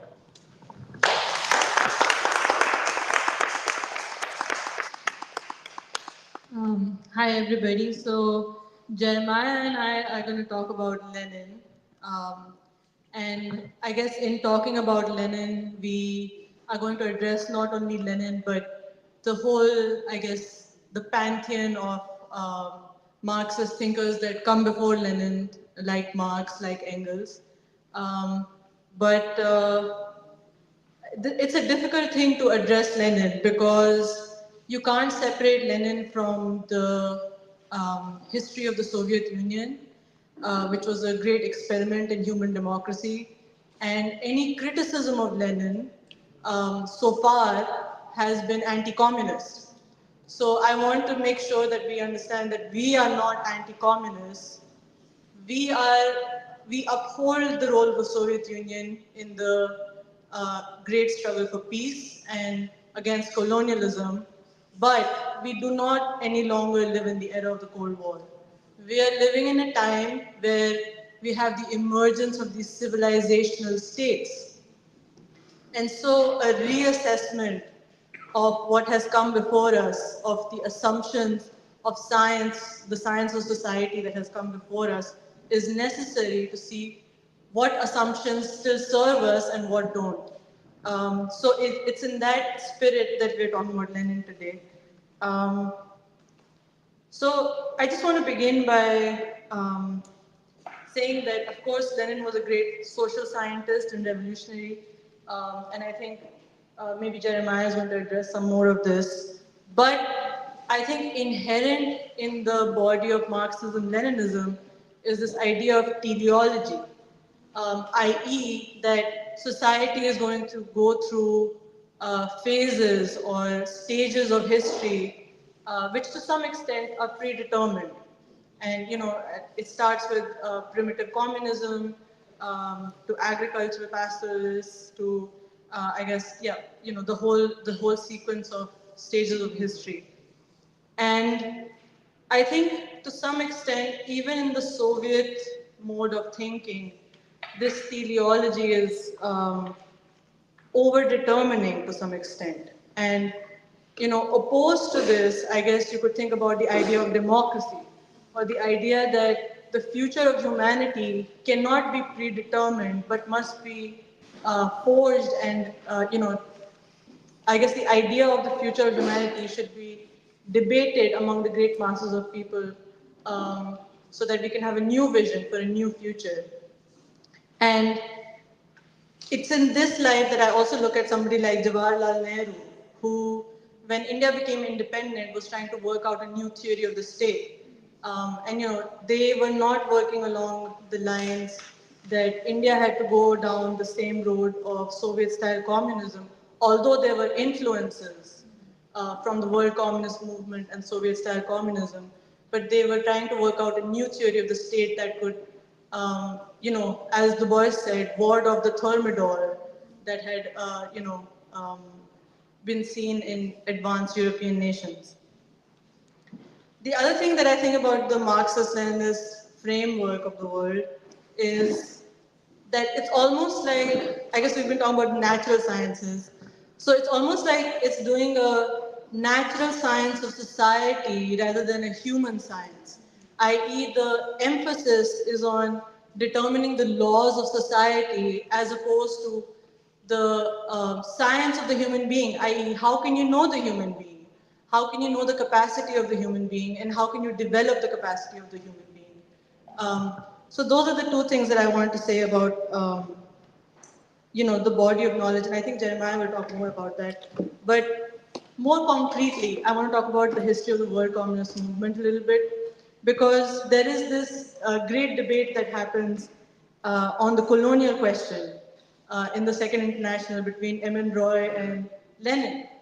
And the debate is about how should the Communist International see the anti-colonial struggles all over the world, national liberation struggles all over the world.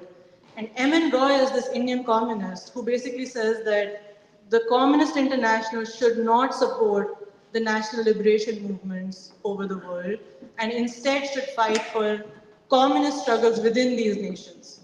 So even within India, he would say that we should not support Gandhi, but rather develop a new communist party within India to fight against the forces of bourgeois nationalism, which is how he characterized the movement of Gandhi. And this is very much present today. I mean, it's not something I'm talking about from history. I mean, the question of how to characterize these world anti-colonial struggles is a question that presents itself to us today.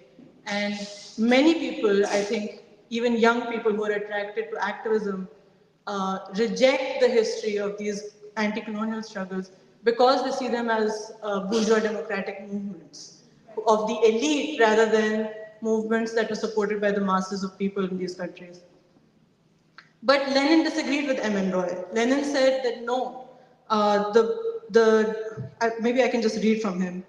He says, the Communist International should support bourgeois democratic nationalist movements in colonial and backward countries only on the condition that in these countries, the elements of future proletarian parties, which will be communist not only in name, are brought together and trained to understand the special tasks, i.e. those of the struggle against the bourgeois democratic movements within their own nations.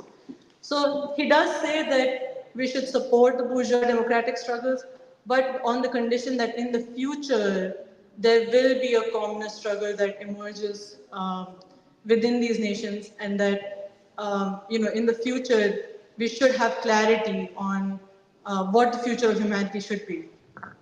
I guess I'm saying all this to say that the idea of what is the vision for the future for all of the darker nations in this debate between M. Roy and Lenin.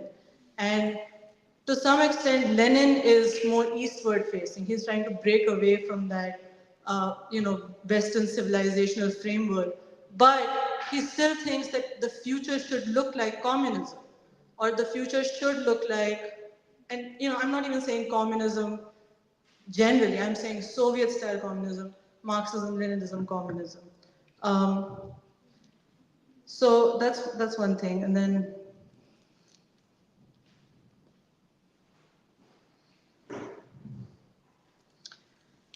But then in 1913, he writes this essay called Backward Europe and Advanced Asia. And in that he says that, the title of this essay is kind of counterintuitive, because of course everybody would say Europe is forwards and Asia is backwards. So why do I say backwards Europe and forwards and advanced Asia? And he says that, what's holding Europe back in that time is the ruling elite of Europe. Which has become mad out of its greed for profit and holds humanity back from the next stage of its history. And in contrast, the people of Asia are striving. He talks about China, he talks about India, struggling for their freedom. And he says that, I'll read from him. He says, in advanced Europe, the sole advanced class is the proletariat. As for the living bourgeoisie, it is prepared to go to any length of savagery, brutality, and crime in order to uphold a dying capitalist slavery. So Lenin has faith in white workers, in the white working class of Europe. And I think he differs to some extent from Du Bois on this, because Du Bois would say that he has that whole assessment of the white working class in world and Africa, where the entire civilization consents to the transatlantic slave trade.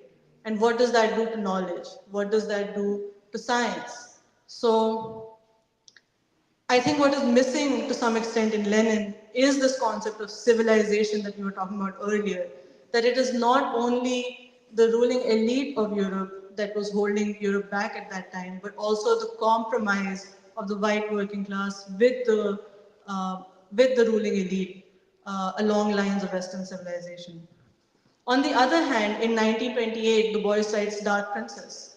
And I think the Dark Princess can be thought of as an imagining of a different kind of international, a different kind of internationalist movement, an organic coming together of Africa and Asia on modern terms. And Du Bois does not have a teleology. He does not have a predetermined end for these anti-colonial struggles. Rather, he establishes these relationships on the shared striving for a new democracy. For Du Bois, and I wanted to read this because I'm still trying to make sense of this, and it moves me a lot to read this. He says, the 15th of August deserves to be remembered as the greatest historical date of the 19th and 20th century. That's the independence of India. This is saying a great deal when we can remember that in the 19th century, Napoleon was overthrown, democracy established in England, Negro slaves emancipated in the United States, German Empire founded, the partition of Africa determined upon, Russian Revolution carried through, and 2 world wars fought. Nevertheless, it is true that the 15th of August marks an event of even greater importance than any of these, for on that date, 400 million colored folk of Asia were loosened from the domination of the white people of Europe. So I guess, in comparing these two figures, one can see that this concept of civilization that's central to Du Bois, but the other thing is the idea of democracy, and in particular, the democracy of colored folk around the world. Okay, the last thing I want to say is, I guess, talk about the communist parties, or the history of the communist movement around the world. And in the United States, you see the emergence of this great communist leader, Henry Winston, who attempts to take the Boisian epistemology from Black Reconstruction and find a kind of, I guess, meeting ground for, Marxism, Leninism on the one hand, and Du Bois on the other. And I think it's I guess it's a great experiment in thought. However, he is sidelined, and his work is not really ever taken seriously within the Communist Party of the US. And the CPUSA basically descends into this kind of class analysis, which is not able to account for race in this country. Parallelly, if you look at the Communist Party of India, the Communist Party of India never really accepted the national movement as a liberation struggle, as a freedom struggle, and never accepted Mahatma Gandhi as the leader of the Indian independence movement. And so even after independence, there was a period when they tried to struggle against the Indian state, which had been so hard won, so hard fought for during imperialism. And one figure stands out from that, whose name is S.A. Dange. And in my mind, I see him kind of as parallel to Henry Winston in the United States, because he makes this theoretical leap. And he says, I should say that Henry Winston, in trying to find this new theoretical framework, was also able to recognize the role of Martin Luther King Jr. in the liberation of African Americans, but also the nation as a whole, which also the CPUSA never really recognized. But Dange says, you see, when we went over to communism or accepted the ideas of Lenin, we started with the left sectarian approach that the Congress is going to betray and is betraying, and therefore we must have the alternative leadership led by pure Leninists. I guess the reason I'm saying this, the reason I'm trying to paint this picture of how the communist movement itself was split between those who were acting, I guess, more guided by the ideologies of the national liberation movements, but also by the Bois, on the one hand, and then on the other hand, I guess the more formulaic relationships of the world communist movement, maybe not even the world communist movement, the communist international maybe is the right thing to say, is that your ideology can lead to different practice. And, it's not that we're having this debate between Lenin and Du Bois because, we want to one up Lenin but the thing is that how you understand the political movements of the day changes how you try to make the future. And I think, for example, the Communist Party of India has written itself off of the stage of history. You can say the same thing about the CPUSA. It's pretty much become irrelevant at this point. And part of the reason is that they could never understand or recognize the contribution of both W.E.B. Du Bois and Henry Winston. And they could never take their theoretical work seriously. So I'll end there and let Jeremiah do his.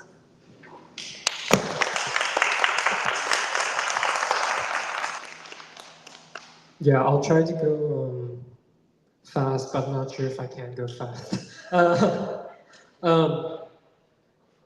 Yeah, so actually I wanted to say, just for context for this panel, as I was listening, it struck me that this is a very experimental panel for the free school. And actually this was the panel that, in the planning for the symposium, we talked about the most. It was almost like the hardest nut to crack, because we were like, how do we do this? One of the initial ideas was to do Kant, Einstein, and Sun Ra. And we decided that we want to do Kant, Einstein, and Lenin, not because we're trying to diminish Sun Ra, but because we want to address Sun Ra tomorrow. And it was also like we realized that there's this huge glaring hole, I guess, or this elephant in the room of what do you make of Lenin, the world communist movement, which none of them addressed. And part of the reason why I also think that this panel, or why I say it's experimental, is because it's like we're trying to capture these movements of world thought, which is the Enlightenment with Kant, the new theoretical physics, the new science that emerges from Einstein, and then obviously the world communist movement that emanates from Lenin. And it's almost like we're trying to like conjure up and summon like literally hundreds of millions of human beings who were drawn in some way or another into the kind of vortex of these movements throughout human history. And it's, I just wanted to say that because that's part of the challenge that I feel like that we're all facing, just to preface. And I guess in that vein, I agree with what Nandita and also Jahan said that, if we're talking about these movements of world thought, and especially if we're focused on movements of world thought that become revolutionary movements to consciously change human society, like you have to talk about Lenin, like you have to talk about the Russian Revolution. And I think for a lot of people, Lenin represents this kind of like apex of, or this epitome of like revolutionary science and theory that flows directly into revolutionary practice and politics. And I think the other thing that I want to address with Lenin, building on Nandita, is really to address this kind of question, which is written very large, that's kind of burning in the minds of the entire world, which is the question of imperialism, which Roger brought up in the first panel, or roundtable. And this concept of imperialism is most commonly, I think, associated with Lenin's theorizing. And I think for a lot of leftists, Marxism, Leninism is seen as the theory for the imperialist epoch in the development of capitalism. And like the rest of the panelists, I want to try to address these questions through Du Bois, to understand what is Lenin's contribution, but also really to look at his consciousness, the way that he thinks, and then ultimately, similarly, are there limitations? Where do we need to go beyond? And then where do we place him in the kind of grand sweep of human history? And so just to start, I actually wanted to read an excerpt from Du Bois's unpublished manuscript from 1950, Russia and America, which is Du Bois giving an interpretation of Lenin. And I think it's no secret that Du Bois really admired Lenin and he really respected Lenin and the Soviet Union. And he saw things in what they were trying to do that I think were very profound. But I just want to read it, and I guess this goes to what also Purva brought up, but I want to pay attention to the language that Du Bois uses to describe Lenin. So Du Bois says, quote, "Lenin, one of the greatest men of this century, was a social scientist. He was a man who believed that the deeds of human beings were subject to natural law, and that this law could be discovered and its action measured. Following Karl Marx, Lenin saw the rhythm of history and determined to plan human life in accord with known knowledge, and on such scientific hypothesis as he found would work. He therefore studied not only the written word of history and economics, but the actual current deeds of living men. He knew the lives of the masses. He admitted that much which men did seem spontaneous and unconditioned, and a matter of chance. But he was determined at least to measure the limits of this chance, and beyond those limits, if there were limits, to plan the actual lives of men. And it was this pragmatic approach to human action, either in government with the Soviet Union or in revolution, that set Lenin apart from and above his followers and his contemporaries and explains his life," end quote. And so I want to read that quote because to me what's remarkable about it is that as far as I've read of Lenin, Lenin never used that kind of language to describe himself. Like the way that Du Bois describes Lenin, Lenin never used that kind of language, that way of thinking to describe what he was doing. And it's a very uniquely, like Purva brought it up, it's a very uniquely Du Boisian framing. And what I'm arguing, or I guess what we would argue, is that it's almost like in describing Lenin, Du Bois is actually really explaining himself and the kind of social science that he is after, the project that he's invested in. And, like we said, Du Bois, it is really for Du Bois, for whom this question of law, chance, really is like this one of the central questions in his life project. And yeah, like Nandita said, it's true that Du Bois, he identified with the world communist movement. But I just want to say, similar to Nandita, that a lot of, I guess, Marxist Leninists today, people who call themselves communists today, will say, oh, this is what makes Du Bois radical. Or they'll use kind of the moral authority that's associated with Du Bois because he's a black man, and then they'll use that to kind of give legitimacy to their own ideological project today. And I think that this is wrong. And basically what I want to argue is that Du Bois scientifically, philosophically kind of already absorbs everything that's useful from, whether from Marx and Lenin or even from Kant and Hegel. And that from there, Du Bois kind of makes this leap and he introduces a radically new way of doing science into the world. And for me, Du Bois really is that bridge from an older way of thinking to a new way of thinking in the 21st century. And I guess just to return to Lenin, like when you read Lenin in his own words, again, like you get a pretty different picture from what Du Bois is describing. And like, I'm not trying to say that like Lenin was like dogmatic or anything. Like he was a very like open, I do find him like a very open and creative thinker. Like there's a lot of like interesting, not just formulations, but also just strategies in what the Bolsheviks were doing, how they were kind of reading the moment that was really key to like the fact that they could succeed.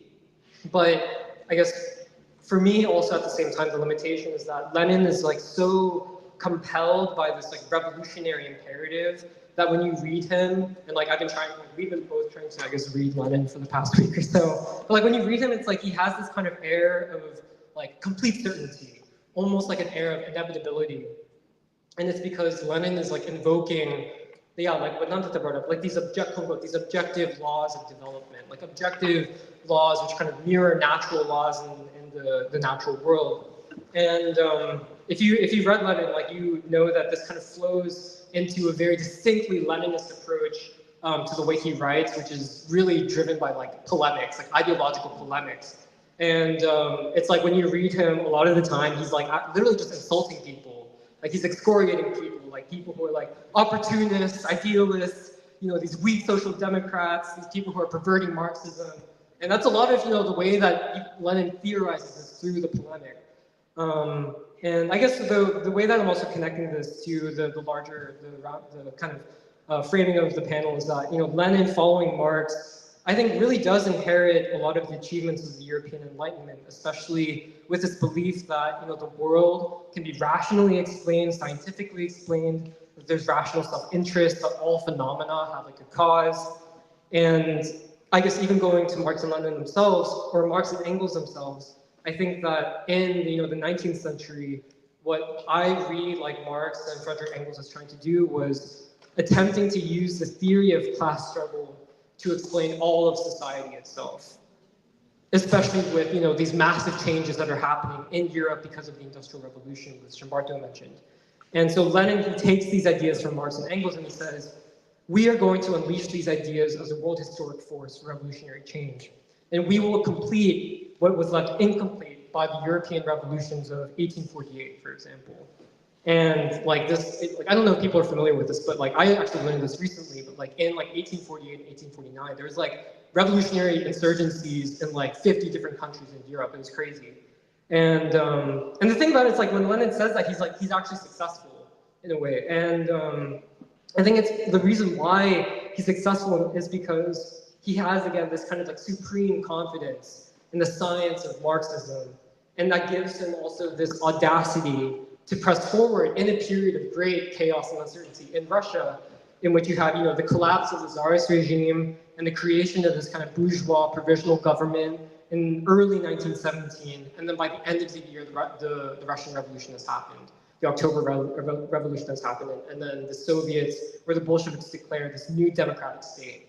And so I guess that brings me to the imperialism part, which is that Lenin, the Bolsheviks, the Soviet Union assumed the stage of world history in the midst of a world war, World War I. And so I kind of want to take that fact to examine basically how Du Bois and Lenin saw this same phenomenon of world war at the same time. Because Du Bois was a contemporary with Lenin, and they lived at the same time, although Du Bois lived longer. And so I'm not going to read from Imperialism by Lenin, but I just kind of want to summarize it. So again, Lenin writes it's like a pamphlet, basically, Imperialism in 1916. He's publishing it in the throes of World War, this like growing catastrophe within Russia. And so his basic argument is, I'm just going to summarize this, that there are these laws of historical development which dictate that the era of kind of free competition and capitalism transforms into the monopoly era of capitalism. And that these monopolies then kind of parallel the actions of like European nation states, which carve up the rest of the world in Africa and Asia.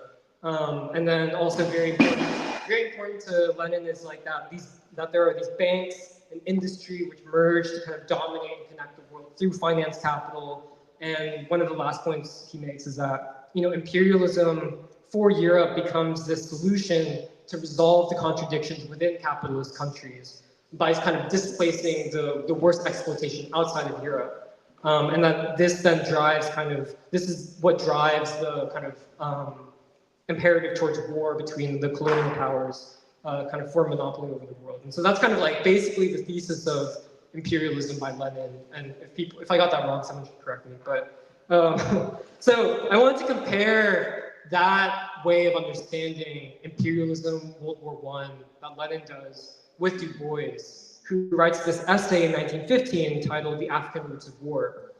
And so the interesting thing about it is when you read this essay, it's like Du Bois already assumes everything that Lenin is saying in imperialism. And he is like basically identifying like how imperialism you know, creates these kind of super profits that make it possible to, you know, bribe or appease white labor in Europe, which Lenin also identifies.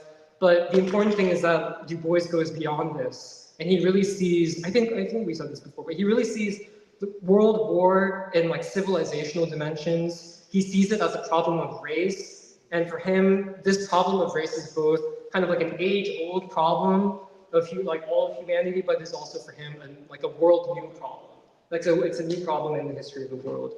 And most importantly for this essay, he centers it on Africa. This is the reason why he titles it The African Roots of War. And he centers his narrative on the African human being. And so it's not just about Africa's exploitation at the hands of Europe, but it's also about Africa's kind of gift to civilization. And I say that because he starts the essay by saying, quote, in a very real sense, Africa is a prime cause of this terrible overturning of civilization, which we have lived to see. And these words seek to show how in the dark continent are hidden the roots, not simply of war today, but of the menace of wars tomorrow. Always Africa is giving us something new, or some metempsychosis, a transmutation of a world-old thing. And so Du Bois describes how, you know, Europe descends upon Africa, and, you know, with like all this heralding of what he says, peace, Christianity, and commerce, yet Europe degenerates into murder, mutilation, and robbery, and kind of commits this rape of a continent that had already been mangled by the transatlantic slave trade. And so he says that it was this transatlantic slave trade which cost Black Africa no less than 100 million souls, the wreckage of its political and social life, and left the continent in that state of helplessness, which invites aggression and exploitation. Color became, in the world's thought, synonymous with inferiority, and Africa was another name for bestiality and barbarism. And so thus, the world began to invest in color prejudice, and the color line began to pay dividends. And so, like, I read that because it's like Du Bois is saying that something happened to the Europeans in their scramble for Africa, and it's more than just greed. Du Bois is saying they become white men, and because of this, the world is forever changed. And then further on in the essay, it's like almost like in spite of this or because of it, Du Bois says, Africa is the land of the 20th century. And so for him, Africa represents the greatest source of potential in modernity. And like Nandita said, Lenin was kind of, on the other hand, just beginning to grasp this problem of the colonial world, of the consciousness of the darker proletariat to reach beyond, you know, the constraints of Western thought. But the thing is like that, where Lenin is trying to reach is Du Bois' art starts. Like that is Du Bois' starting point. And so Du Bois ends the African Roots of War by saying essentially that to resolve the crisis of world war, Du Bois says that there must be a greater new democratic ideal that embraces yellow, brown, and Black people. And that essentially what is called for is the creation of a world democracy of civilizations. And you know, by contrast, when Lenin writes Imperialism, still Lenin's main protagonist is basically the working class in Europe, and he kind of hinges what he thinks is the future on the possibility of the success of socialist revolutions in Europe. And he predicts even that World War I kind of heralds the eve of a great world socialist revolution, which does not come to pass. And then I just want to read from one more essay by Du Bois as a companion piece, which is the Souls of White Folk, which he writes in 1920 in Darkwater. And I want to read it because it's also spurred by World War I and also domestically by Jim Crow. And for me, I agree with Nandita that Du Bois, in this sense, he exceeds Lenin, and that he's like operating in almost like a different orbit of that. And so Du Bois says, quote, "We have seen you and I, city after city, drunk, furious, with an ungovernable lust of blood, mad with murder, destroying, killing, and cursing, torturing human victims because somebody accused of crime happened to be of the same color as the mob's innocent victims, and because that color was not white. We have seen, merciful God, in these wild days and in the name of civilization, justice, and motherhood. What have we not seen right here in America of orgy, cruelty, barbarism, and murder done to men and women of Negro descent? In the awful cataclysm of World War, where from beating, slandering, and murdering us, the white world turned temporarily aside to kill one another, we of the dark peoples looked on in amazement. Here is a civilization that has boasted much. Neither the Romans nor the Arabs, the Greeks nor the Persian nor Mongol ever took upon himself his own perfectness with such disconcerting seriousness as a modern white man. We looked at him closely with world-old eyes, saw simply a human thing, weak and pitiable and cruel, even as we are and were." And so I just want to quote that because that to me is really the essence of like why Du Bois is so compelling in his way that he's trying to explain like what the hell is happening in the world. How do you explain this collapse of Europe? How do you explain this descent into violence? And I also wanted to bring up that actually I came across a letter that Du Bois wrote to Herbert Aptheker in 1954, in which he says basically that like Du Bois had just read Lenin's Imperialism, and that he tells Aptheker, "Oh, I came away from this feeling dissatisfied." And so I wondered for a while, like, why is that the case? And my interpretation is that, you know, Du Bois has really no problem with acknowledging imperialism as, let's say, like the global division of labor. And philosophically, you can say that he accepts, you know, this basic thing that the world objectively exists. And so, like, this whole idea of like materialism has a place in his science. But he also says somewhere else that facts in social science are elusive things, that they are emotions, loves, and hates. And that they are facts in the souls and minds of the scientific student as well as in the person's study. And so I just want to say that like, I think that the way that Du Bois is doing, like creating this new science is possible because Du Bois begins first with the project to understand the color line and to understand it as a human creation. And one, like Porteous said, that is not really totally explainable by rational laws. And so he kind of approaches him like this whole question of imperialism as like larger phenomenon of white civilization and of human beings who are distorted by white supremacy. And so I just want to end by saying that, you know, a lot of people who claim Marx and Lenin today kind of derive a lot of satisfaction from like pointing out to you constantly, like, oh, like this is the economic root of everything that's happening. These are the economic causes of everything that's happening. And, you know, for this kind of person, questions of morality can basically be cast aside because you would see morality and values and ideology as part of the superstructure, which rests upon like a larger economic base. And so what Du Bois does, I think, and what, let's say, the Black Freedom Movement does, and the anti-colonial movement does, is to place morality back into a central role in shaping and molding human history and driving human history, because the choices that people make, the moral choices that people make, are central to the actual actions that human beings commit to. And so, yeah, to end, I just want us to consider basically, yeah, like what we have seen in the 21st century. You know, what explains, for example, the sheer depth of brutality, the intentional violence, the brutality, you know, the horror that has been committed by Israeli society against the Palestinian people. What explains, on the other hand, the steadfastness of the Palestinian people in Gaza? And, you know, for me, it's like, what explains it better? Is it Du Bois or is it Lenin? And can everything be explained, for example, or predicted by this whole idea of, let's say, monopoly capital, or the banks, or finance capital, or do we need something that is larger? And so, like, my basic argument, I guess, is that a lot has been revealed to us about humanity in this past century, and a lot is being revealed to us right now if we have eyes to see it. And so for me, really, and I think for all of us, Du Bois embodies that kind of science which humanity really deserves in this century. So, yeah.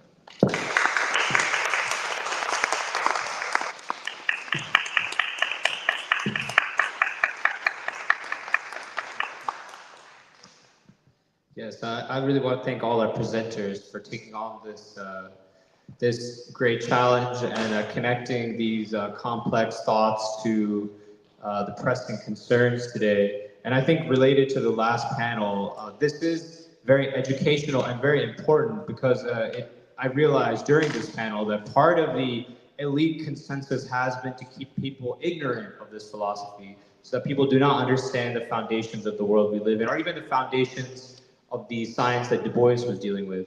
And I would also like to invite everyone here. I mean, as I said, they've worked very hard for presenting these complex philosophies, and we would request your participation also to ask questions, and that goes for people that are online as well. You can comment on YouTube or Facebook. But I would like to start perhaps with one question, and I would start with a broad question, actually.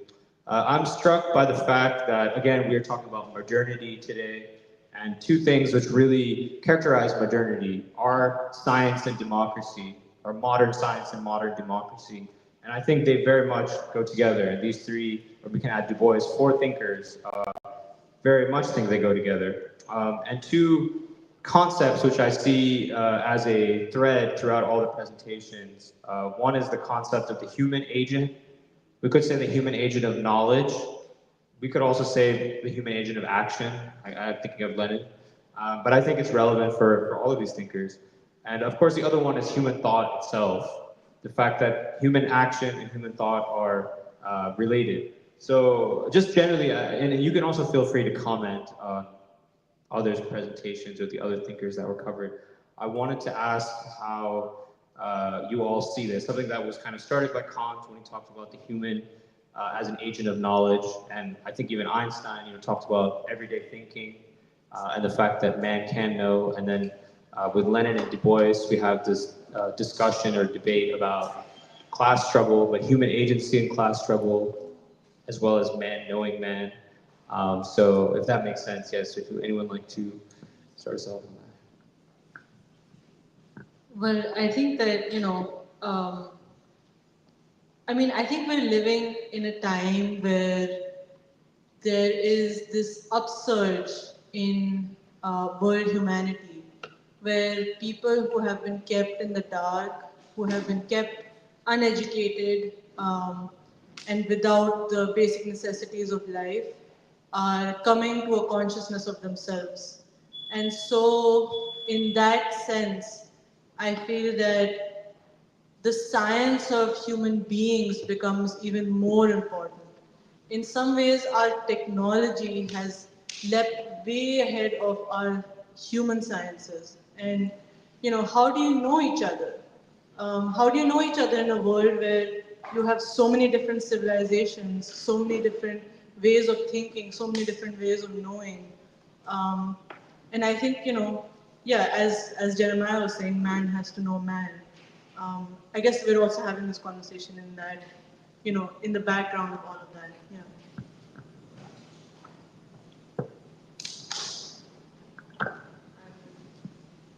I'm just going to go back to something that we were saying even in the morning, which is, I think the question of the human being is as important as we take the question of purpose and meaning to anything.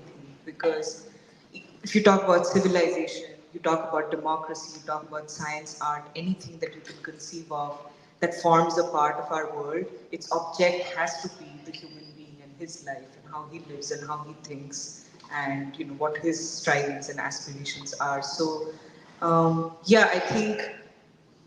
think that is also one of the reasons, I think, like Jeremiah was saying, these figures in particular were also put together because this is like in these disparate fields of application. We're talking about philosophy, pure, we're talking about the natural sciences, we're talking about revolutionary practice. these figures do tie together that central thread and basically make it clear that this is the central question. And the other thing that we're talking, which Nanta was saying, is I feel like right now, this is so important right now because honestly, because more human beings are conscious than was ever possible before, this is really a time where you cannot look at struggles in isolation from one another. We are really looking at the all humanity struggle for peace and democracy, like we have said. So that's why it becomes important.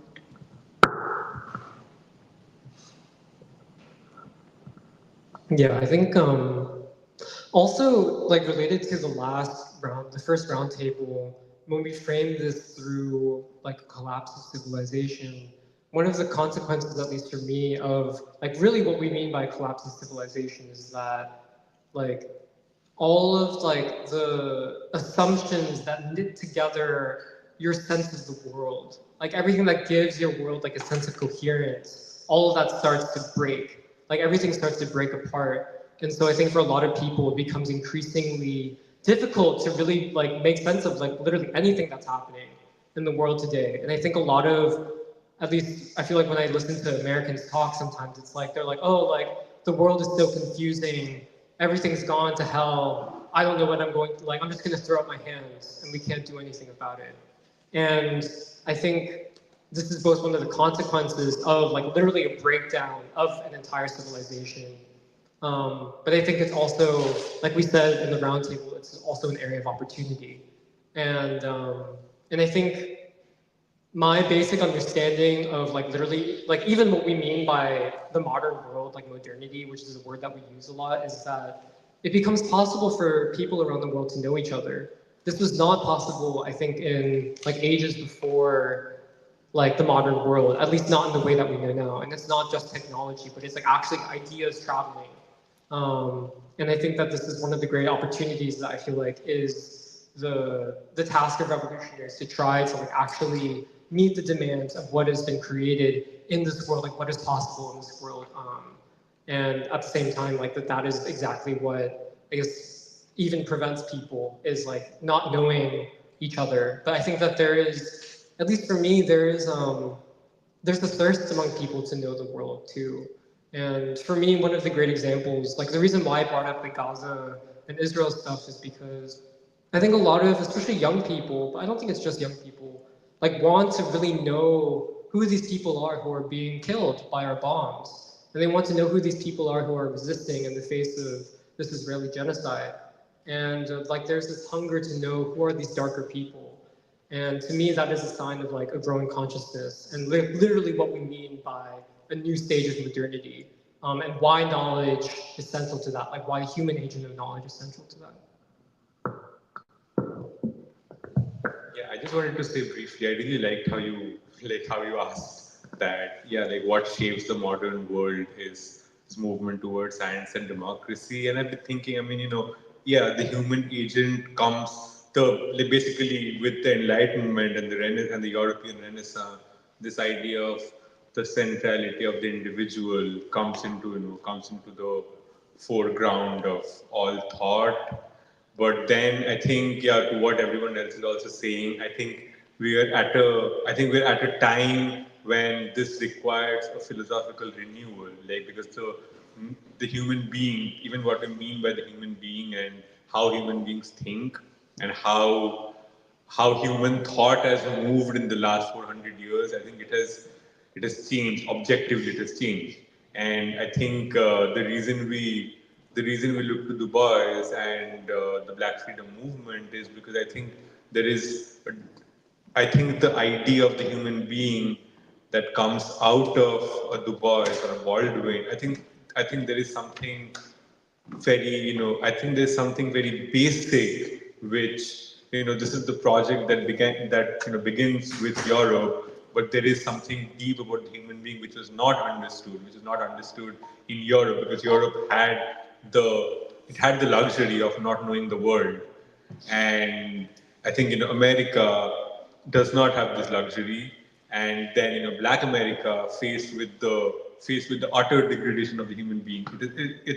it's forced to renew what it means to be human being, like what it means to be a human being. And I think all of these questions take new new weight today, especially after the last century, and right. Like I think it takes new weight after the last century because what we mean by philosophy and like really making philosophy to be this abstract thing you debate about in like the ivory tower of academia and so on. What this has done is that we have stopped to think about what it means to think. And Du Bois talks about this all the time. Du Bois,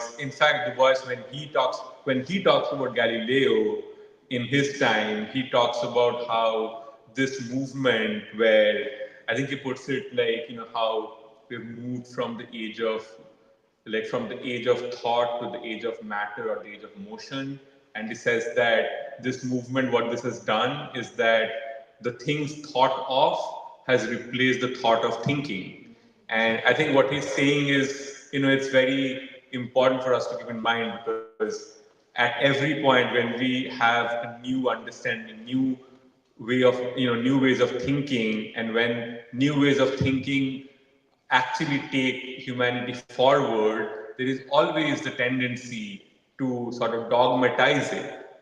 And I think this is also the reason why we are talking about, why we're talking about Lenin and the left and so on, because this was a science that did take humanity forward, but then there is always this tendency that we all have to get lazy.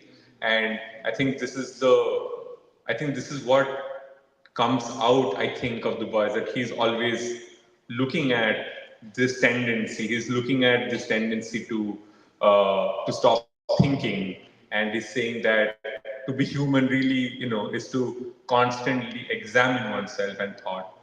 So yeah, just one.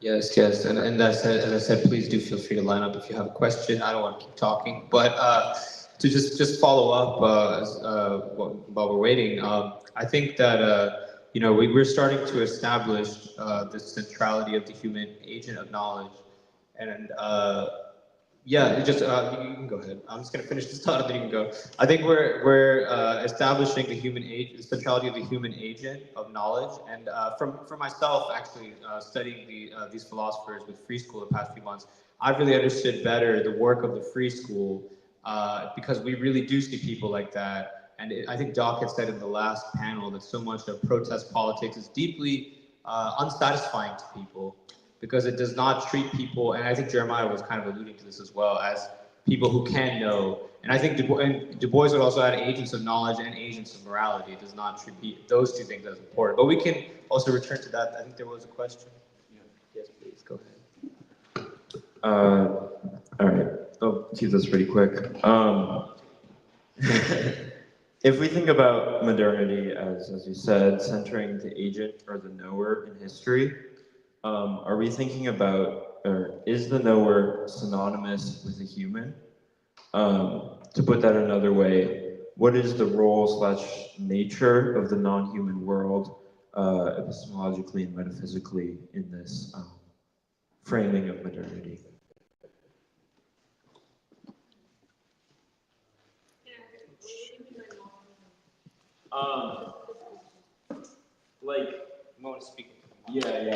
Yeah.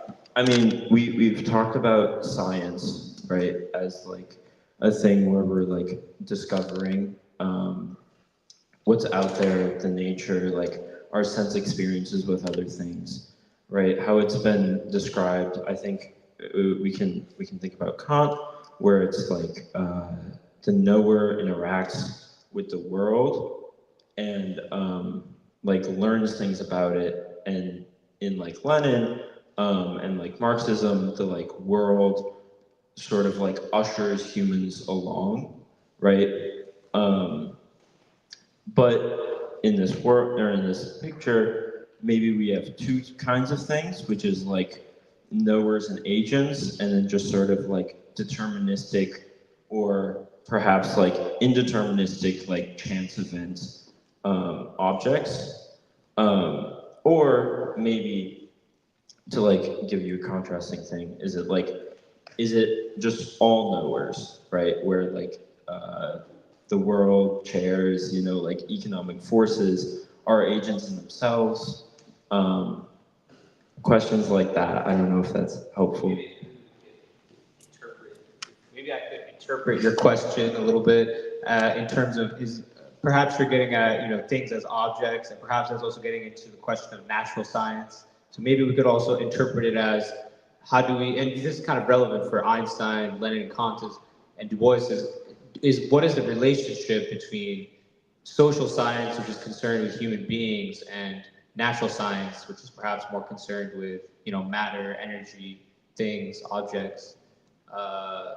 Maybe that partly gets to what you're saying. But you can also ask a follow-up. Yeah, no, you can hear it play out.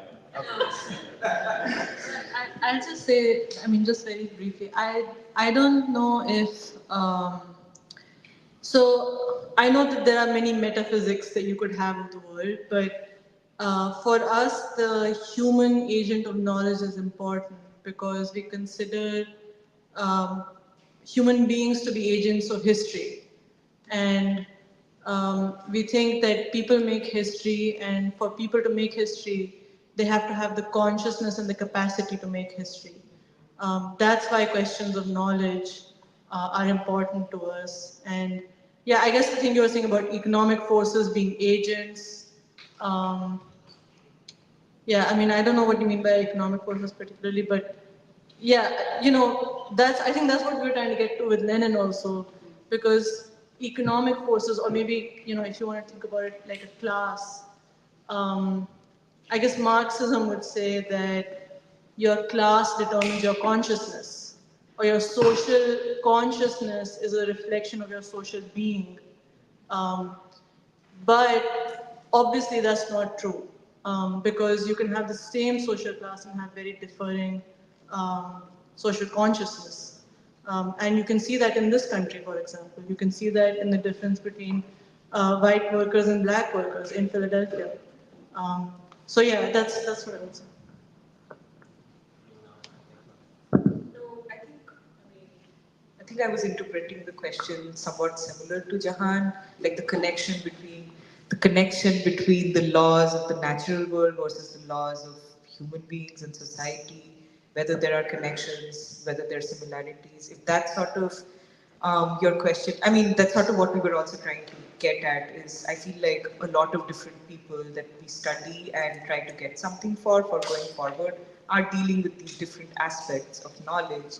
But I think, like Anita said, for us, what is important is even when we talk about physics, when we're talking about theories of society, which is why I bring up postmodernism, ultimately, we always come back to the human agent because we see that as the central question that needs to be answered right now.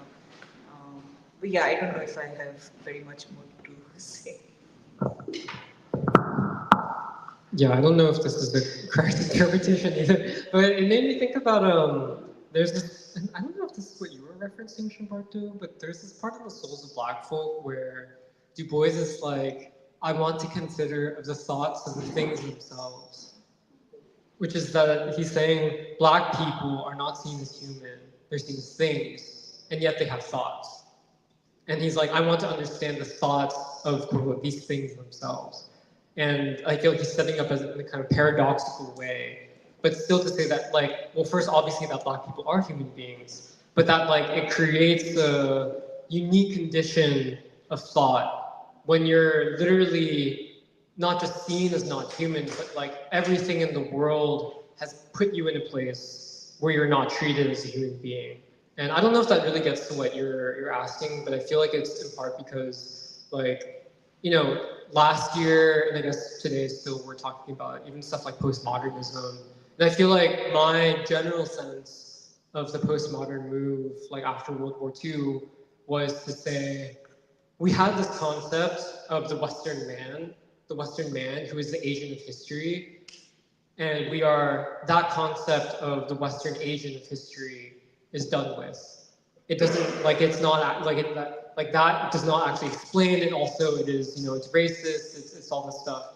And I don't think that that's really what Du Bois, like what we get from Du Bois, because I think he still asserts the centrality of, yeah, like what we were saying, the human agent of knowledge, but in a way, like, because you talked about the whole, like the chance thing, but the way that I even interpret, like, when Du Bois says law and chance, is like the chance part literally is the human agents of knowledge.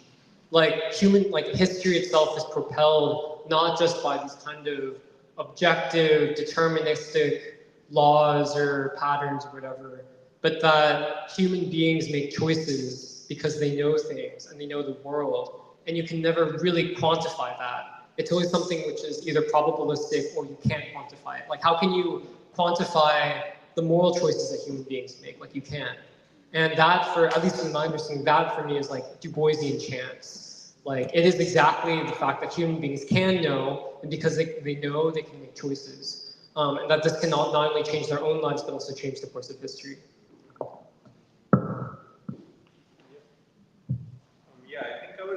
I think it's something similar to what Jeremiah was saying, because, I think, for instance, when I think there is something very different about how Du Bois does his science and how, somebody like an Einstein or anybody really would do.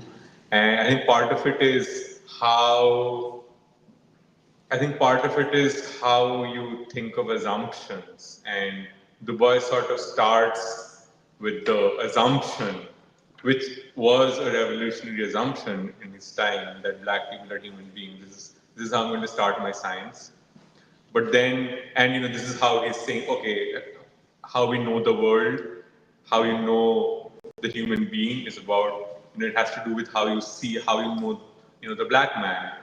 But I think when, say, an Einstein would talk about, I know I said this, introducing this idea of the observer, but I think it's more that you see new, you find, like, you actually make new discoveries which you cannot explain with the science that comes before, which is why you would, like what Einstein would do is to develop, he would stand on the shoulder of Newton and do something more. And so when Einstein talks about the observer, how even the observer is thought of in quantum mechanics, I think, you can say that, okay, this is ultimately a way of refining the laws of nature. But I think what Du Bois is doing and what we mean by the human agent of knowledge, this only makes sense in the context of, like, what is the opposition? What is the price that you have to pay in order to make this science? And I think this is like similar to what what Pura was talking about Kant. Like Kant and the idea of the rational agent of knowledge only makes sense to me when I when I find out what he was fighting against. He was fighting against the authority of knowledge, which was the church, and so on. So there is something there is something it's a human agent. The idea that it's a human agent only makes sense when we are talking about what the opposition is to this science. Yes. Oh, yes, go ahead. True. Yeah. Maybe Doc and then Shanti.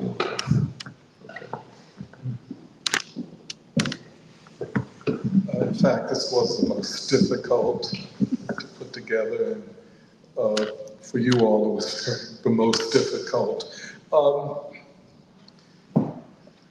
If you take Kant and Du Bois and Lenin, we're talking about people who paid close attention to philosophy. Einstein did not. He comes into philosophy through the back door because his theory was questioned by philosophers. He got a Nobel Prize, but not for the theory of relativity, and it wasn't recognized until a decade later. My point is this. If you take Lenin and Kant, they are very similar in that they are both rationalists and they're both seeking the laws of either nature or the laws of revolutionary change, the laws of social development in the case of Lenin. Du Bois comes to the whole enterprise from a completely different, and what one would even say revolutionary dimension. Kant's categories of thought are different than Du Bois's assumptions about the world. Du Bois assumes, makes the assumption and states it openly, and he says, I will proceed based upon this assumption that black people are human. Lenin nor Kant had that burden upon them. But Lenin and Kant shared this, that they believed that to discover laws of development, laws of physics, you are discovering what is determined, what is universal, what is unchangeable. And they wanted that certainty, you know?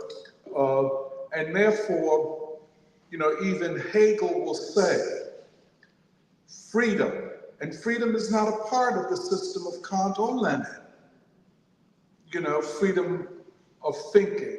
But Kant solved the problem by saying, freedom is the recognition of necessity, which is saying that freedom is the recognition of law. As you can see, Du Bois is completely different. Du Bois, first of all, is a scientist and an empirical scientist, what we would call a sociologist. Lenin is a political economist, more of a politician and a philosopher. He does not, even though Du Bois says he was a sociologist, I would not consider Lenin a sociologist. He's a social scientist. A social scientist, okay. I would not, well, maybe a social scientist in the broad definition, but certainly not a social scientist, because Lenin was seeking after law. Now, this is very consequential in terms of going forward, because already you have assumed that the trajectory of world history has ended up with the Enlightenment and with Europe, and all that we need do is to discover what those laws are that led to this. Now, we see what the problem is, and it's the problem that all of us have addressed. Now, going into the 20th century, you don't have Kant so much anymore. You have Hegel, but you have him in a different way.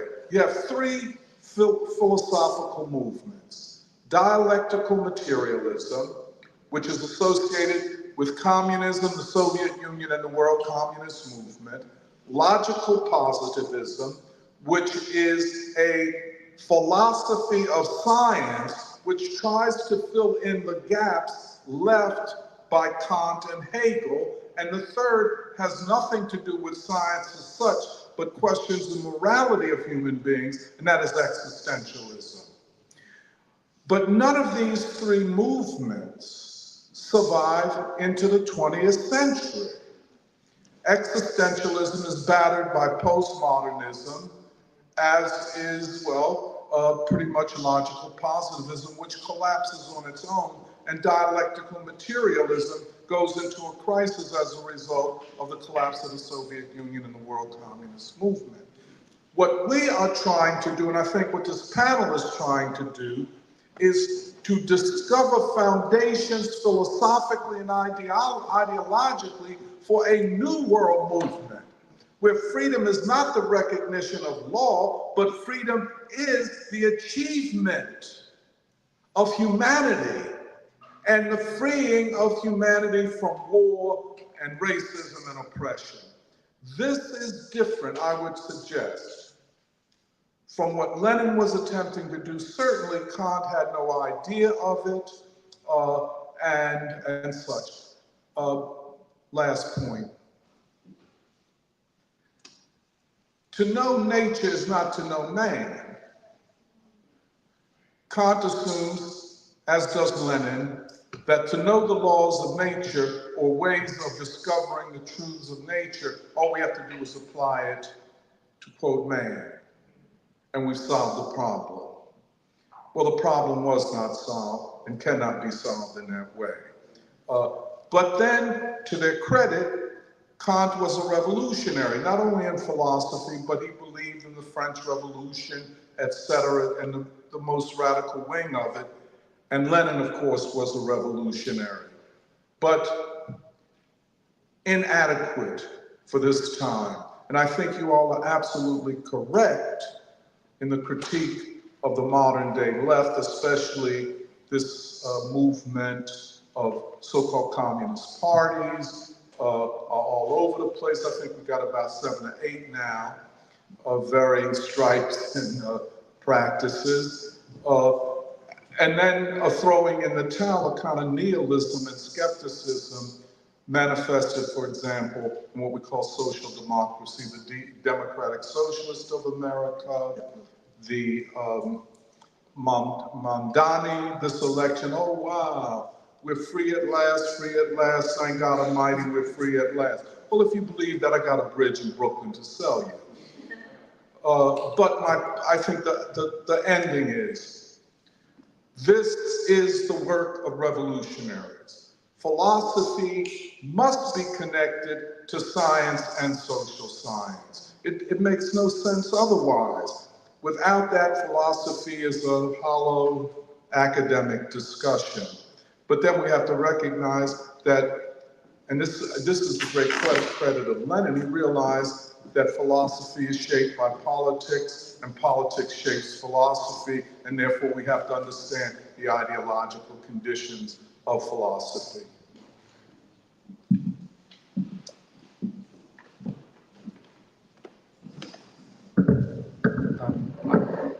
I wanted to thank all the panelists for this discussion first. It was really great. I actually also had a question about democracy, which is that in thinking about the European Enlightenment, I wanted to know, by the definition of democracy that existed then, did it serve the times that we're talking about in terms of the European Enlightenment? Has the definition of democracy since then changed? And has it been democratically determined? And especially, I think, what I'm trying to get at is, from the period of the European Renaissance till now, what has happened in the middle is the emancipation of 4 million slaves. And I want to know how that affected our definition of democracy. Thank you.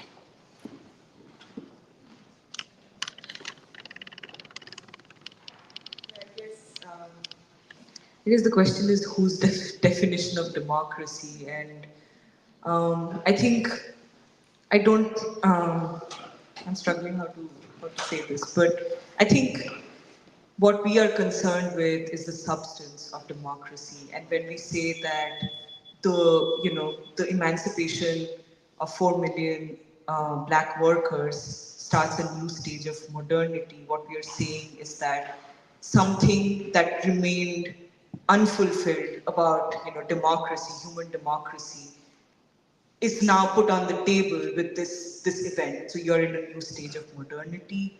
I don't know if that is sort of what you're getting at, but I don't know if the idea or the substantive idea of democracy changes very much. It's the idea that basically it's the human being and the human being's strivings, the human being's material good, the human being's happiness is what takes precedence over everything else.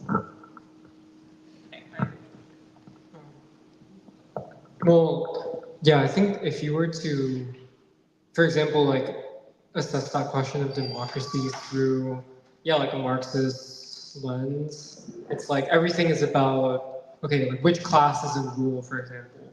And people would say, oh, with the creation of the American Republic, you have a bourgeois democracy.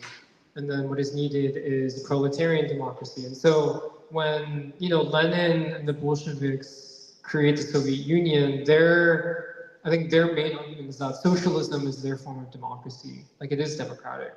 And I actually think we haven't yet fully worked out in detail what a Du Boisian democratic vision would look like in like those kind of stark ways. And I actually think that that is in part the task of like literally the people themselves to discover what a new democracy means.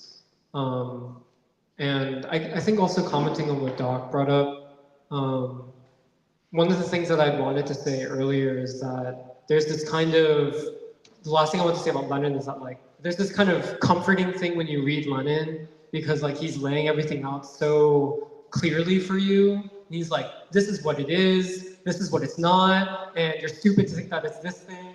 And like, it's like everything's laid out to a T. And I think for a lot of people today, it's very comforting to read that because it's like, oh, I don't have to do more thinking. Like Lenin's already done this a lot for me, and I just need to add on to it.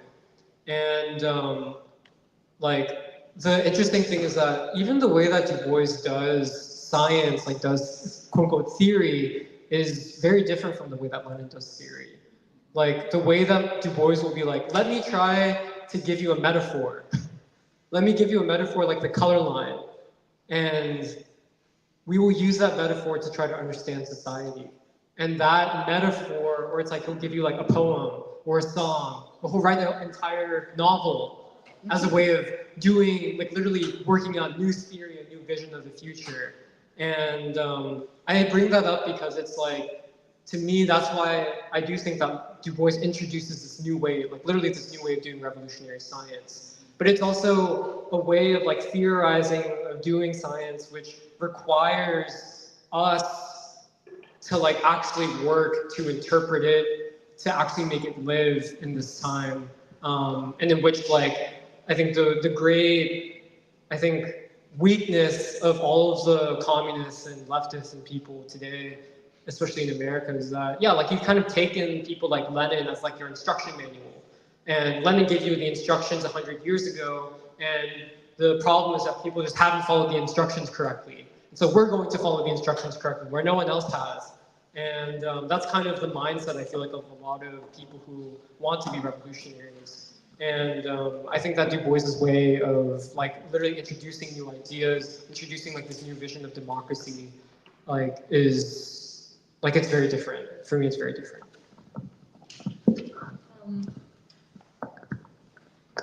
Hello. Yeah, this is not directly in response to Shantanu, but actually I wanted to say something about China because I don't know if you remember, but even 10 years ago, you know, okay, let me say, in this time when China is rising, you see all of the American left, and I think also the Western left in general, try and attach themselves to different aspects of the Communist Party. You know, in the idea that they're going to make a new international, even though they have no like mass base within the US or, no real substantive project to form an international on, but they've attached themselves, you know, and all kinds of opportunists have kind of come to the surface. But if you remember, even 10 years ago, the talk in the left within the US was, is China even socialist? You know, is it socialist or is it capitalist or is it state capitalism? You know, and I mean, what gives rise to a conversation like that? You know, I mean, why is that the conversation? I mean, here you have this great Communist Party with literally millions of members, its own form of democracy, which means that the direction of the Chinese state is being determined by the masses, literally the masses of the Chinese people. And you're gonna, you know, you leftists in America are going to determine whether it's capitalist or socialist or state capitalist.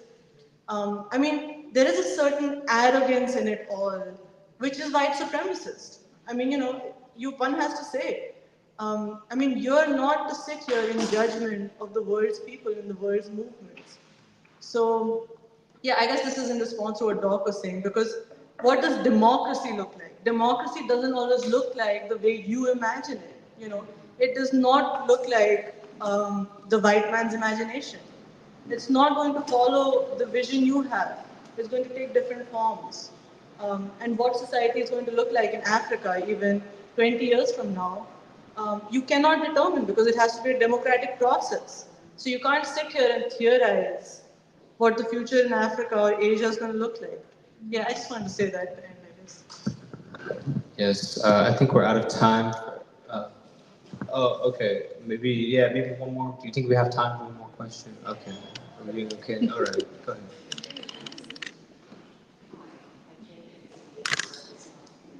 Oh, speaking of the mic, please. You can adjust it. Yes.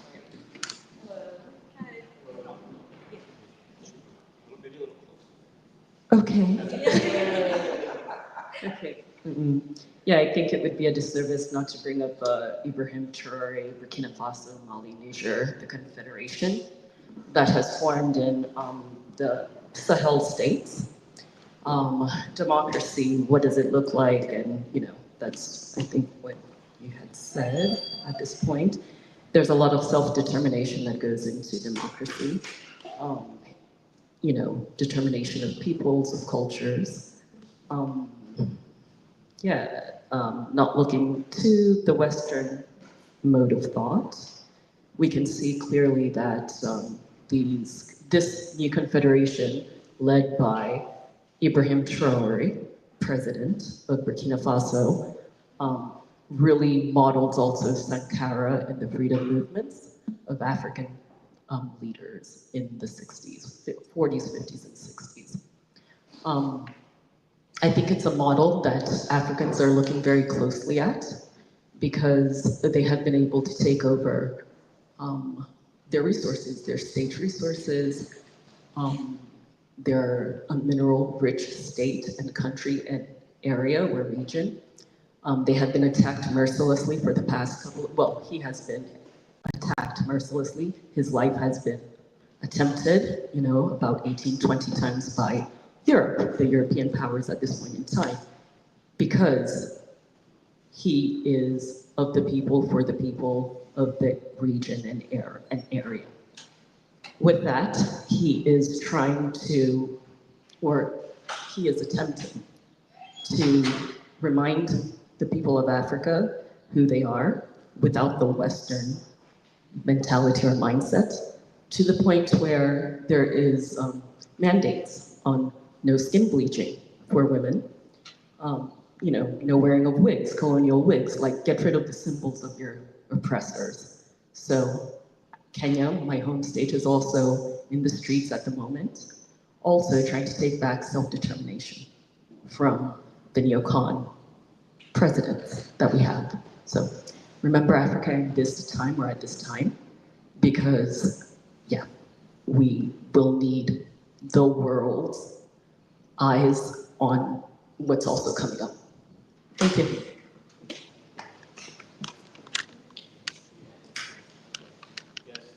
Thank you. I think I would just briefly say that I think, yes, this is very relevant to all of these battles playing out in Africa, in the United States, in Latin America, in Asia.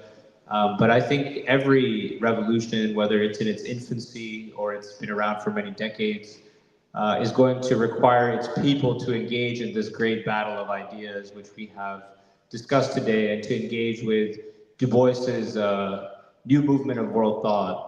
And I mean, we're out of time. There's so much that we can talk about, many threads, and I think we're continuing this question of dealing with this civilizational crisis, this crisis of white civilization, this breakdown of an elite consensus. And we've identified some important questions that we have to keep thinking about as we move into, I think, our next panel, which is about counter-revolution and the way forward. Okay, so I will request moderator and panelists for that to please come up.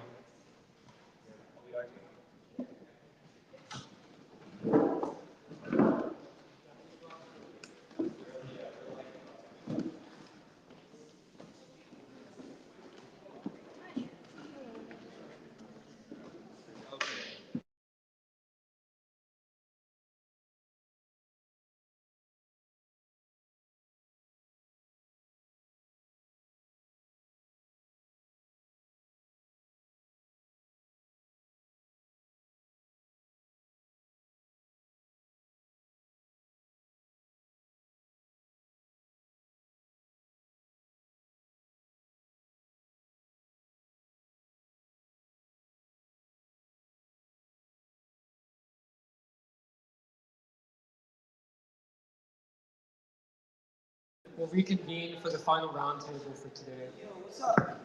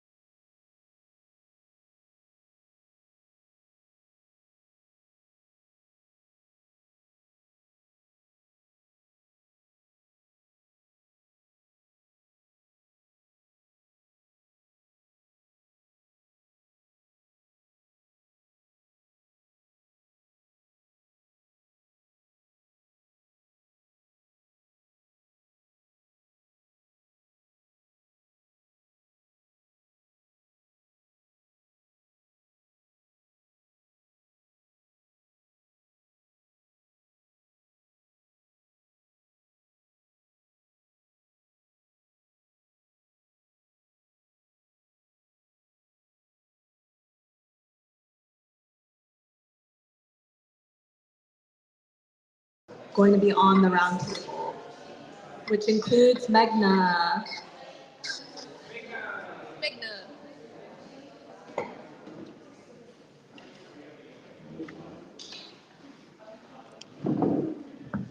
Okay, so this is the last piece of the program for today, and I think before the end of the day, I just want to say that tomorrow the program will continue from 1 to 6 p.m. at the same location, and we'll be officially launching the 4th issue of our journal Avant-Garde, which is over there, but it will also be for sale tomorrow, and we'll be officially launching that. Okay, and so this roundtable is entitled The Counter-Revolution Against Cognition, Culture, and Consciousness. And so this morning, we've sort of gone on a journey from discussing the breaking of an ideological consensus, and just now we explored the role of ideas and movements of thought in world history, especially philosophy and its relation to politics and revolution. And I think on a broader level, we're trying to establish how we assess ideas and how Du Bois views ideas. And I think we judge them on the basis of whether ideas are actually relevant in this time, and whether they have a living edge that people can take up and move forward. And basically whether these ideas have a democratic demand.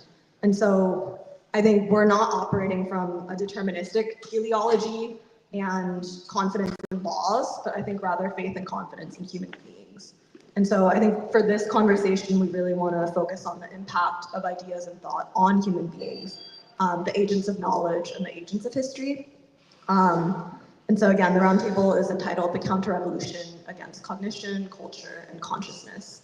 And so we're using the category of counter-revolution, and it's not that we necessarily believe that this is a counter-revolutionary time, or that the United States is inherently counter-revolutionary in its essence, but rather to say that there's been a counter-revolution that we have all lived through. And I think that, first of all, is just a shared assumption for a roundtable, and that comes out of the Free School's view of American history and the American revolutionary process, which is grounded in the thought of W.E.B. Du Bois, and especially the history of the Black freedom struggle, where we believe that the Black proletariat have been the primary revolutionary force in this country, and that goes from the Civil War and Reconstruction through the whole Black freedom movement, including especially the Civil Rights Movement and Martin Luther King Jr. And I think specifically, like, we're saying that there is a counter-revolution against this movement, and that's what we have lived through. And to say that there's been a counter-revolution is not an excuse to just roll over and say that there's no hope, or to say that the whole trajectory of this country has been counter-revolutionary from the very beginning. But it's actually to recognize and state pretty plainly that the revolutionary possibility that existed in this country in the 20th century had to be attacked, it had to be overcome, and it had to be replaced with something else, and that this was not a natural or passive process that just happened by chance. And that also the purpose of what this counter-revolution was to attack and counter the revolutionary spirit, consciousness, and capacity of the people. And so I think, just for framing, we're having this roundtable to try to explore this category of counter-revolution, how we understand and hypothesize its mechanisms, its effects today, especially on cognition or thought, on culture, and on human consciousness itself. And Du Bois also uses the category of counter-revolution in his book, Black Reconstruction. And so he talks about, yes, the structural, the economic, and the political disenfranchisement on a chapter entitled The Counter-Revolution of Property. But the book especially, and I think additionally, focuses on the enduring memory of Reconstruction, which had to be slandered and which had to be attacked. And especially in that, the capacities of Black people had to be denigrated. And that's in a chapter called The Propaganda of History. And so actually one of the greatest and enduring crimes of the counter-revolution against Reconstruction was to state that Black people surely could not be capable of a revolution because they were shiftless, because they were prone to crime. And this was something that justified and entrenched like the period of Jim Crow. And so this is just to say that the character of counter-revolution is not just an economic or structural one, but that it's very ideological, that it's political, that it's on the level of ideas, and that it attacks human beings. And I think my last point is just that our starting point is the human being. And I think that's also what we were arriving to with the panel discussion. Like, our starting point is the human being. We're interested in the inner world of people. We're interested in the imaginary. and their people's ideas and aspirations. And this is what Du Bois describes as striving, or as the souls of Black folk. And this is especially important in a white supremacist society, where Du Bois describes that there are two worlds, within and without the veil.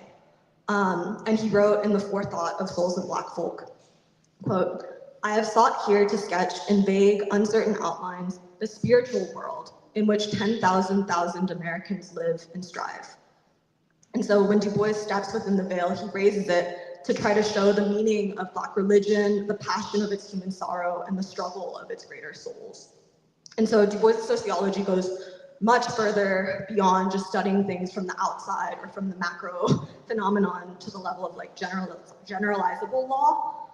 But he's very interested in, and I think we also need to be concerned by the particulars of the human being, like what actually happens on the inside for people as they live their lives and make their choices in society. And that's because, yeah, human beings are the revolutionary agents, and revolution is made by human beings. And so I think we have to be sensitive to that, and I think that's why, in some ways, we're approaching this roundtable in the way that we are. And yeah, I think for me, this is also a continuation of the morning roundtable on the breaking of the ideological consensus, where we talked about these different universities, how they have created this consensus and also basically manipulated the people. And I feel like for me, like I have stakes in this, where I'm at Penn, like I go to it, I see people in lab and in my department every day, and there's a lot that has been done to people. There are very clear lines of what you can say and what you can't say, and there are consequences if you don't toe the line. And I feel like this is not, especially with what has happened in the last year and the crackdown of like Zionism in these institutions, I feel like what you see is not something new in quality. It's just a more extreme version of something that has existed for a long time. And I think just one last thing is that depression and cynicism is like very common, I think, for young people. And I feel like we have to ask why that is. And I think if we've grown up totally in a fog of counter-revolution, I think the question is, how do we understand what's fog and what's real? Like, what is a minor individual problem and what is a problem of society that is actually our responsibility to identify and diagnose and process? And I think only by talking through this idea of counter-revolution and what it does or what it has done can we try to actually make sense of what's happened to us. And so on the roundtable, we have Meghna Chandra, who's a member of the Saturday Free School. She's a scholar, teacher, and researcher of gentrification and the knowledge war economy. We have Edgar Barraza, a member of Saturday Free School. He's a Mexican-American who works in artificial intelligence. We have Alice Lee, who's a member of the Free School. She grew up in New York City to Chinese immigrants. And last but not least, we have Shantanu Ghosh, who's a member of Free School, who came to the US from India in 2017 for his doctoral degree. And he's now a postdoctoral researcher at Penn Med. And so I think the first question that I want to ask is just kind of broad, and we can bring it in further, but I think speaking from your own life, from experience or from historical study, what gives evidence for or against this idea of a counter-revolution after the civil rights movement against the people, and especially against the youth? And what allows you to see it and have the confidence to interpret it or assess it as a counter-revolution?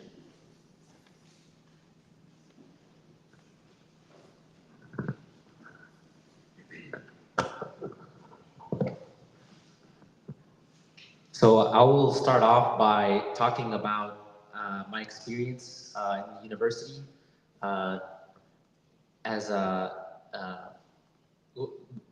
so after the Third American Revolution and the assassination of all of our leaders, I would say that society was organized in such a way to counter the achievements of consciousness in the civil rights movement, of the people seeking to strive for freedom for themselves, and in an unjust society, even for people who they were, in a certain sense, oppression to them, I guess, white people.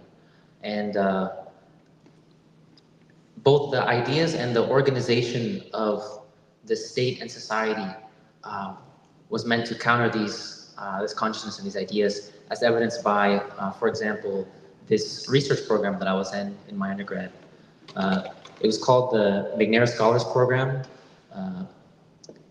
And the idea was to, quote unquote, provide the resources and the mentorship to give underrepresented minorities in academia what they needed to attain a PhD and produce knowledge that would be of service to your people. And the assumption here was that you did not have the resources and of let's say a white person to be able to succeed in your studies and certain knowledge of how to navigate the university. And this program was made possible by the Department of Education Act in 1964, which was responding to the Black Freedom Movement. And already there, I see like two very different emerging consciousness from the assumptions of this program. You know, in King's time, we have the Montgomery bus boycott in 1961. And he's trying to make sense of how is this even possible when people did not expect anything to happen, and certainly not in Montgomery, Alabama.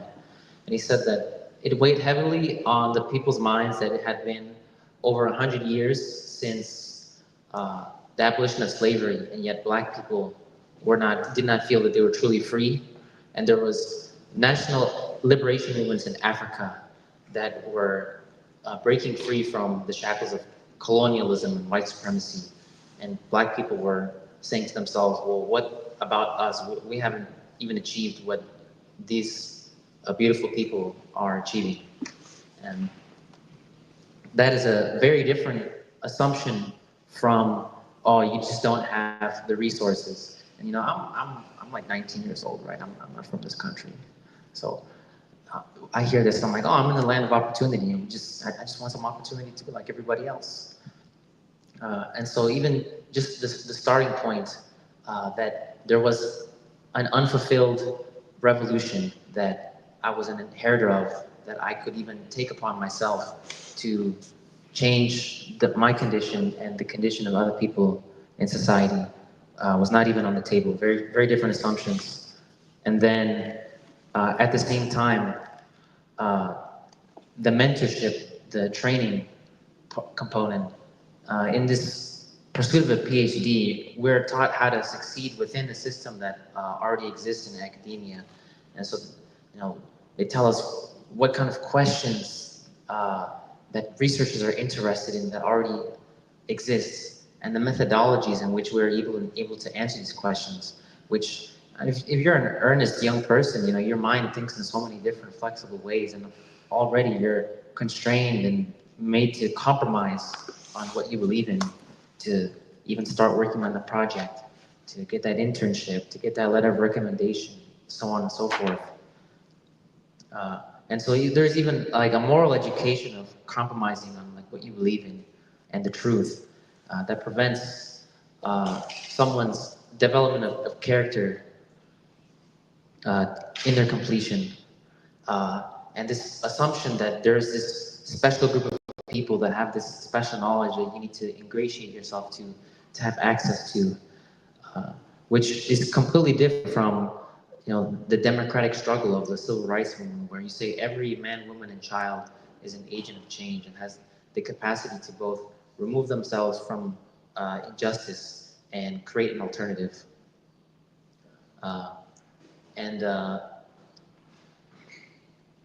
The consequence of this kind of thinking, I'll give an example of somebody that I ran into just the other day.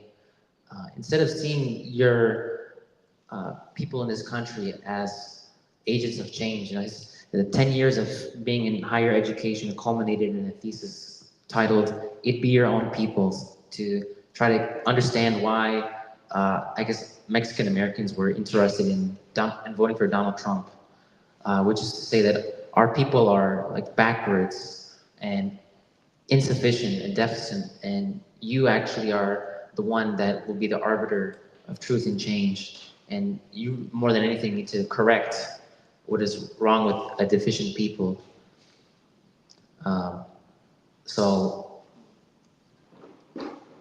all of this in the production of knowledge that is supposed to be for social change, I think is an attack on the consciousness, the ability of someone to aspire and imagine another world and to understand the world that they live in, and cognition to reason and interpret through experience that they are going through.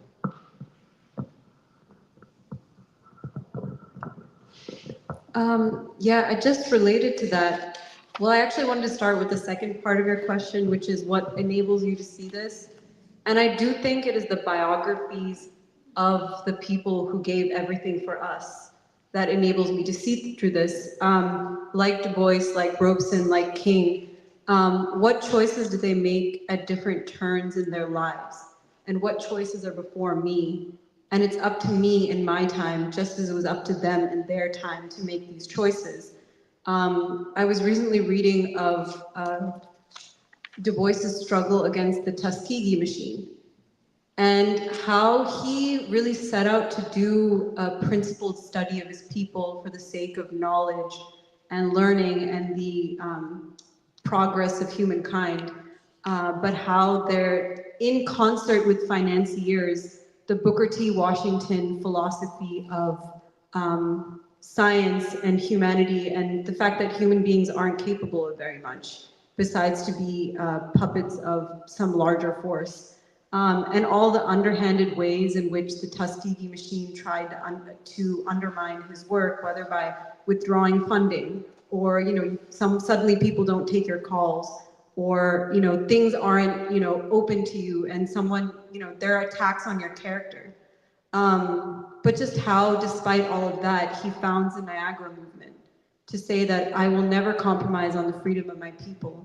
And just knowing that someone like Du Bois existed and knowing the contours of his life, or at least beginning to, because the more I learn about him, the more I realize how extraordinary he is. By extension, how extraordinary human beings are. When they can step up to that level of, I will not bend, I will not break, I will live and die for the truth. That is when you can begin to see the depths of counter-revolution. Yeah, I just wanted to start there. And yeah, just thinking about my own life, I guess I'm, this was the hardest part. Yeah, I guess I'm an academic who has really been shaped by the free school, really wanting to struggle to know the truth, and to use the works of these great figures who didn't just see their learning and scholarship as a means of careerism or personal advancement, but as a means of contribution to humanity. And I think just making the decision to follow in those footsteps and not compromise is something that I strive to do, but I don't see very much evidence of it elsewhere in the world, which is part of the reason why these institutions are collapsing, because people have not made any kind of moral choice. They haven't made any kind of choice to learn or know. Yeah, I think we'll develop it more, but yeah. I guess I'll be brief to build upon what Eddie and Meghna had said. I think what points to the counter-revolution of our times is the fact that these such great figures, American revolutionary figures, existed, and the fact that young people today, including myself, have a rare chance of learning and running into them, and to see their lives as examples that we can follow. And I mean, even on the wall, as I'm looking towards the audience, someone like Muhammad Ali, Martin Luther King Jr., like, to be alive, what does it mean to be alive and have such figures to be able to look to who stood up against a government that is violent and inciting war around the world? And I think that's the fact that we don't know and our children don't know points to the counter-revolution of our times. And also, what happens to society where these figures are not held? What are the values of the society where courage and morality and intelligence actually about the world surrounding us and then the relations that we have with one another? When you don't have these figures, who ends up surrounding the space? and telling you what to believe and what to value. So I'll just end there. Well, I think I'm in a bit of a unique position in this roundtable because I'm from India and I received my education in India. And even I can say that I have been touched by this counter-revolution which started here against the Black freedom struggle. And I was thinking about this very deeply over the last couple of days, and I began to think of, my fellow panelists and their parents who were immigrants and who came to this country and wanted the best for their children. They wanted their children to have every opportunity. They wanted them to succeed in America. My parents have never set foot in America, and they still wanted me to succeed in America. And whether they knew it or not, whether I knew it or not, whether it was because of the media that we were consuming or the people we were talking to, and how, I was inching closer and closer to getting an education here, where there are all these resources that Nandita was mentioning, all the resources that you can ever think of. So many resources that I have read papers in top-tier journals. I'm a biologist. When I read papers in these top-tier journals, they will use an instrument that doesn't exist anywhere else in the world. Only they can do it. And so there's no accountability. How do you check if the science is real? Who knows? But that's an aside. But this was considered where all the opportunity is. This is where the future is. And even when I was in India, I think that slowly, because I wanted to make my place here, I started reading American and European literature. And as I read these people, I realized that their representations of race in these books were either caricaturish or tinged by a lot of guilt. They didn't really give you a way to know people, and that's because they didn't really know these people they were talking about either. I heard a lot of rock music growing up, and they were the most cynical, depressing music, and you were meant to listen to them when you were already depressed and sad. There's no real purpose. It's just a corroboration of your feelings. That's all the purpose of the music was. I watched a lot of Hollywood movies where, the Russians were always the evil masterminds of secret organizations. The Arabs were terrorists. Black people were criminals. And the hero was the white CIA agent with all the cool gadgets. And all of this sort of built in me a sense of doom, which I really couldn't explain till much later. Growing up, I realized I really didn't have a concept of race or the color line. I never needed that. And I remember that while I was trying to apply for my doctoral degree, I was sending out applications to universities here, I had to write a diversity statement. And that is the moment when I realized I had to invent a concept of race. And I had to write it. I had to write this diversity statement. And this concept of race that I had to invent and write about, comes from the perspective of a white culture which has shaped my consciousness. And I realized a lot later that me trying to get into an American university, which I did for 5 years during my bachelor's and master's, was where my ideological indoctrination really began. For 5 years, I was making ideological and moral choices that would help me ascend to white standards. I joined queer movements. I started using metal straws.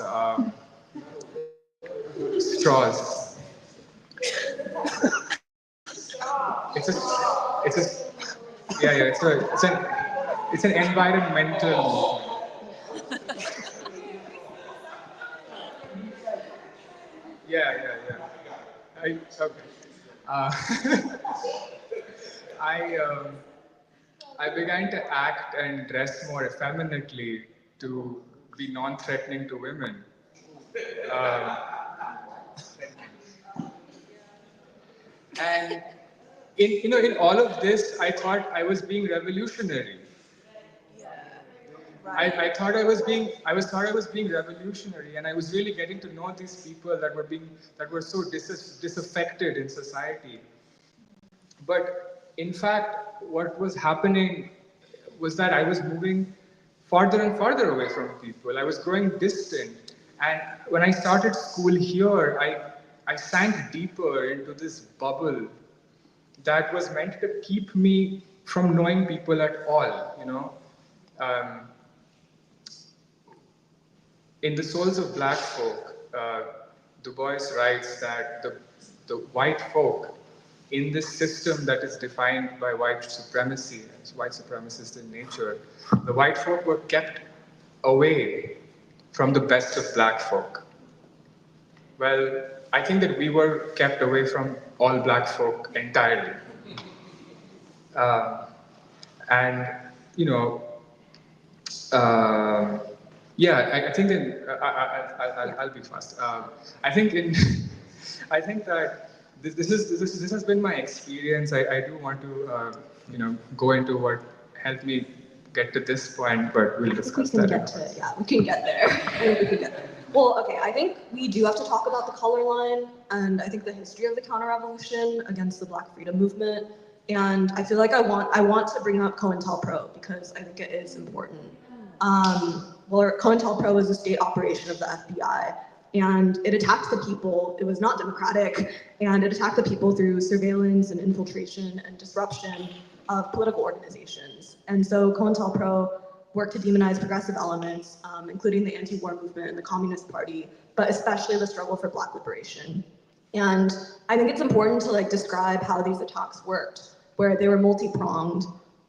They went for negative propaganda against these groups, spreading lies. They were trying to sow conflict and division within and also between groups.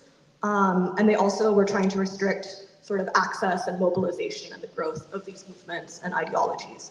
And I think, obviously, we have to say that many key beloved leaders of the Black community, Martin Luther King Jr., Fred Hampton, Malcolm X, among others, were assassinated.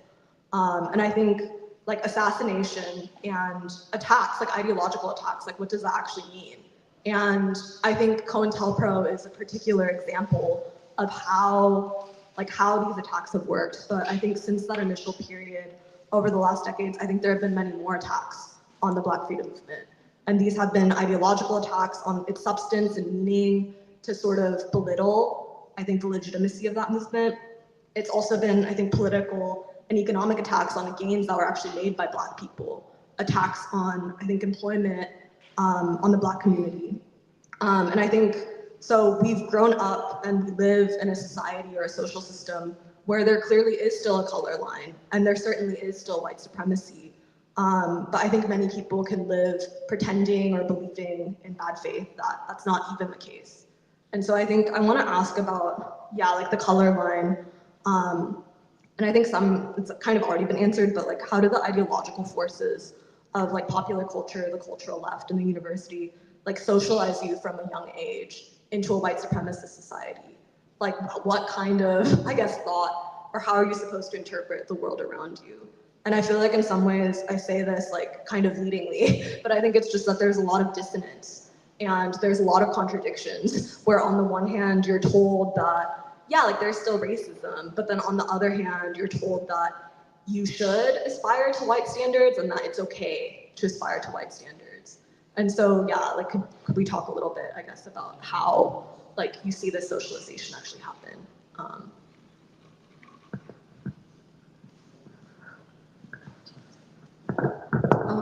An example came to my mind. We recently presented at the Organization of American Historians about the enduring legacy of Black Reconstruction in America.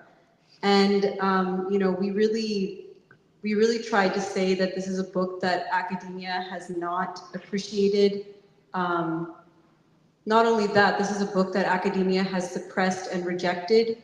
Even in saying that they have accepted it, they're actually degrading it and doing it great injustice and just bringing everything into the sewer. So I remember, we were giving our presentations, and I was thinking that I was trying to make the claim that the administration of Harold Washington is a dictatorship of the Black proletariat. And all the people who had lived through that, they just automatically said, yes, yes, yes. That is what this is. This is part of a long Black freedom struggle. And after the presentation, an academic came up to me and he said, that's all well and good, but I have graduate students working on how he was actually bringing Black capitalism, and it wasn't really as revolutionary or radical as people might think. Okay, so in the name of the people, he is undermining this person who did this Herculean task of breaking the Chicago machine, using his authority. It's just a concrete example of what we've been talking about all this time. The role of the expert, which is really crumbling, but using that to attack the history that we can and should go back to. And I also just wanted to contrast it to another experience I had when I first moved to Chicago, when I was in the Harold Washington Library, and I had just seen the exhibition of Harold Washington. And I was just really floored by the level of achievement and democratic consolidation that he had done for the people of Chicago and perhaps for the people of the United States. And when I went outside, there was this Black security guard who, my jaw was hanging open, and I said, this was so amazing. And he said, you know what, they killed him. And they said that this entire building is his achievement. It's a cooling center for the homeless, and it's a, it's a cooling and heating center for people who need it. And this is really a palace for the people. And he said that they murdered him because he was doing something for Black people. And he said, you know what, you are Black too. And I just remember saying, because I'm trained in free school, I said, yes, they murder our leaders and they tell us we're backwards. But just the consciousness of this person, how can you say that it was not a dictatorship of the Black proletariat? If you begin to know and humble yourself before the people, you start to see the reality of just the truth of all of this. But just to be so removed from the truth and to stand on this pedestal and judge, you really have no right. And I just feel like that's the crux of the counter-revolution, is people who have no right to comment on reality because they're such, demented, distorted people, but they are getting the rights to control society, really working in tandem with philanthropy and the forces of war. And I just thought that that was really a stark, and of course, this person who said that Harold Washington is he was really just a Black capitalist. He was a very celebrated tenured professor at, I believe, Boston University. I don't remember his name, but I would gladly say it if I remembered it, because he deserves to be put before the people and judged. That's what maybe a counter-revolution would look like, but yeah.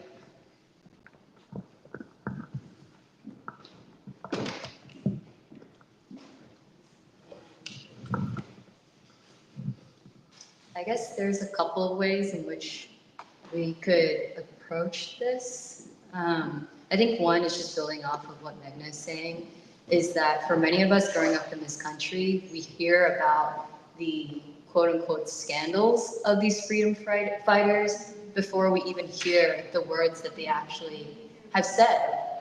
And I keep referring to Martin Luther King Jr. because he's up there looking at me. But who actually growing up has heard or read, a single or multiple speeches of King?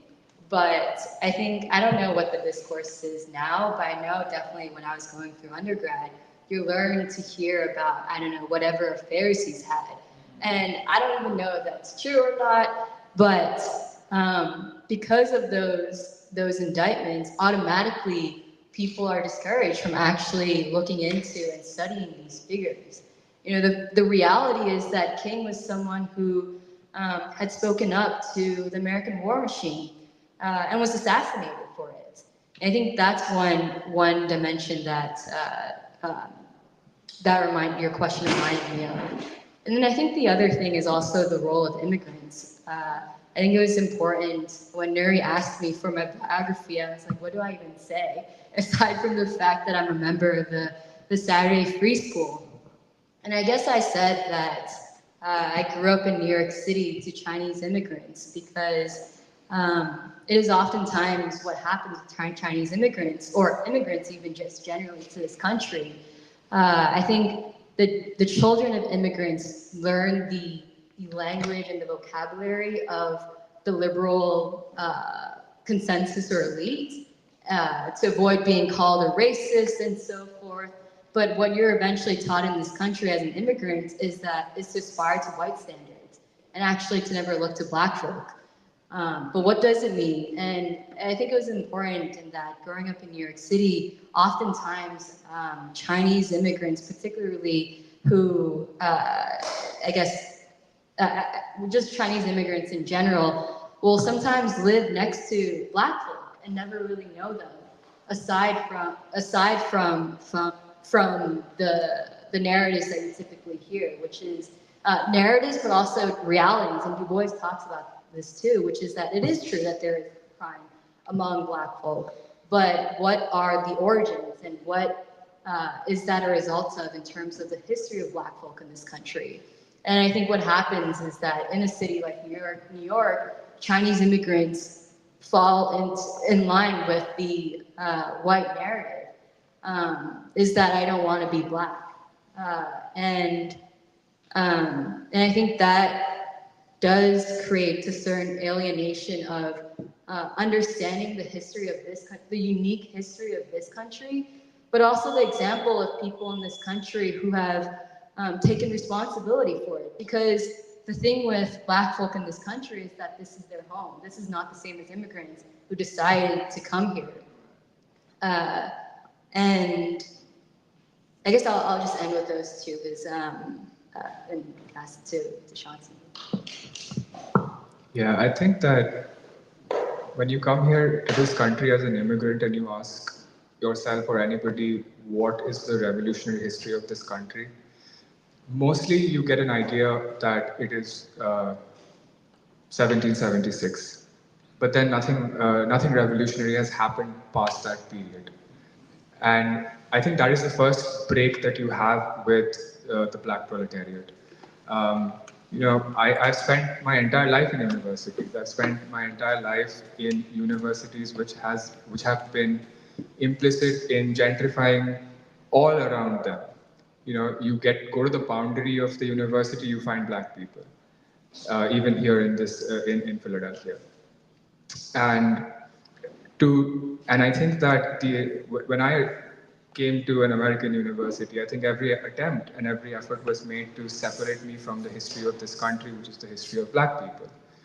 And what instead was given to me as a replacement is just false comfort, and the promise that you will never have to think again. Imagine a university giving their students this comfort that you don't have to think ever again. We will think for you. We'll do the thinking. All you need to do is act on it,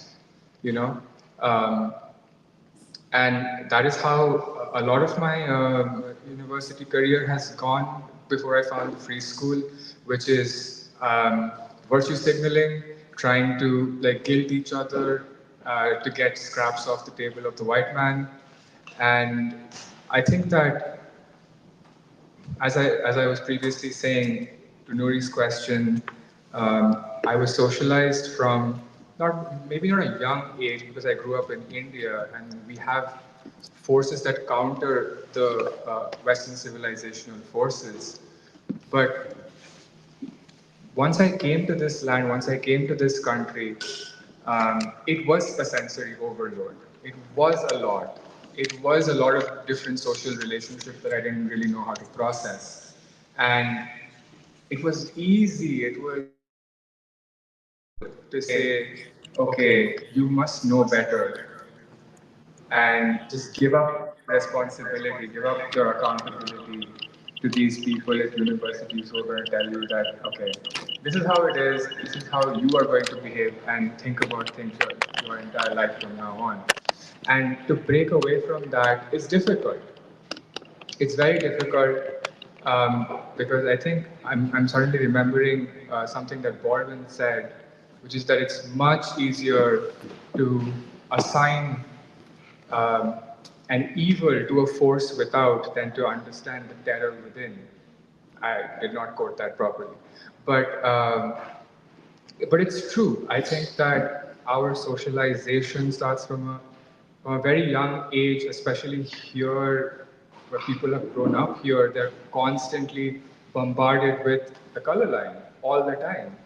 And I think that what Alice said had a lot of, is very important, that our leaders are um, they're martyred on the cross of social acceptance, not their revolutionary values, you know. And because I actually had a conversation with a friend once where this was about Gandhi actually, and I asked this person, well, I don't believe any of the things, I don't really believe any of the things that people try to say to slander Gandhi.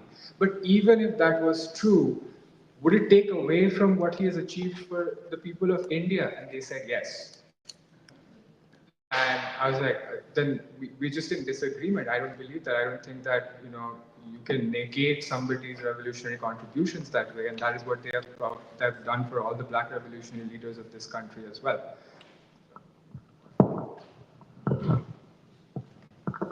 Yeah, I'd like to respond to what you asked about the ideological forces that socialize me and people in general in society as a young age to be maladjusted to white supremacy and to reinforce the color line.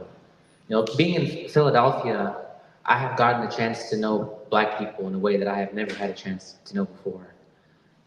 Never in my past life have I had something like going to Mosque number 12 here, the Nation of Islam, and being said, you know, welcome home, beloved. Like you are my brother. If only we had known things could be different than what we are now. This embracement, which is mitigated on very different terms of we are one people, we are the Asiatic black man. That's very different from what I experienced in my upbringing. So growing up in the Chicago area, for example, I went to a high school where I was around black people. And the high school was, I mean, it was really interesting. They found a way to segregate us in one building. So like the bottom floor was supposed to be the remedial classes and like the not very serious electives. And so that's where they had all the black and Mexican kids. And the lockers were thinner, so we're like, you know, more close to each other, more bumping into each other, no windows, police was there. Overall, just like a high tension environment. Middle floor was normal classes, white people, and top floor was actually the Asians with the advanced classes. But you know, just the basis on which we were interacting with one another, I guess, a priori.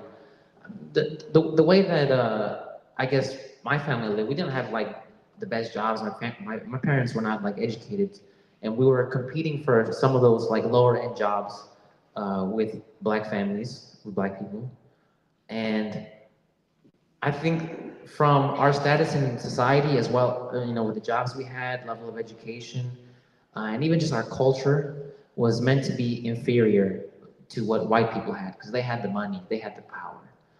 And behind all of that, there was a little bit of I guess supposed to be almost, I guess, an escape valve, a relief to you as a darker person to say, well, at least we're not like black people. Well, at least we're not as bad as them. And that was something that was reinforced in many different ways, from my parents talking about what they did at work to, I guess, the way we would even look at behavior that, I don't know, black kids were doing that we're doing too. And I mean, it was so much so to the point that, like, for example, I remember there was like a minor race war in my high school where the soccer Mexicans and some group of black kids fought each other with like by putting a padlock on a lanyard and like breaking bones like that. Like this was the extent to which whiteness affected us, that in being told to feel inferior about yourself and wanting to assert yourself over another people, we were treating each other like that. These are some of the ways in my upbringing that enforced white supremacy in the cone line. There's just so much, basically, yeah, I feel like propaganda or images of what it means to be successful in a way, where I feel like it's, on the one hand, you put down leaders, and yeah, like Muhammad Ali is just like a boxer. You don't actually learn about the stances that he took. And then on the other hand, I think you're basically supposed to aspire to be like the next Bill Gates or the next Mark Zuckerberg. And I feel like in all of that push to be successful, and I think some of it also has to do with like the increasing crisis in American society, where it's basically like a race to the bottom, and it's very clear that not everybody can do well. And I feel like in some ways it brings out like the worst in you, where you're told like basically from a young age, like literally as a child, like you need to be successful. Like if you want to be successful, like you need to be safe. You need to actually like go all the way. And I feel like it comes in like needing to do all these extracurriculars. You don't even have time to question like what it means to be successful and whether you actually want it or not. And I think basically, yeah, like you learn like what Du Bois called like the white man's ways. And I think then you basically like get to the university and you're like, okay, like what is this all for? And I feel like in some ways like that socialization is not something that you're meant to actually grapple with. Like you're not, like nobody really makes you question like, oh, like am I secretly like a white supremacist, or am I being trained to be a white supremacist at like age 17? Because like, yeah, like my life goal is to get to Harvard and then to be rich and to like never have to see or never have to know Black people. And I feel like in some ways like you have to ask like, is the definition of success that you're given to basically be allowed and be encouraged to never see Black people again? And I feel like in some ways that's also what does happen at Penn, where basically you're told to stay in like the safe, already gentrified places, and you're not supposed to go out and you're not supposed to know like anything really that lies outside of it. And I feel like at the same time, like the university, I was thinking a lot about this thing of critique, where you're taught to critique before you know anything about the world. And I feel like it leads to this thing of like, yeah, like I have the right to critique, I have the right to personally critique Gandhi, I have the right to tear down Martin Luther King, and I learn it from my university professors because they're basically my role models. And I feel like it is just to say that I think it is actually like that brutal, and I feel like at some point when you're an adult, you have to take responsibility for like these ideas that you actually have. But I think just to say that I feel like it does start from basically like a very young age of like literally elementary school, like middle school, high school. And so I think in some like a question that I also wanted to ask is, how do these same forces of like the university, pop culture and media, like mainstream and left like media, how do they shape what young people think is radical or progressive or even morally righteous? Like how does it shape people's will or people's understanding of how they can make change or even just be decent people in society?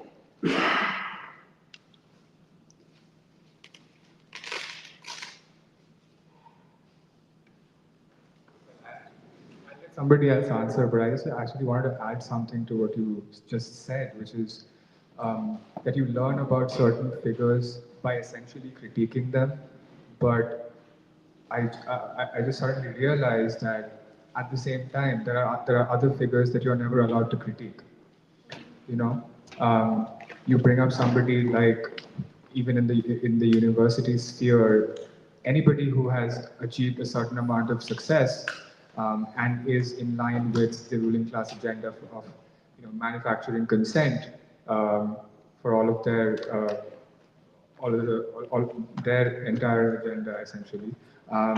You're not allowed to say anything about them, right? You're not allowed to critique them because either very directly, or there's some subliminal messaging which says that if you do critique them, then you're kind of ostracized. Yeah, I just wanted to say that that's another part.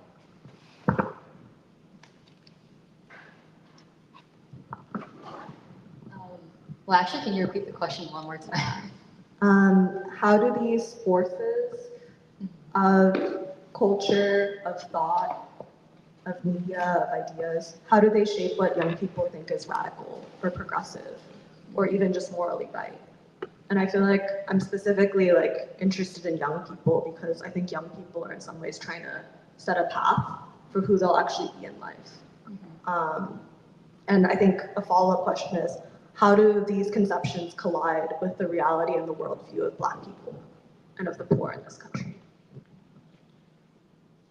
Well, I guess where I wanted to start is the general culture and state of young people in our society today. I think it's a very isolating time and also individualistic time, where essentially young people are taught to be out just for themselves. And therefore, it's individuals like what you mentioned earlier, these figures that, I don't know, whether it's the ultra-rich narrative of never having to work again. I guess I just say that to say that there is this individualistic individualism that is propagated in society, whether it's through our social media, whether it's through our education, whether it's through all these different, I guess, aspects that we'll probably get into in just a moment. But I guess I say that because even within politics, I think the question ultimately comes down to what is the purpose? It's what Tony asked earlier, which is what is the purpose of life, and therefore what is the purpose of your politics? And because it expresses itself in many different ways. They're not the same as the freedom fighters that the free school is always referring to. I think one path is the identity politics and virtue signaling. I remember, I think we're trying to be concrete in this roundtable to understand the science, like when we keep saying science of human beings, it's the question of, I was reflecting where people go into undergrad and sometimes you have these young people who are excited to learn. And then what is the science? What happens to young people that by the end of their education, they're depressed and cynical about the world? But I say that because, well, one example is that similar to what Shantanu was describing earlier, I remember a friend of mine in undergrad, he had wanted to be a doctor, but he was Chinese. So he was like, oh shoot, like among all the applicants, I'm never gonna stand out, no matter what grades I get, so forth. And what he chose is that he chose to join the LGBT Resource Center because that was going to be something that would set him apart. And so it wasn't the actual belief, but actually the cultural currency and the professional currency that area of politics carries. And then I think there's also the aspect of, okay, after you leave undergrad, there's also individuals who, there is this, anger and pessimism within youth. And they're directed into looking for channels in which to express their disappointment with society and the genuine, I guess, want for change. But then it's not enough because the immediacy or the temporary rage or anxiety is not enough to actually sustain them over long periods of time. Meaning, I think what we were talking about earlier, which is you can be part of the protest, but then what? What are the ideas that actually sustain, or ideas, transformation actually of a human being that is similar to these revolutionaries who over a long periods of time continue to be anchored in the actual lives of people and evolve with them and grow with them. And I guess I say both examples because I think ultimately it is the question of what is the purpose of life and what are the relations between individuals where in a time of counter-revolution, I think young people are taught to be for themselves. And even within activism, it becomes a thing of of cultural currency and, I mean, physical currency, I mean, material currency as well. I think a lot of these nonprofits that we've talked about in preschool are actually connected to money rather than actually people. And ultimately the question is, are you in it for the freedom of individuals and actually the souls of people, or is it something for your personal endeavor? Yeah, I just wanted to add to that because, you know, what do young people, how does university culture, media, left media shape what young people think it is to be decent? And I think it really relates to our past panels about ideology, but it's the extent to which they can do the performance of the expert. You know, the extent to which they take the elite stance on all these issues is the extent to which they are considered radical. And I guess an example is immigration. You know, the elite stance is really, we want immigrants to do our unpaid labor, but we're going to cloak it in this thing of humanity. Whereas the working class of this country, including Latino immigrants, who are the most, you know, or who are the most, how do I say, patronized, even though they're not actually voting for this policy, they're voting against it. But this idea that you're only a humane person if you support immigration, and then all those working class people who have lost their jobs to undocumented labor are the true backwards. I think that is an example of the university culture and media shaping what it is to be radical and decent. And whereas I just think, you know, the example of these revolutions, and which is why judging it from a young age is so dangerous, because they had answered these really existential questions about life, like Alice was saying, why am I alive? What is my purpose? You know, how do I know what is the truth? And the truth is found in service of humanity. You know, I'm not going to live for myself or my own self-aggrandizement. I'm going to negate myself so I can become something bigger. I'm going to get closer to the truth about what unites all of us, you know, living in the empire of eternity. And just even in our time, seeing the example of, you know, the martyrs of Iran, the state of Iran, the way that they think about what it means to be, and they wouldn't even use the term radical, but what does it mean to serve humanity? And it's to be willing to die. You know, I think the idea of being willing to die in service of something bigger, I think that is, everybody just wants to live, and they want to live in, yeah, I mean, everything is about themselves, but then if you're living for yourself, are you really living? And have you really, yeah, I mean, what is really a life that is lived under those assumptions and circumstances? And is it a life at all? I want to think, when thinking about the forces of culture, which shape what I guess I thought might be radical or right, for example, being young. Now, I do remember being very into hip hop and rap. I remember coming home being very excited to listen to 106 in Park on BET before my mom came home and she'd make me turn it off. I remember wanting to, this is really silly, I wanted to visit Chief Keef, a Chicago rapper who was in prison in Cook County Jail, where he's like not far from my house. And I guess I remember like feeling like, man, you know, like I'm not white, I'm not treated white, and like I don't think I want to aspire to this either. I didn't have, you know, a very deep conscience, but it was just feeling this is not what I wanted to aspire to. And I think myself and many other immigrants do like look at Black people on how to like make sense of what's going on in this country. And part of that was, I guess, looking at rap and hip hop. And it, like, I would say that it does offer like a certain outlet, especially what, I guess, what most people will consider like conscious rap, which at best can be a criticism of injustice that someone is experiencing, which I would say is usually not the case. Ultimately ends up serving an outlet for anger from experiencing wrongdoing and frustration from inability to change your circumstance.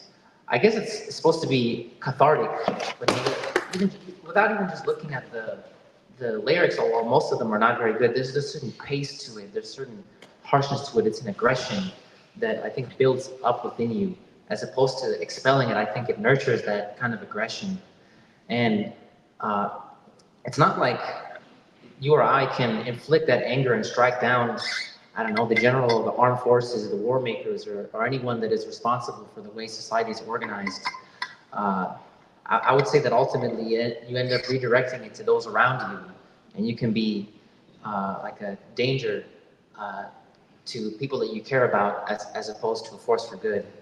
And I counted that very different to what music that I did not really have a chance to learn about until really coming to Philadelphia, for example. I think about listening to Harvest for the World by the Isley Brothers.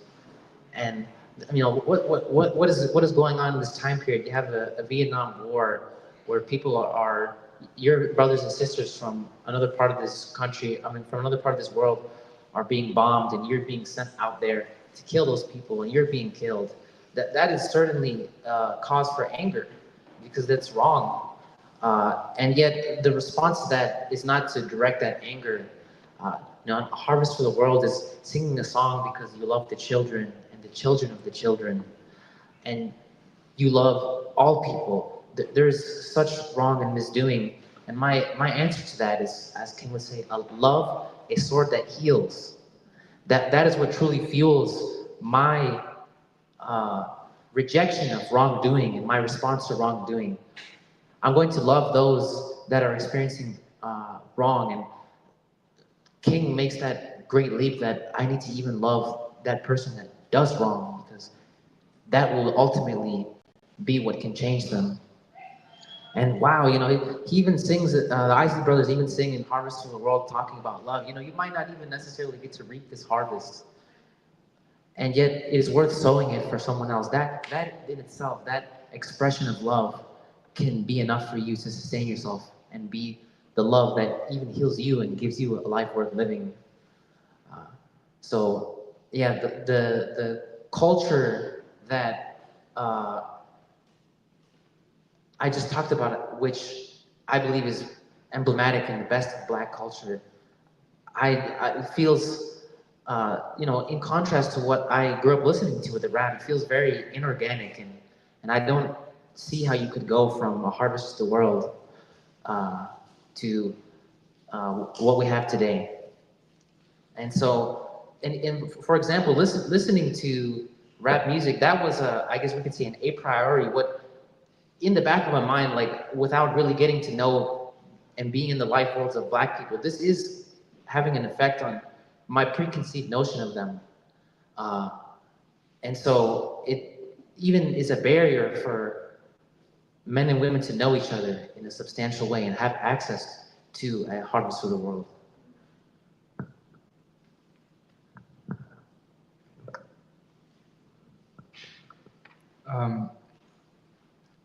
So I wanted to be really quick and answer this question. When young people enter college, they're at a very impressionable age, as much as I was when I entered college. And I think when I entered college, I was sort of dissected almost immediately into my various identities, that I was a man, I was a Hindu, I was so on and so forth. So that happened. And I was straight also. And then what happens is, at least in my experience, is that taking advantage of a very impressionable time in your life, you are subjected to a very large amount of guilt for being these particular identities. If you're a man, you are oppressing women. If you are straight, you're oppressing the LGBTQs. That's the assumption that is what is already accepted, and you cannot do anything to change it. And that is the elite ideological consensus in a way that we were talking about, on a more social, cultural level. And I think that I dove very headfirst into identity politics when I was a student, because that is the only way that I felt like I was assuaging my guilt for being born a certain way, right? And I think that when I came here to this country, that actually was almost a golden ticket. I mean, if you go to any gathering and you say that, oh, I was part of a queer movement back in India, you are welcomed. You're already judged to be a good person, and that's really difficult to like break away from. I think that, and Baldwin puts it like this: that guilt is a warm bath. You can get really used to it, and you can get to a point where you can't really live without it, because in order to live without it, you have to get past that guilt, and in order to get past that guilt, you have to act. You have to get out of the bathtub, and then you feel extremely exposed, metaphorically. And then what happens is you have to take responsibility suddenly for your actions. And I think that when I was growing up, the only black author that I had ever read was James Baldwin. The only book I had ever read was Giovanni's Room. And it was sort of given to me as an inheritance, saying that this is the book you need to read in order to learn about queerness, in order to learn about same-sex relationships. And I read it, and I accepted that gospel, and I reread it, I think, last year, when we had our year of James Baldwin. And there's this part where Giovanni is yelling at David. He's yelling at David, saying, "You have never known how to love. You cannot love now, and you will never be able to love.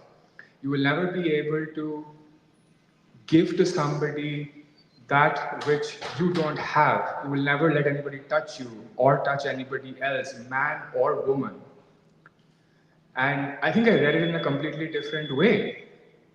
And I think that I believe is one of the contradictions between what I was indoctrinated into and the Black freedom struggle. Sure.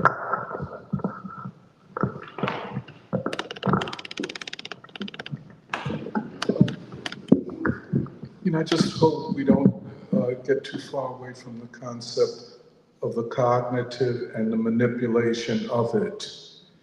Of course, we can talk about indoctrination or propaganda. We're pretty much attuned to what that is. But we're talking, I think, about a qualitatively new situation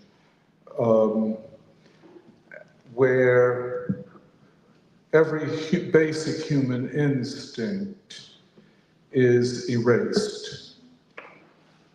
Where, as you're saying, you were told how to read Giovanni's Room. But this new kind of framing is, you don't even want to read Giovanni's Room. I don't care. I don't feel anything. So I want us to explore this brutal process.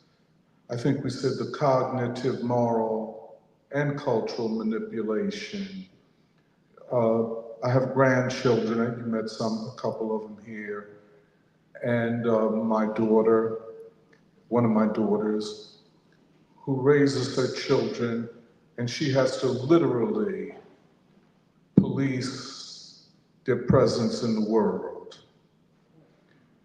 There's no getting around it. Whoever is responsible for all of this, including the culture and sexualization of children, the turning of children into something close to killers. I saw it in my own neighborhood. I was looking at a kid, and he was a boy, and he was listening to some of the most violent lyrics I've ever heard in my life. And then I saw a mother who I saw normally coming with her daughter. I'm certain she picks her up from school. And I was thinking to myself, what danger does he present to her? I think we have to, we got to take this more seriously. This is a counter-revolution that attacks the person, where the person can't distinguish between him or herself and his or her favorite celebrity, his or her favorite rapper. I know Kalila might be here, and I know everybody wants to talk about positive rap, but that's a small part of an attack upon a whole generation, especially of Black youth and especially of Black young men. So I hope we can get to that in more, in broader terms and what it means in terms of the mobilization of people. Just a very glaring thing, I know Kalila asked me about this. She says, whenever I come, I'm looking for more Black people. I said, whenever I come, I am too. You understand? I'm for real, for real. You know, where are the Black young people? And I'm talking about that go to college. What has happened to them? Because something happened. And my best explanation is that from an early age, they were the objects of a cognitive manipulation.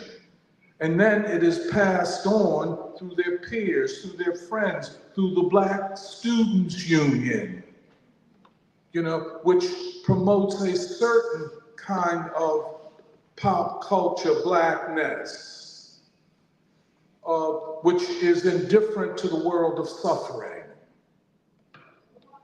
This is what we have to think about. And you're right.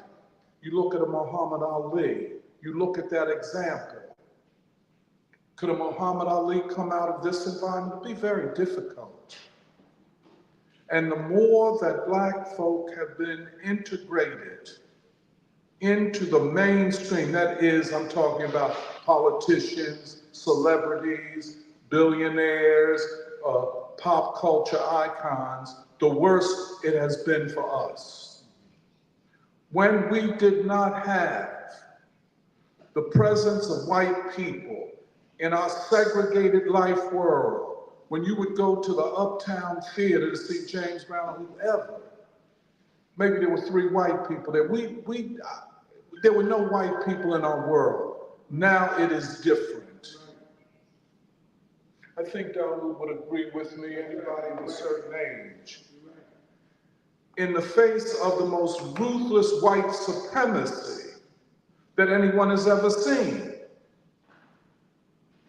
but a Black population, especially the youth, who are not responding as we should. What has happened? What has happened? And I think this is what we have to talk about. There is something going on here that is abnormal for an oppressed people and especially for Black people. This interrupts the normal trajectory of our historical development and the development of consciousness. This is what we're talking about. I think this is what we should address here. And if we don't have the tools on the panel to do it, we just say we don't. You know, I can understand y'all's specific experiences, but what we're talking about is something far deeper and far more counter-revolutionary. And, you know, if we can't get to it, because what we're talking about, this ain't getting at it. I hate to admit it, I don't want to be an angry old Black man, but this ain't getting it. This is not the essence of the counter-revolution. And the question, yeah, that's what I'd have to say.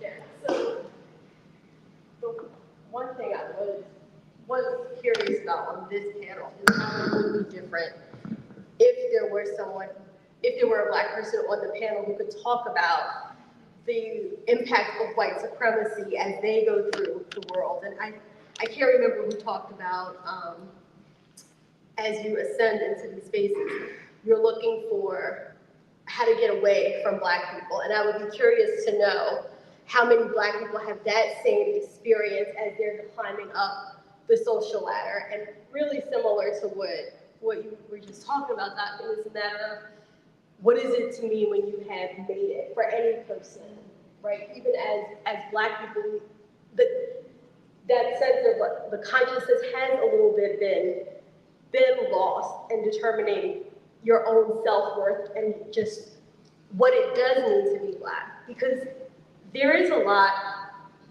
through the Black struggle has always pressed and made sure that America wouldn't be what it was without the struggle, the contribution, and Black people pushing it to be better. And the fact that Black people are models for other revolutions and other society, other cultures and other countries that we've all talked about today doesn't seem to get the same acknowledgement and reverence and respect here that it does everywhere else. So, and that's even within the Black community also, that we're not taking our own ownership or at least that same pride that we should be able to take in our own contribution. I don't know if we're looking for acceptance instead of just saying this is the space that we can occupy, just very globally, not some people taking it, but just being more accountable for our own contribution and not being so swept up in the tide of what is popular. Oh, yeah, sorry. No. You're a mother. I am. Yep. Of a son. Yes. How old? 12. Okay. I mean, just to keep it one. I'm not going to do this together. All right. Just to be one.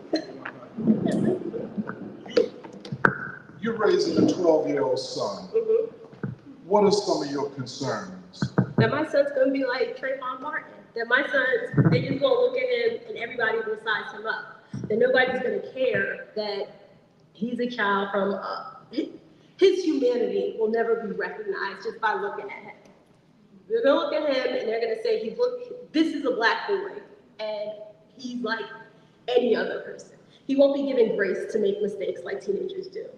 He won't be able to fumble around and do whatever dumb things young people in their 20s do. He doesn't get to make mistakes. You have to live a very, very perfect and a very specific life in this culture as a Black person, where you don't get the allowance. Some people get that grace, he won't. And it is a conversation that you have to have. And it's like, you can't go around with your friends. Because if your friends are doing something dumb, they're gonna get a pass. They're gonna get to call somebody. You don't get that. So you live in the suburbs? I do. In a mainly white neighborhood? I do. Okay. And no, I'm just, and you thought that would be safer for your son? I did not. I don't think it wasn't really part of the plan. It wasn't a tight plan. I will say that. But this is where we are. May I ask you another question? Because you said to me just today, you said, every time I come to Free Speech, you enjoy, you like it, but you asked, where are the Black people? Mm-hmm. Could you explain? Because the topics are based in Black revolution and Black freedom struggle. These are we should all have the topics, but I feel like as Black people, these are the topics that we should all facilitate and make sure we should know it. Well, why do you think they ain't here? I don't know if they don't know about this, the topics. I really don't know why people are, and I'm not saying I'm mad. I'm just saying just a few more, just a smattering, but I'm not really sure. No, and I'll tell you why I think, and maybe Dawood or Ransom will say something about somebody else, but to keep it 100, I think that the majority of our youth have been manipulated and are being manipulated from a very young age. I agree with that. Yeah, the images of media, of what is successful, the overwhelming thing of athletes and celebrities, and so on. I think schools do a job on them, but you go ahead. But everybody can't buy that hype. Like, everybody knows, like, everyone can't fall for the hustle. Somebody has to know that that's not real. And if they don't know, then there's another adult. there's an aunt, there's a cousin, there's somebody. So if you don't get the child straight up on their own to come, somebody's got to guide them to come. So I think I'm kind of wondering, where's that guidance to say you should come? Whether it's a teacher, a counselor, somebody else has to be able to bring those kids here to say, this is important for you.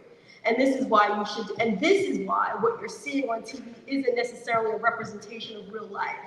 And this is what you need to know. And then I have a dream all day long, but this is who NLP. But this is assuming mentorship. And I think the mentors are also the victims of cognitive manipulation of a pop culture. But I'm here. Well, I mean, I want to see, okay. I want to, I am pop culture. You know, we can go deep, we can go high, we can go real low too. We got range. Like, so.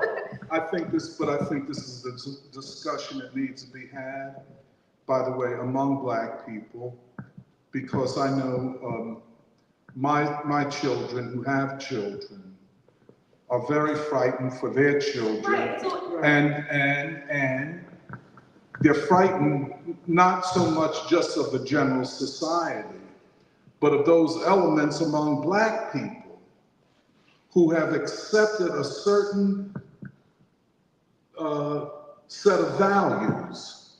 I agree. You know what I'm saying? Yeah, and well, let's and take there's a level of, and I think right now what's very frightening is the overall level of ignorance that seems to just be in many, many levels of society, even those who are informed. So then there's a whole other aspect of it that we always touch on through the group, where it's about like, what is education? What is it? What does it mean to be knowledgeable and have that information? So you have the aspect of how you interact in the world, how the world's going to see you, but then you're just going to come in contact with so much more ignorance and so many more uninformed people who don't really have a gauge of how uninformed they are. And I think that adds another layer of fear, anxiety that parenting has. But I know we all have the same struggles. I know a lot of parents feel this way, like this is not a special thing. We're all sitting over here struggling, like, okay, give your kids freedom. How much freedom? Like, you don't want like we're all dealing with and grappling with the same thing and just trying to do it in the best way we can. So, I don't know. I'm gonna think on your question about where people are, because it's really a question. We sitting up here talking about Muhammad Ali and all of this. And I'm trying to think, well, when I go to Mosque number 12, when I go to Mother Dabney's church, they ask the same, where the Black kids? Where Mother Bethel AME church? Where are they? Who has the minds and hearts of our young people? Certainly the revolutionaries don't. The revolutionaries don't. And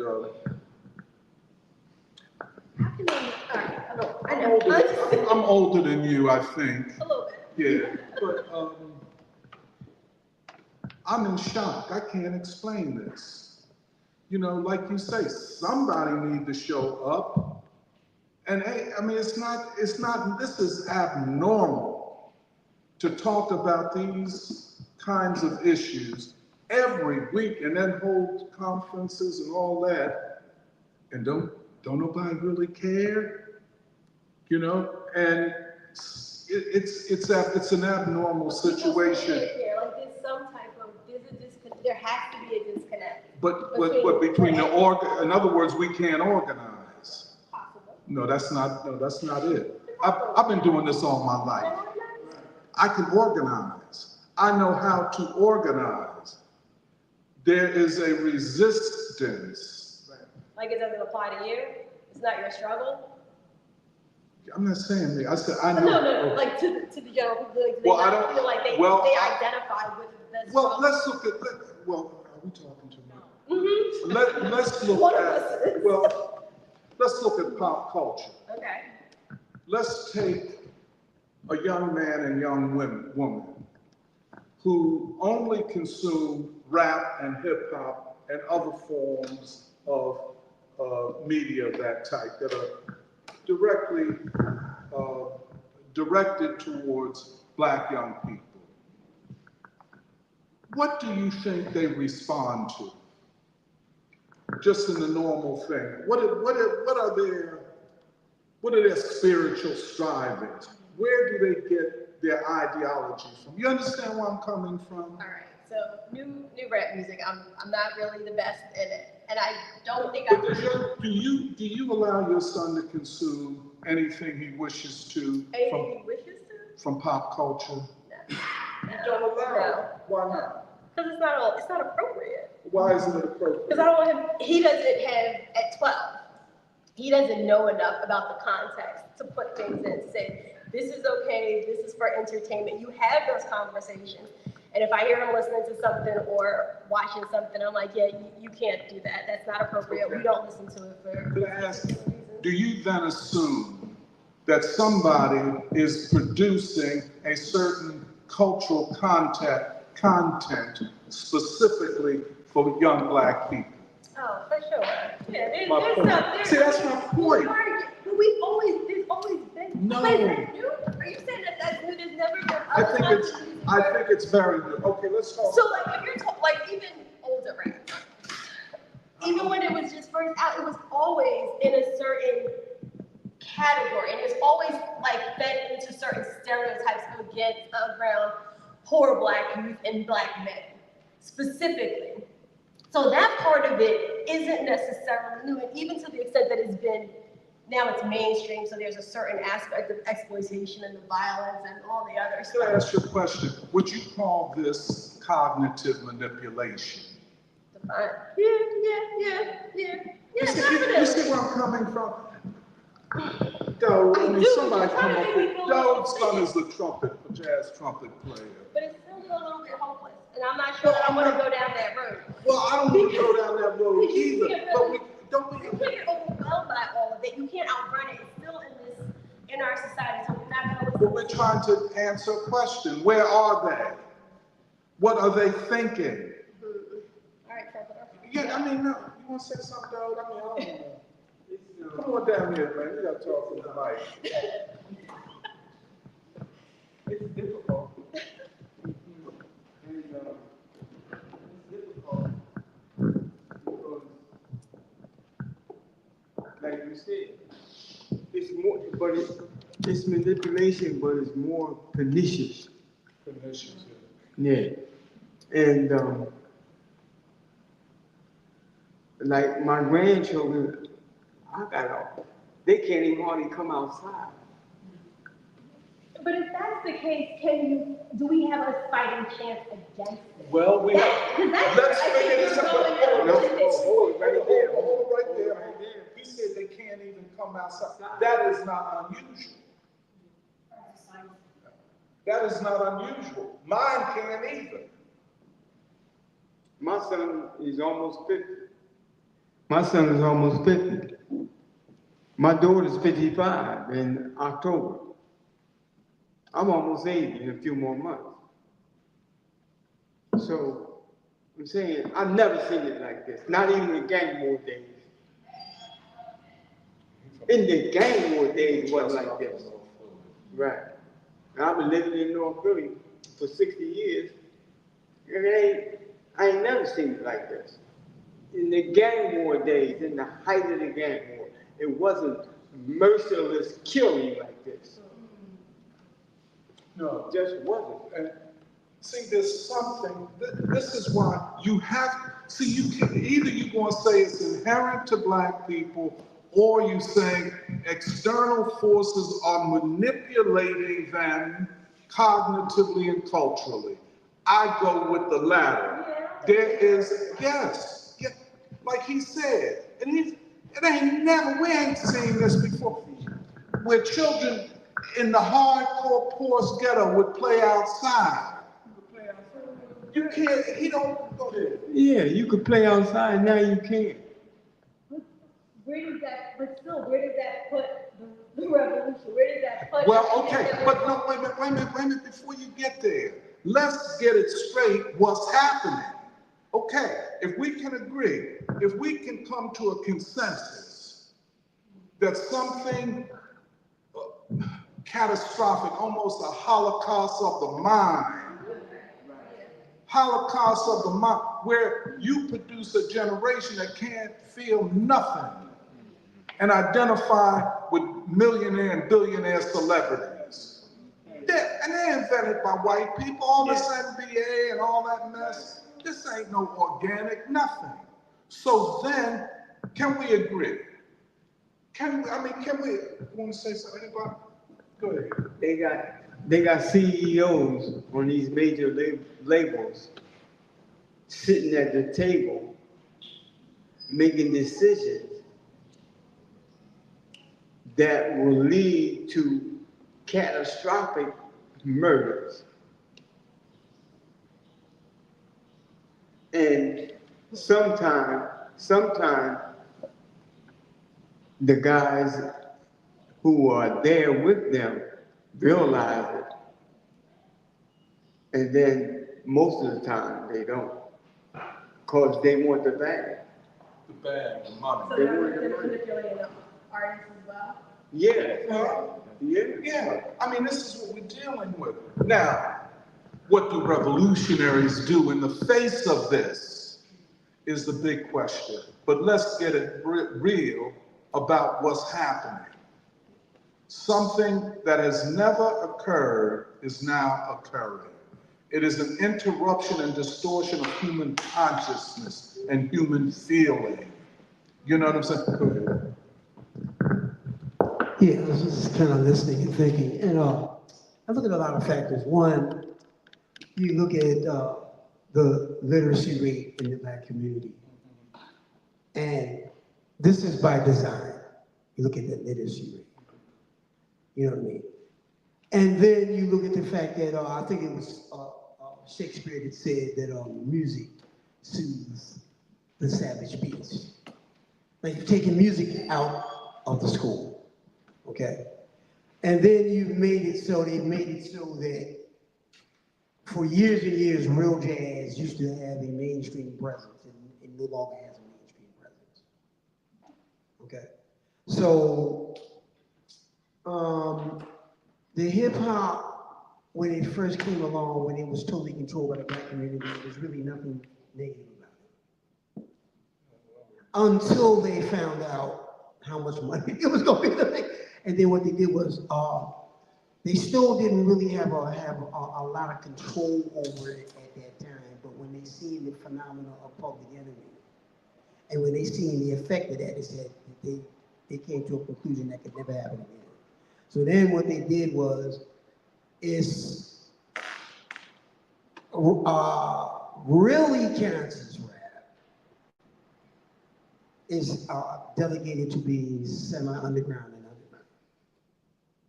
All right, so all of the images that are bombarding the Black mind are negative. So you take all of this stuff, the lack of literacy, in a computer information age, by design, okay? Then you look at what they get from the media, okay? It's like negative energy coming from all points. And then add to that, I guess when I came up was the last period where anybody that wanted to work could actually find a job, because there were all this factory work. Anybody that was willing to work, they don't have that. So if you add all of that together,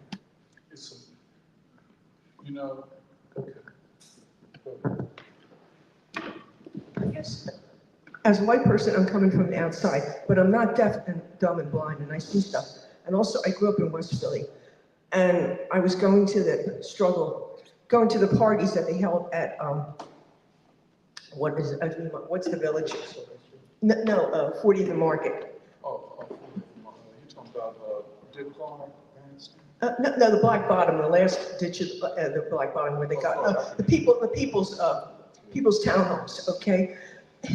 I live in West Philly. I would go there, and I'm a senior, okay? I never felt threatened. And I could not believe what I want to see is like, there can be such a thing as radical conservatism and preserving Black neighborhoods that actually work And I thought the People's Town, I would walk by there 5, 6 o'clock after dark. And there were some black housing projects I will not walk past, but I never had an issue with that. And so they come and they destroy it. And like, what is more important is I'm old, I'm tired, I don't have the energy. But I was working at I was like volunteering at the kayaking program at Bartram's Village. And one swallow doesn't make a spring, but we talk about young black people. And about 7 years ago, there was a teenage boy, I won't mention his name because it's like he's a minor, he was 15. He jumped in the Schuylkill to save a friend and he drowned. And they talk about all the, and I don't think this boy was born, he knew it was dangerous because he was trained as a kayaker. He knew the river water was dangerous. But they don't talk about the kids, like apparently good, healthy black neighborhoods, and I think Bartram's Village. Yeah, I've heard gunshots at Bartram's Village. But I think they got an orchard there. I went there, I was there for a few minutes, and I saw somebody come up, and their teenage daughters were being given karate lessons by somebody. Then someone else came up, and they were taking art classes. And there's an orchard there. And this boy that drowned, he wasn't born an angel, but I think something in the community of Bartram's Village, which is still mostly a black neighborhood, something there made him what he is. And if people have the energy, and I'm afraid Bartram's Village is ripe for gentrification because it's a beautiful location, right on the Schuylkill River. They're talking about putting like bio labs in there, you know, Silicon Valley. Penn has its eye on there, you know, because it's not that far from Penn. If you can save those neighborhoods. But see, this is the thing. This is just what you. Well, let me let Derek from Chicago. We come back to Derek from Chicago. Yeah. Thanks for putting this on. This has been an amazing day so far. So yeah, like Doc mentioned, I'm Derek from Chicago, and I'm, I guess, at like that early middle period of. I'm black from the south side of Chicago, and I'm a millennial. So I grew up in the gang wars, but I also grew up with grandparents who were born in the age of, and grandparents who participated in the struggle.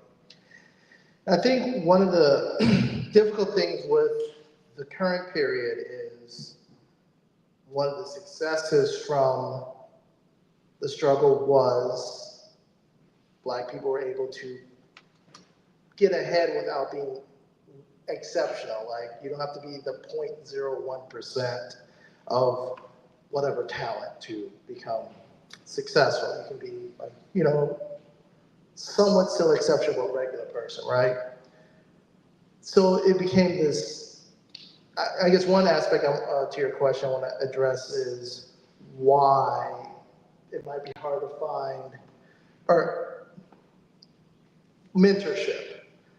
Because the mentorship is saying you, or it's probably really my generation, and now the youth after, you're the second generation who can just do the right thing, quote unquote, and get ahead. You don't have to be super, super exceptional. And that, so you have these people who's like, I'm a PhD student in urban planning. There's not a lot of black PhD candidates in urban planning. There's not a black PhD candidates, period, right? But when you drill down to the black PhD people, most are in the STEM. Why? Because there's wealth to be made there. There's, you know, wealth to be made in urban planning. So I think there's that aspect of, even if you get through everything else in the counter-revolution or the violence or the drugs or the music and media, if you make it through all that, it makes more sense to follow the now open path to success versus the harder path. I mean, literally, it's called the struggle, right? So I think that's a difficult aspect to it. What is the struggle path, and what's the easier path? You're talking about the social struggle. Yeah, the easier path of doing, you know, what the easier path what the panel was discussing earlier, walking towards the kind of the white supremacist social system, like, versus challenging it. But you're still gonna get caught up. Oh yeah, no. Yes. Can I just say something about this? Something going to remind you all the time that you're black. Well, that's okay. Let's take that as a given. Yes. We all gonna know we black. We all gonna run up against some insult or indignity. However, that is not the only basis for us choosing one way or another. In other words, I mean, in short, if you, I mean, if see, you you think can't- that way, you can make six, seven figures. yeah. Yeah, I mean, Jay-Z would, or Diddy or any of them would tell me, I know I'm black. I've been, they treating me in a racist way. You know what I'm saying? Yeah, okay. No, I think I'm saying the struggle is there whether. Oh, yeah, no. Oh, agree. That's just me. Right, I'm like, there isn't a path without struggle. Agree. Okay. I don't agree. Okay. There's a path of avoidance. There's a path of denial of struggle. There's a path of indifference. And then the mass of us. Let us say us. I take myself as let me take myself, because I don't want to talk for nobody else. What I am and have become is because I've chosen this. Right? I've chosen this. And as such, I've chosen to challenge people who say, say many different things. I'm not just going to say the bourgeoisie or W.U.R.D. and all of that, but who have chosen, let us say, I'm going to align with the Democratic Party and the politicians and that type of thing, because we're all black. Yeah, we're all black, but we all are not the same ideologically. And I think what we're trying to confront is an existential problem to black people. All right, so you're talking more about those moral stands. Yeah, well, that's right. Okay, which is a little bit different than what I think we were talking about. Let's stay on the moral stance thing, because that's what you ask. Well, what do we do? You asked the question, what do we do? And I think the first thing is to know what we stand for. We black, we all black. I hear that we're all black people, no, we're not all together. I'm not with all black people. No way, shape, or form, and I want that known. Because I make a moral choice to do certain things. You know what I'm saying? And I'm saying, look, we're in a deep, deep crisis. The reason I asked you about your son, I know I got grandchildren the age of your son. And like he said, his grandchildren can't go outside. Mine can't either. And it's not because I'm afraid the police gonna come down the street. I'm afraid of these young black kids out there. Who think. I'm afraid of these mercenary children. Yeah.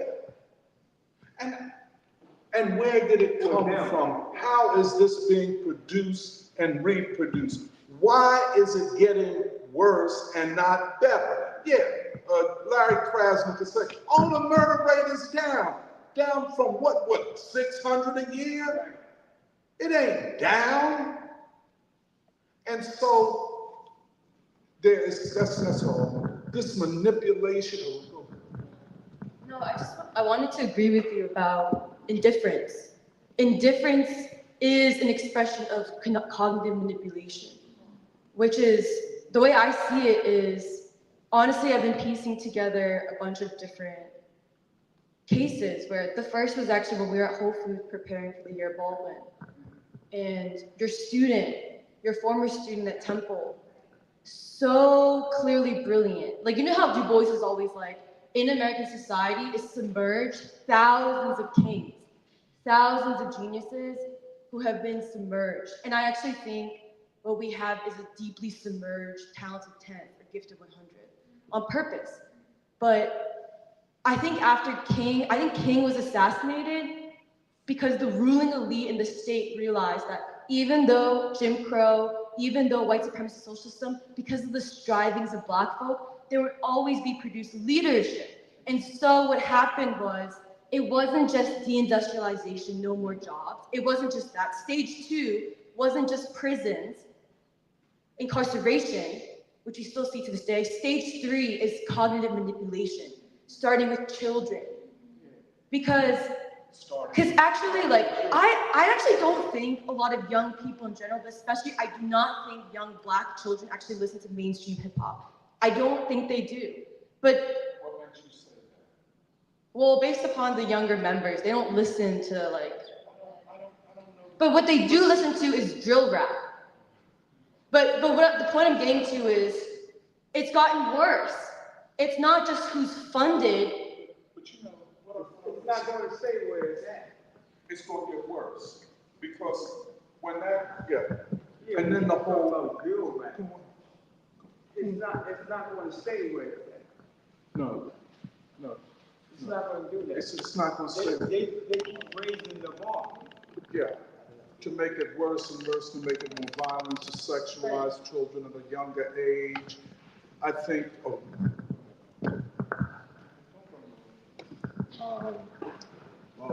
would like just to add that, like, right now, on the attack on Black people, they're really throwing these young artists the bag just to kind of essentially dumb them down with more violence, sex, partying, you know, the finer thing, drugs, and they're glorifying that type of lifestyle and drilling these youths and just Black people in general's heads that this is the way to succeed and actually make it in this world. And Well, the last thing I want to say is the reason why I think the key word of cognitive manipulation and also indifference is so important is because children, I actually think it happens to children a lot earlier. And no, but I think actually what I saw in the year of Baldwin was extreme cynicism and indifference.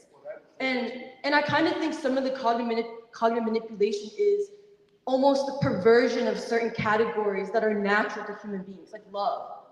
Like I do think love, this category of love has been corrupted. And I think that's something new. And actually it's very sophisticated and sinister by the state. Because I actually think love is exactly the thing that even produced the king in the first place. And, well, I don't want to talk about it, but no, there's no question. The assault has been all-sided and comprehensive. It is not to be taken lightly. It's existential. Can we recover from it? And that's a big question. That's a big problem. Even if you save your son, I save my grandchildren. You know what I'm saying? It's not enough. No, that's what I'm saying. It is not enough. And for most of us, for my daughters and son, all they can do right now is think about saving their children from the worst of this horror. And so, see, the thing I'm saying, Khalil, is, look, this is not inherent to Black people. It came from external forces to Black people who wanted to forever erase the possibility of the Black struggle transforming this country. And now what? I can't get. Yeah, but Camila, you can't just. Do we agree? Okay, all right. Now, what is to be done? Well, I think first of all, we have to keep fighting to find those young Black people and old Black people who still have a sense of duty and morality to our struggle. Yeah, okay. Wait a minute, hold on. Come on. He said that's the way he come up on.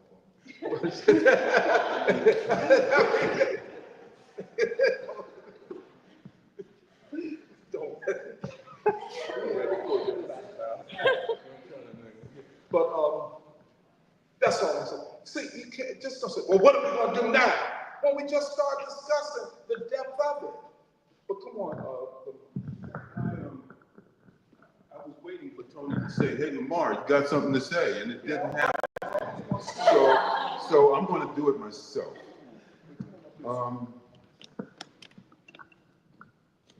I really don't know.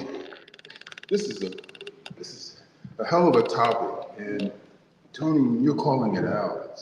It's a massive problem, and I see it 24/7 because I guarantee you, I'm seeing some sites at 1 and 2 in the morning in North Philly and in West Philly that you folks aren't seeing, and I'm not going to bore you with the details as to why I'm out at that time, but it blows me away on the one hand. On the other hand, I think these young people are ready to be here.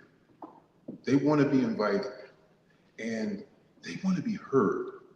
And I've been interacting with them in an intimate way for the past 10 years or so.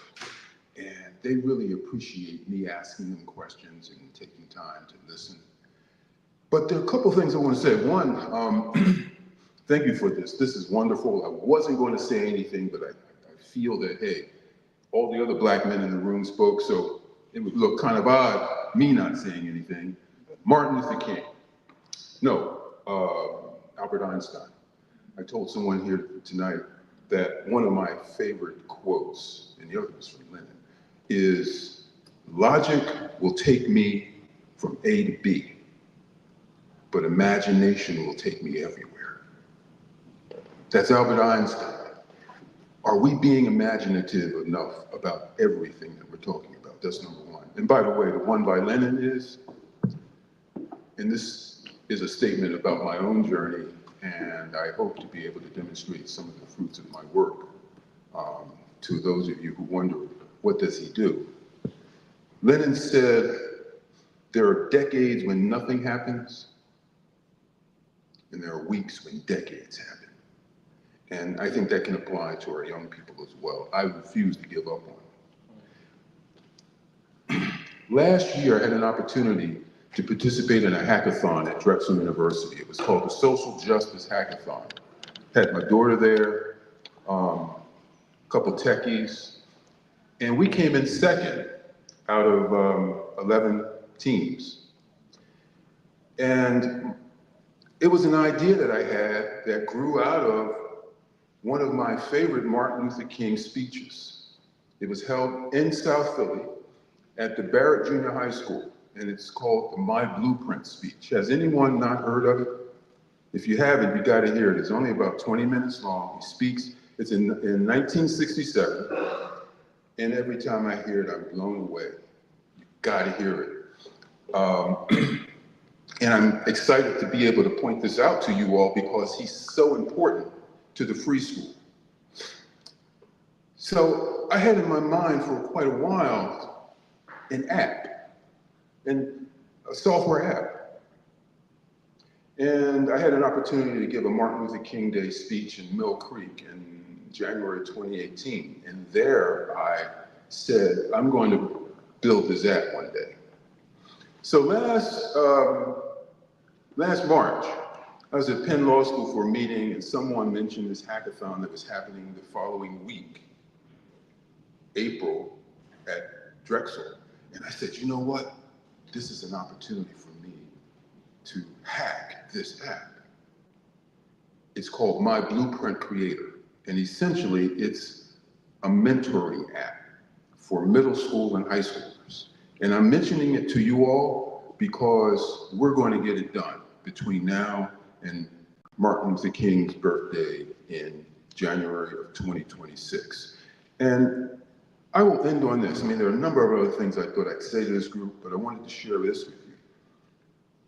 It's solutions like that app that I think could penetrate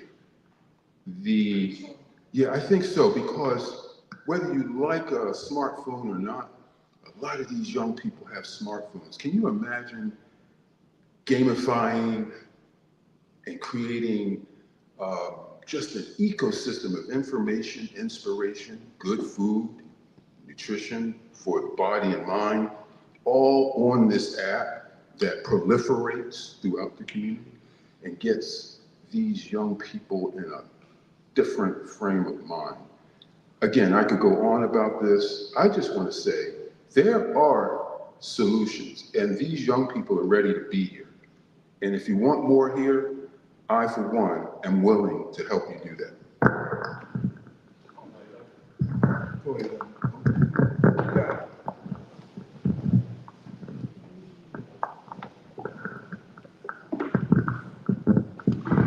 Hi, I just want to first commend those who have kept this going for a very long time, the Saturday program. I want to, and thank you for this notion of, was it cognitive manipulation? Because I think that's exactly what has been going on, including our being manipulated to think there's nothing we can do.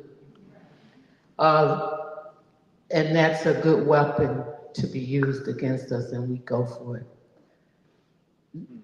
The concept of Ubuntu, I am because we are, is key to this. There are lots of things going on, and we can't talk about our young people as if there's some creatures out there, we don't know where they came from. I remember when I was a juvenile detention officer, saying to one person, "Why are you back in here?" And he said, "My mother and father expect me to bring the drug money home." Another girl who nobody was in there for something good was crying to me because she said, "I had seen people do marijuana, but I had never seen anybody do cocaine until I saw my grandmother doing it." So those, what I say is the like-minded people have to come together. We don't need any more AOPers, articulators of the problem. I was in Morocco earlier this month. It was a conference on Africa going from aid to agency. In other words, for Africa to stand up. And one of the key things that came out of it for me was we have to start with the man or the woman in the mirror. So each of us needs to look at what we can do. First of all, how do we contribute to the problem? And how can we contribute to the solution? And it has to be done in community. So for example, right now there's a program going on that I'm going to be getting over to. 20 young people ages 5 to 17 from West Philadelphia have spent the past 5 months in an intensive organization called Arts Without Boundaries, co-creating their own youth variety show called Into the Spotlight. They've written monologues about topics like Black hair, positivity, joy, and navigating life's challenges with hope and resilience. That's the kind of thing we need to be doing and not fall for is hopeless or we need to study this some more. We need to just commit to come together. And that's why I am commending those who have kept the Saturday program going, but it has to be enlarged and other groups have to be brought into it in other segments.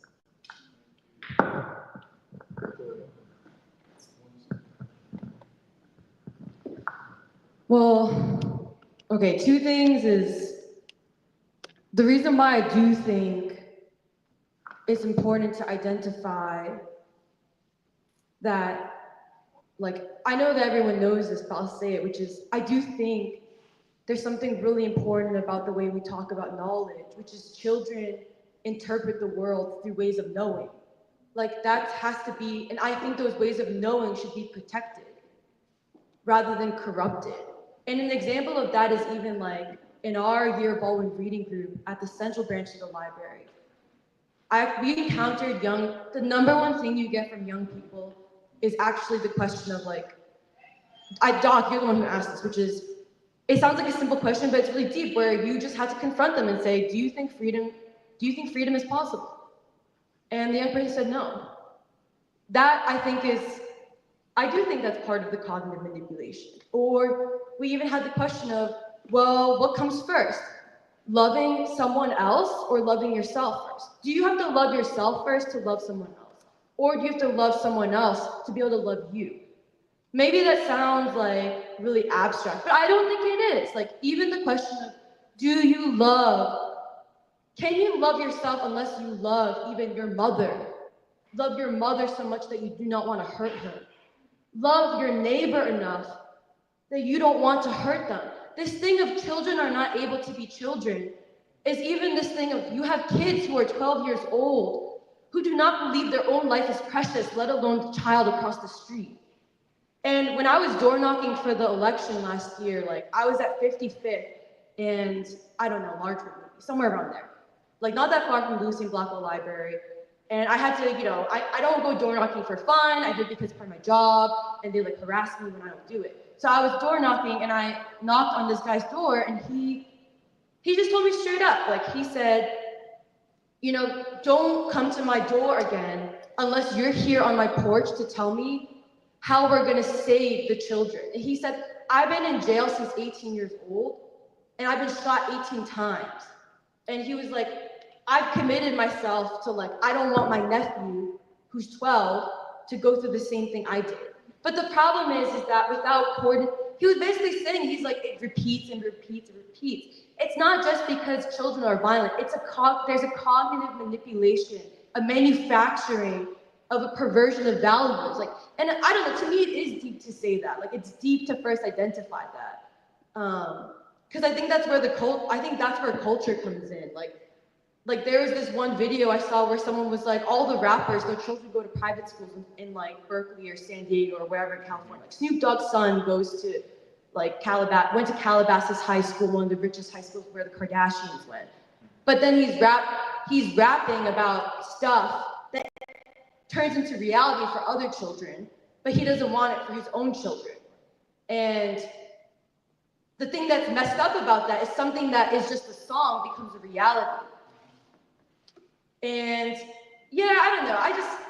I think there is something about this love, life, children are taught that they go about the city. Every sign tells them, yeah, your life is meaningless. Your life doesn't have any purpose. Ask yourself that. And when you don't believe your life is precious, how are you supposed to believe someone else's life is precious? And I do think there's a cognitive manipulation that prevents children from being able to process that in the ways that human beings have processed it in the past. But I just wanted to add that. Can I say something? Well, I was actually thinking about this, when we were doing the year of the Bois, we had spoken to some parents and I remember one of them telling us that they had to pull their kid out of school because the teachers were insisting that their son should be able to cross-dress basically.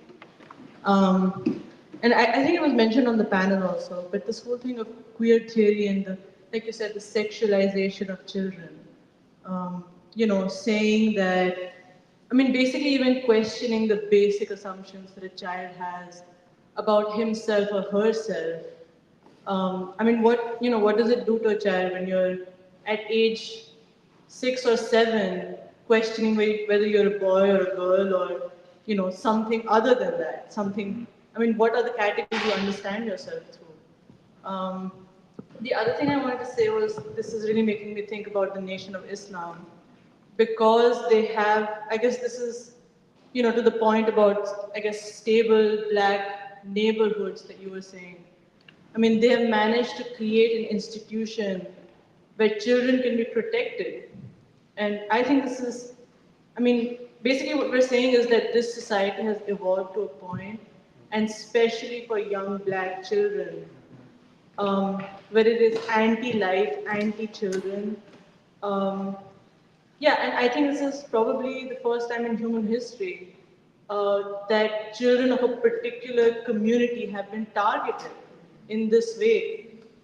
This is not genocide, but it may have, like you said, genocide of the mind, where you basically make a child lose the will to continue to live, or even see a future for yourself. Yeah.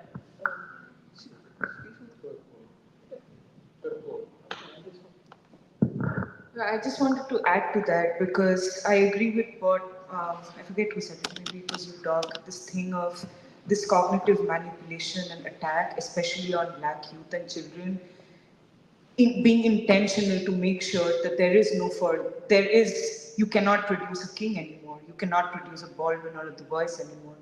But going to also what Nandita was saying, the viciousness and vindictiveness of this attack also this conversation is making me realize more clearly than I've realized before that it's also a punishment for having dared to raise that massive revolutionary mass struggle against the American state and empire.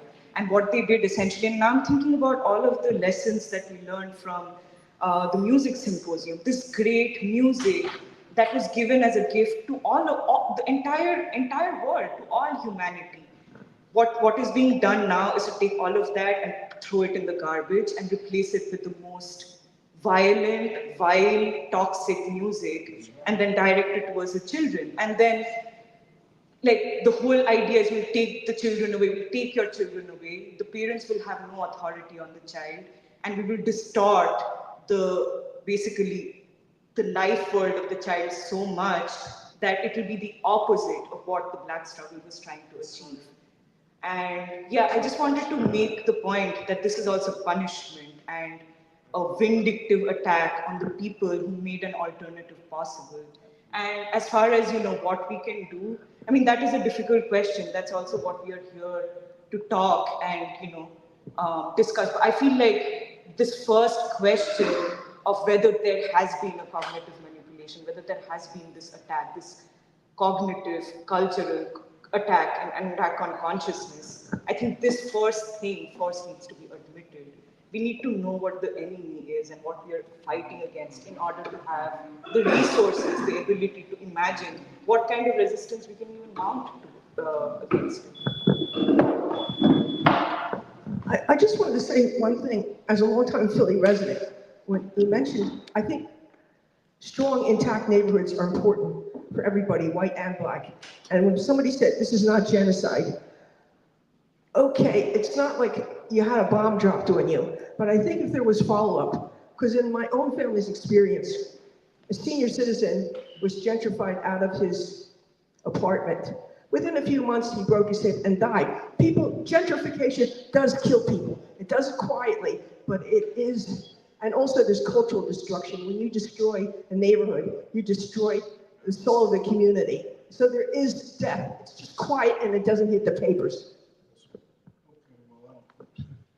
I'll turn it back over to Nori.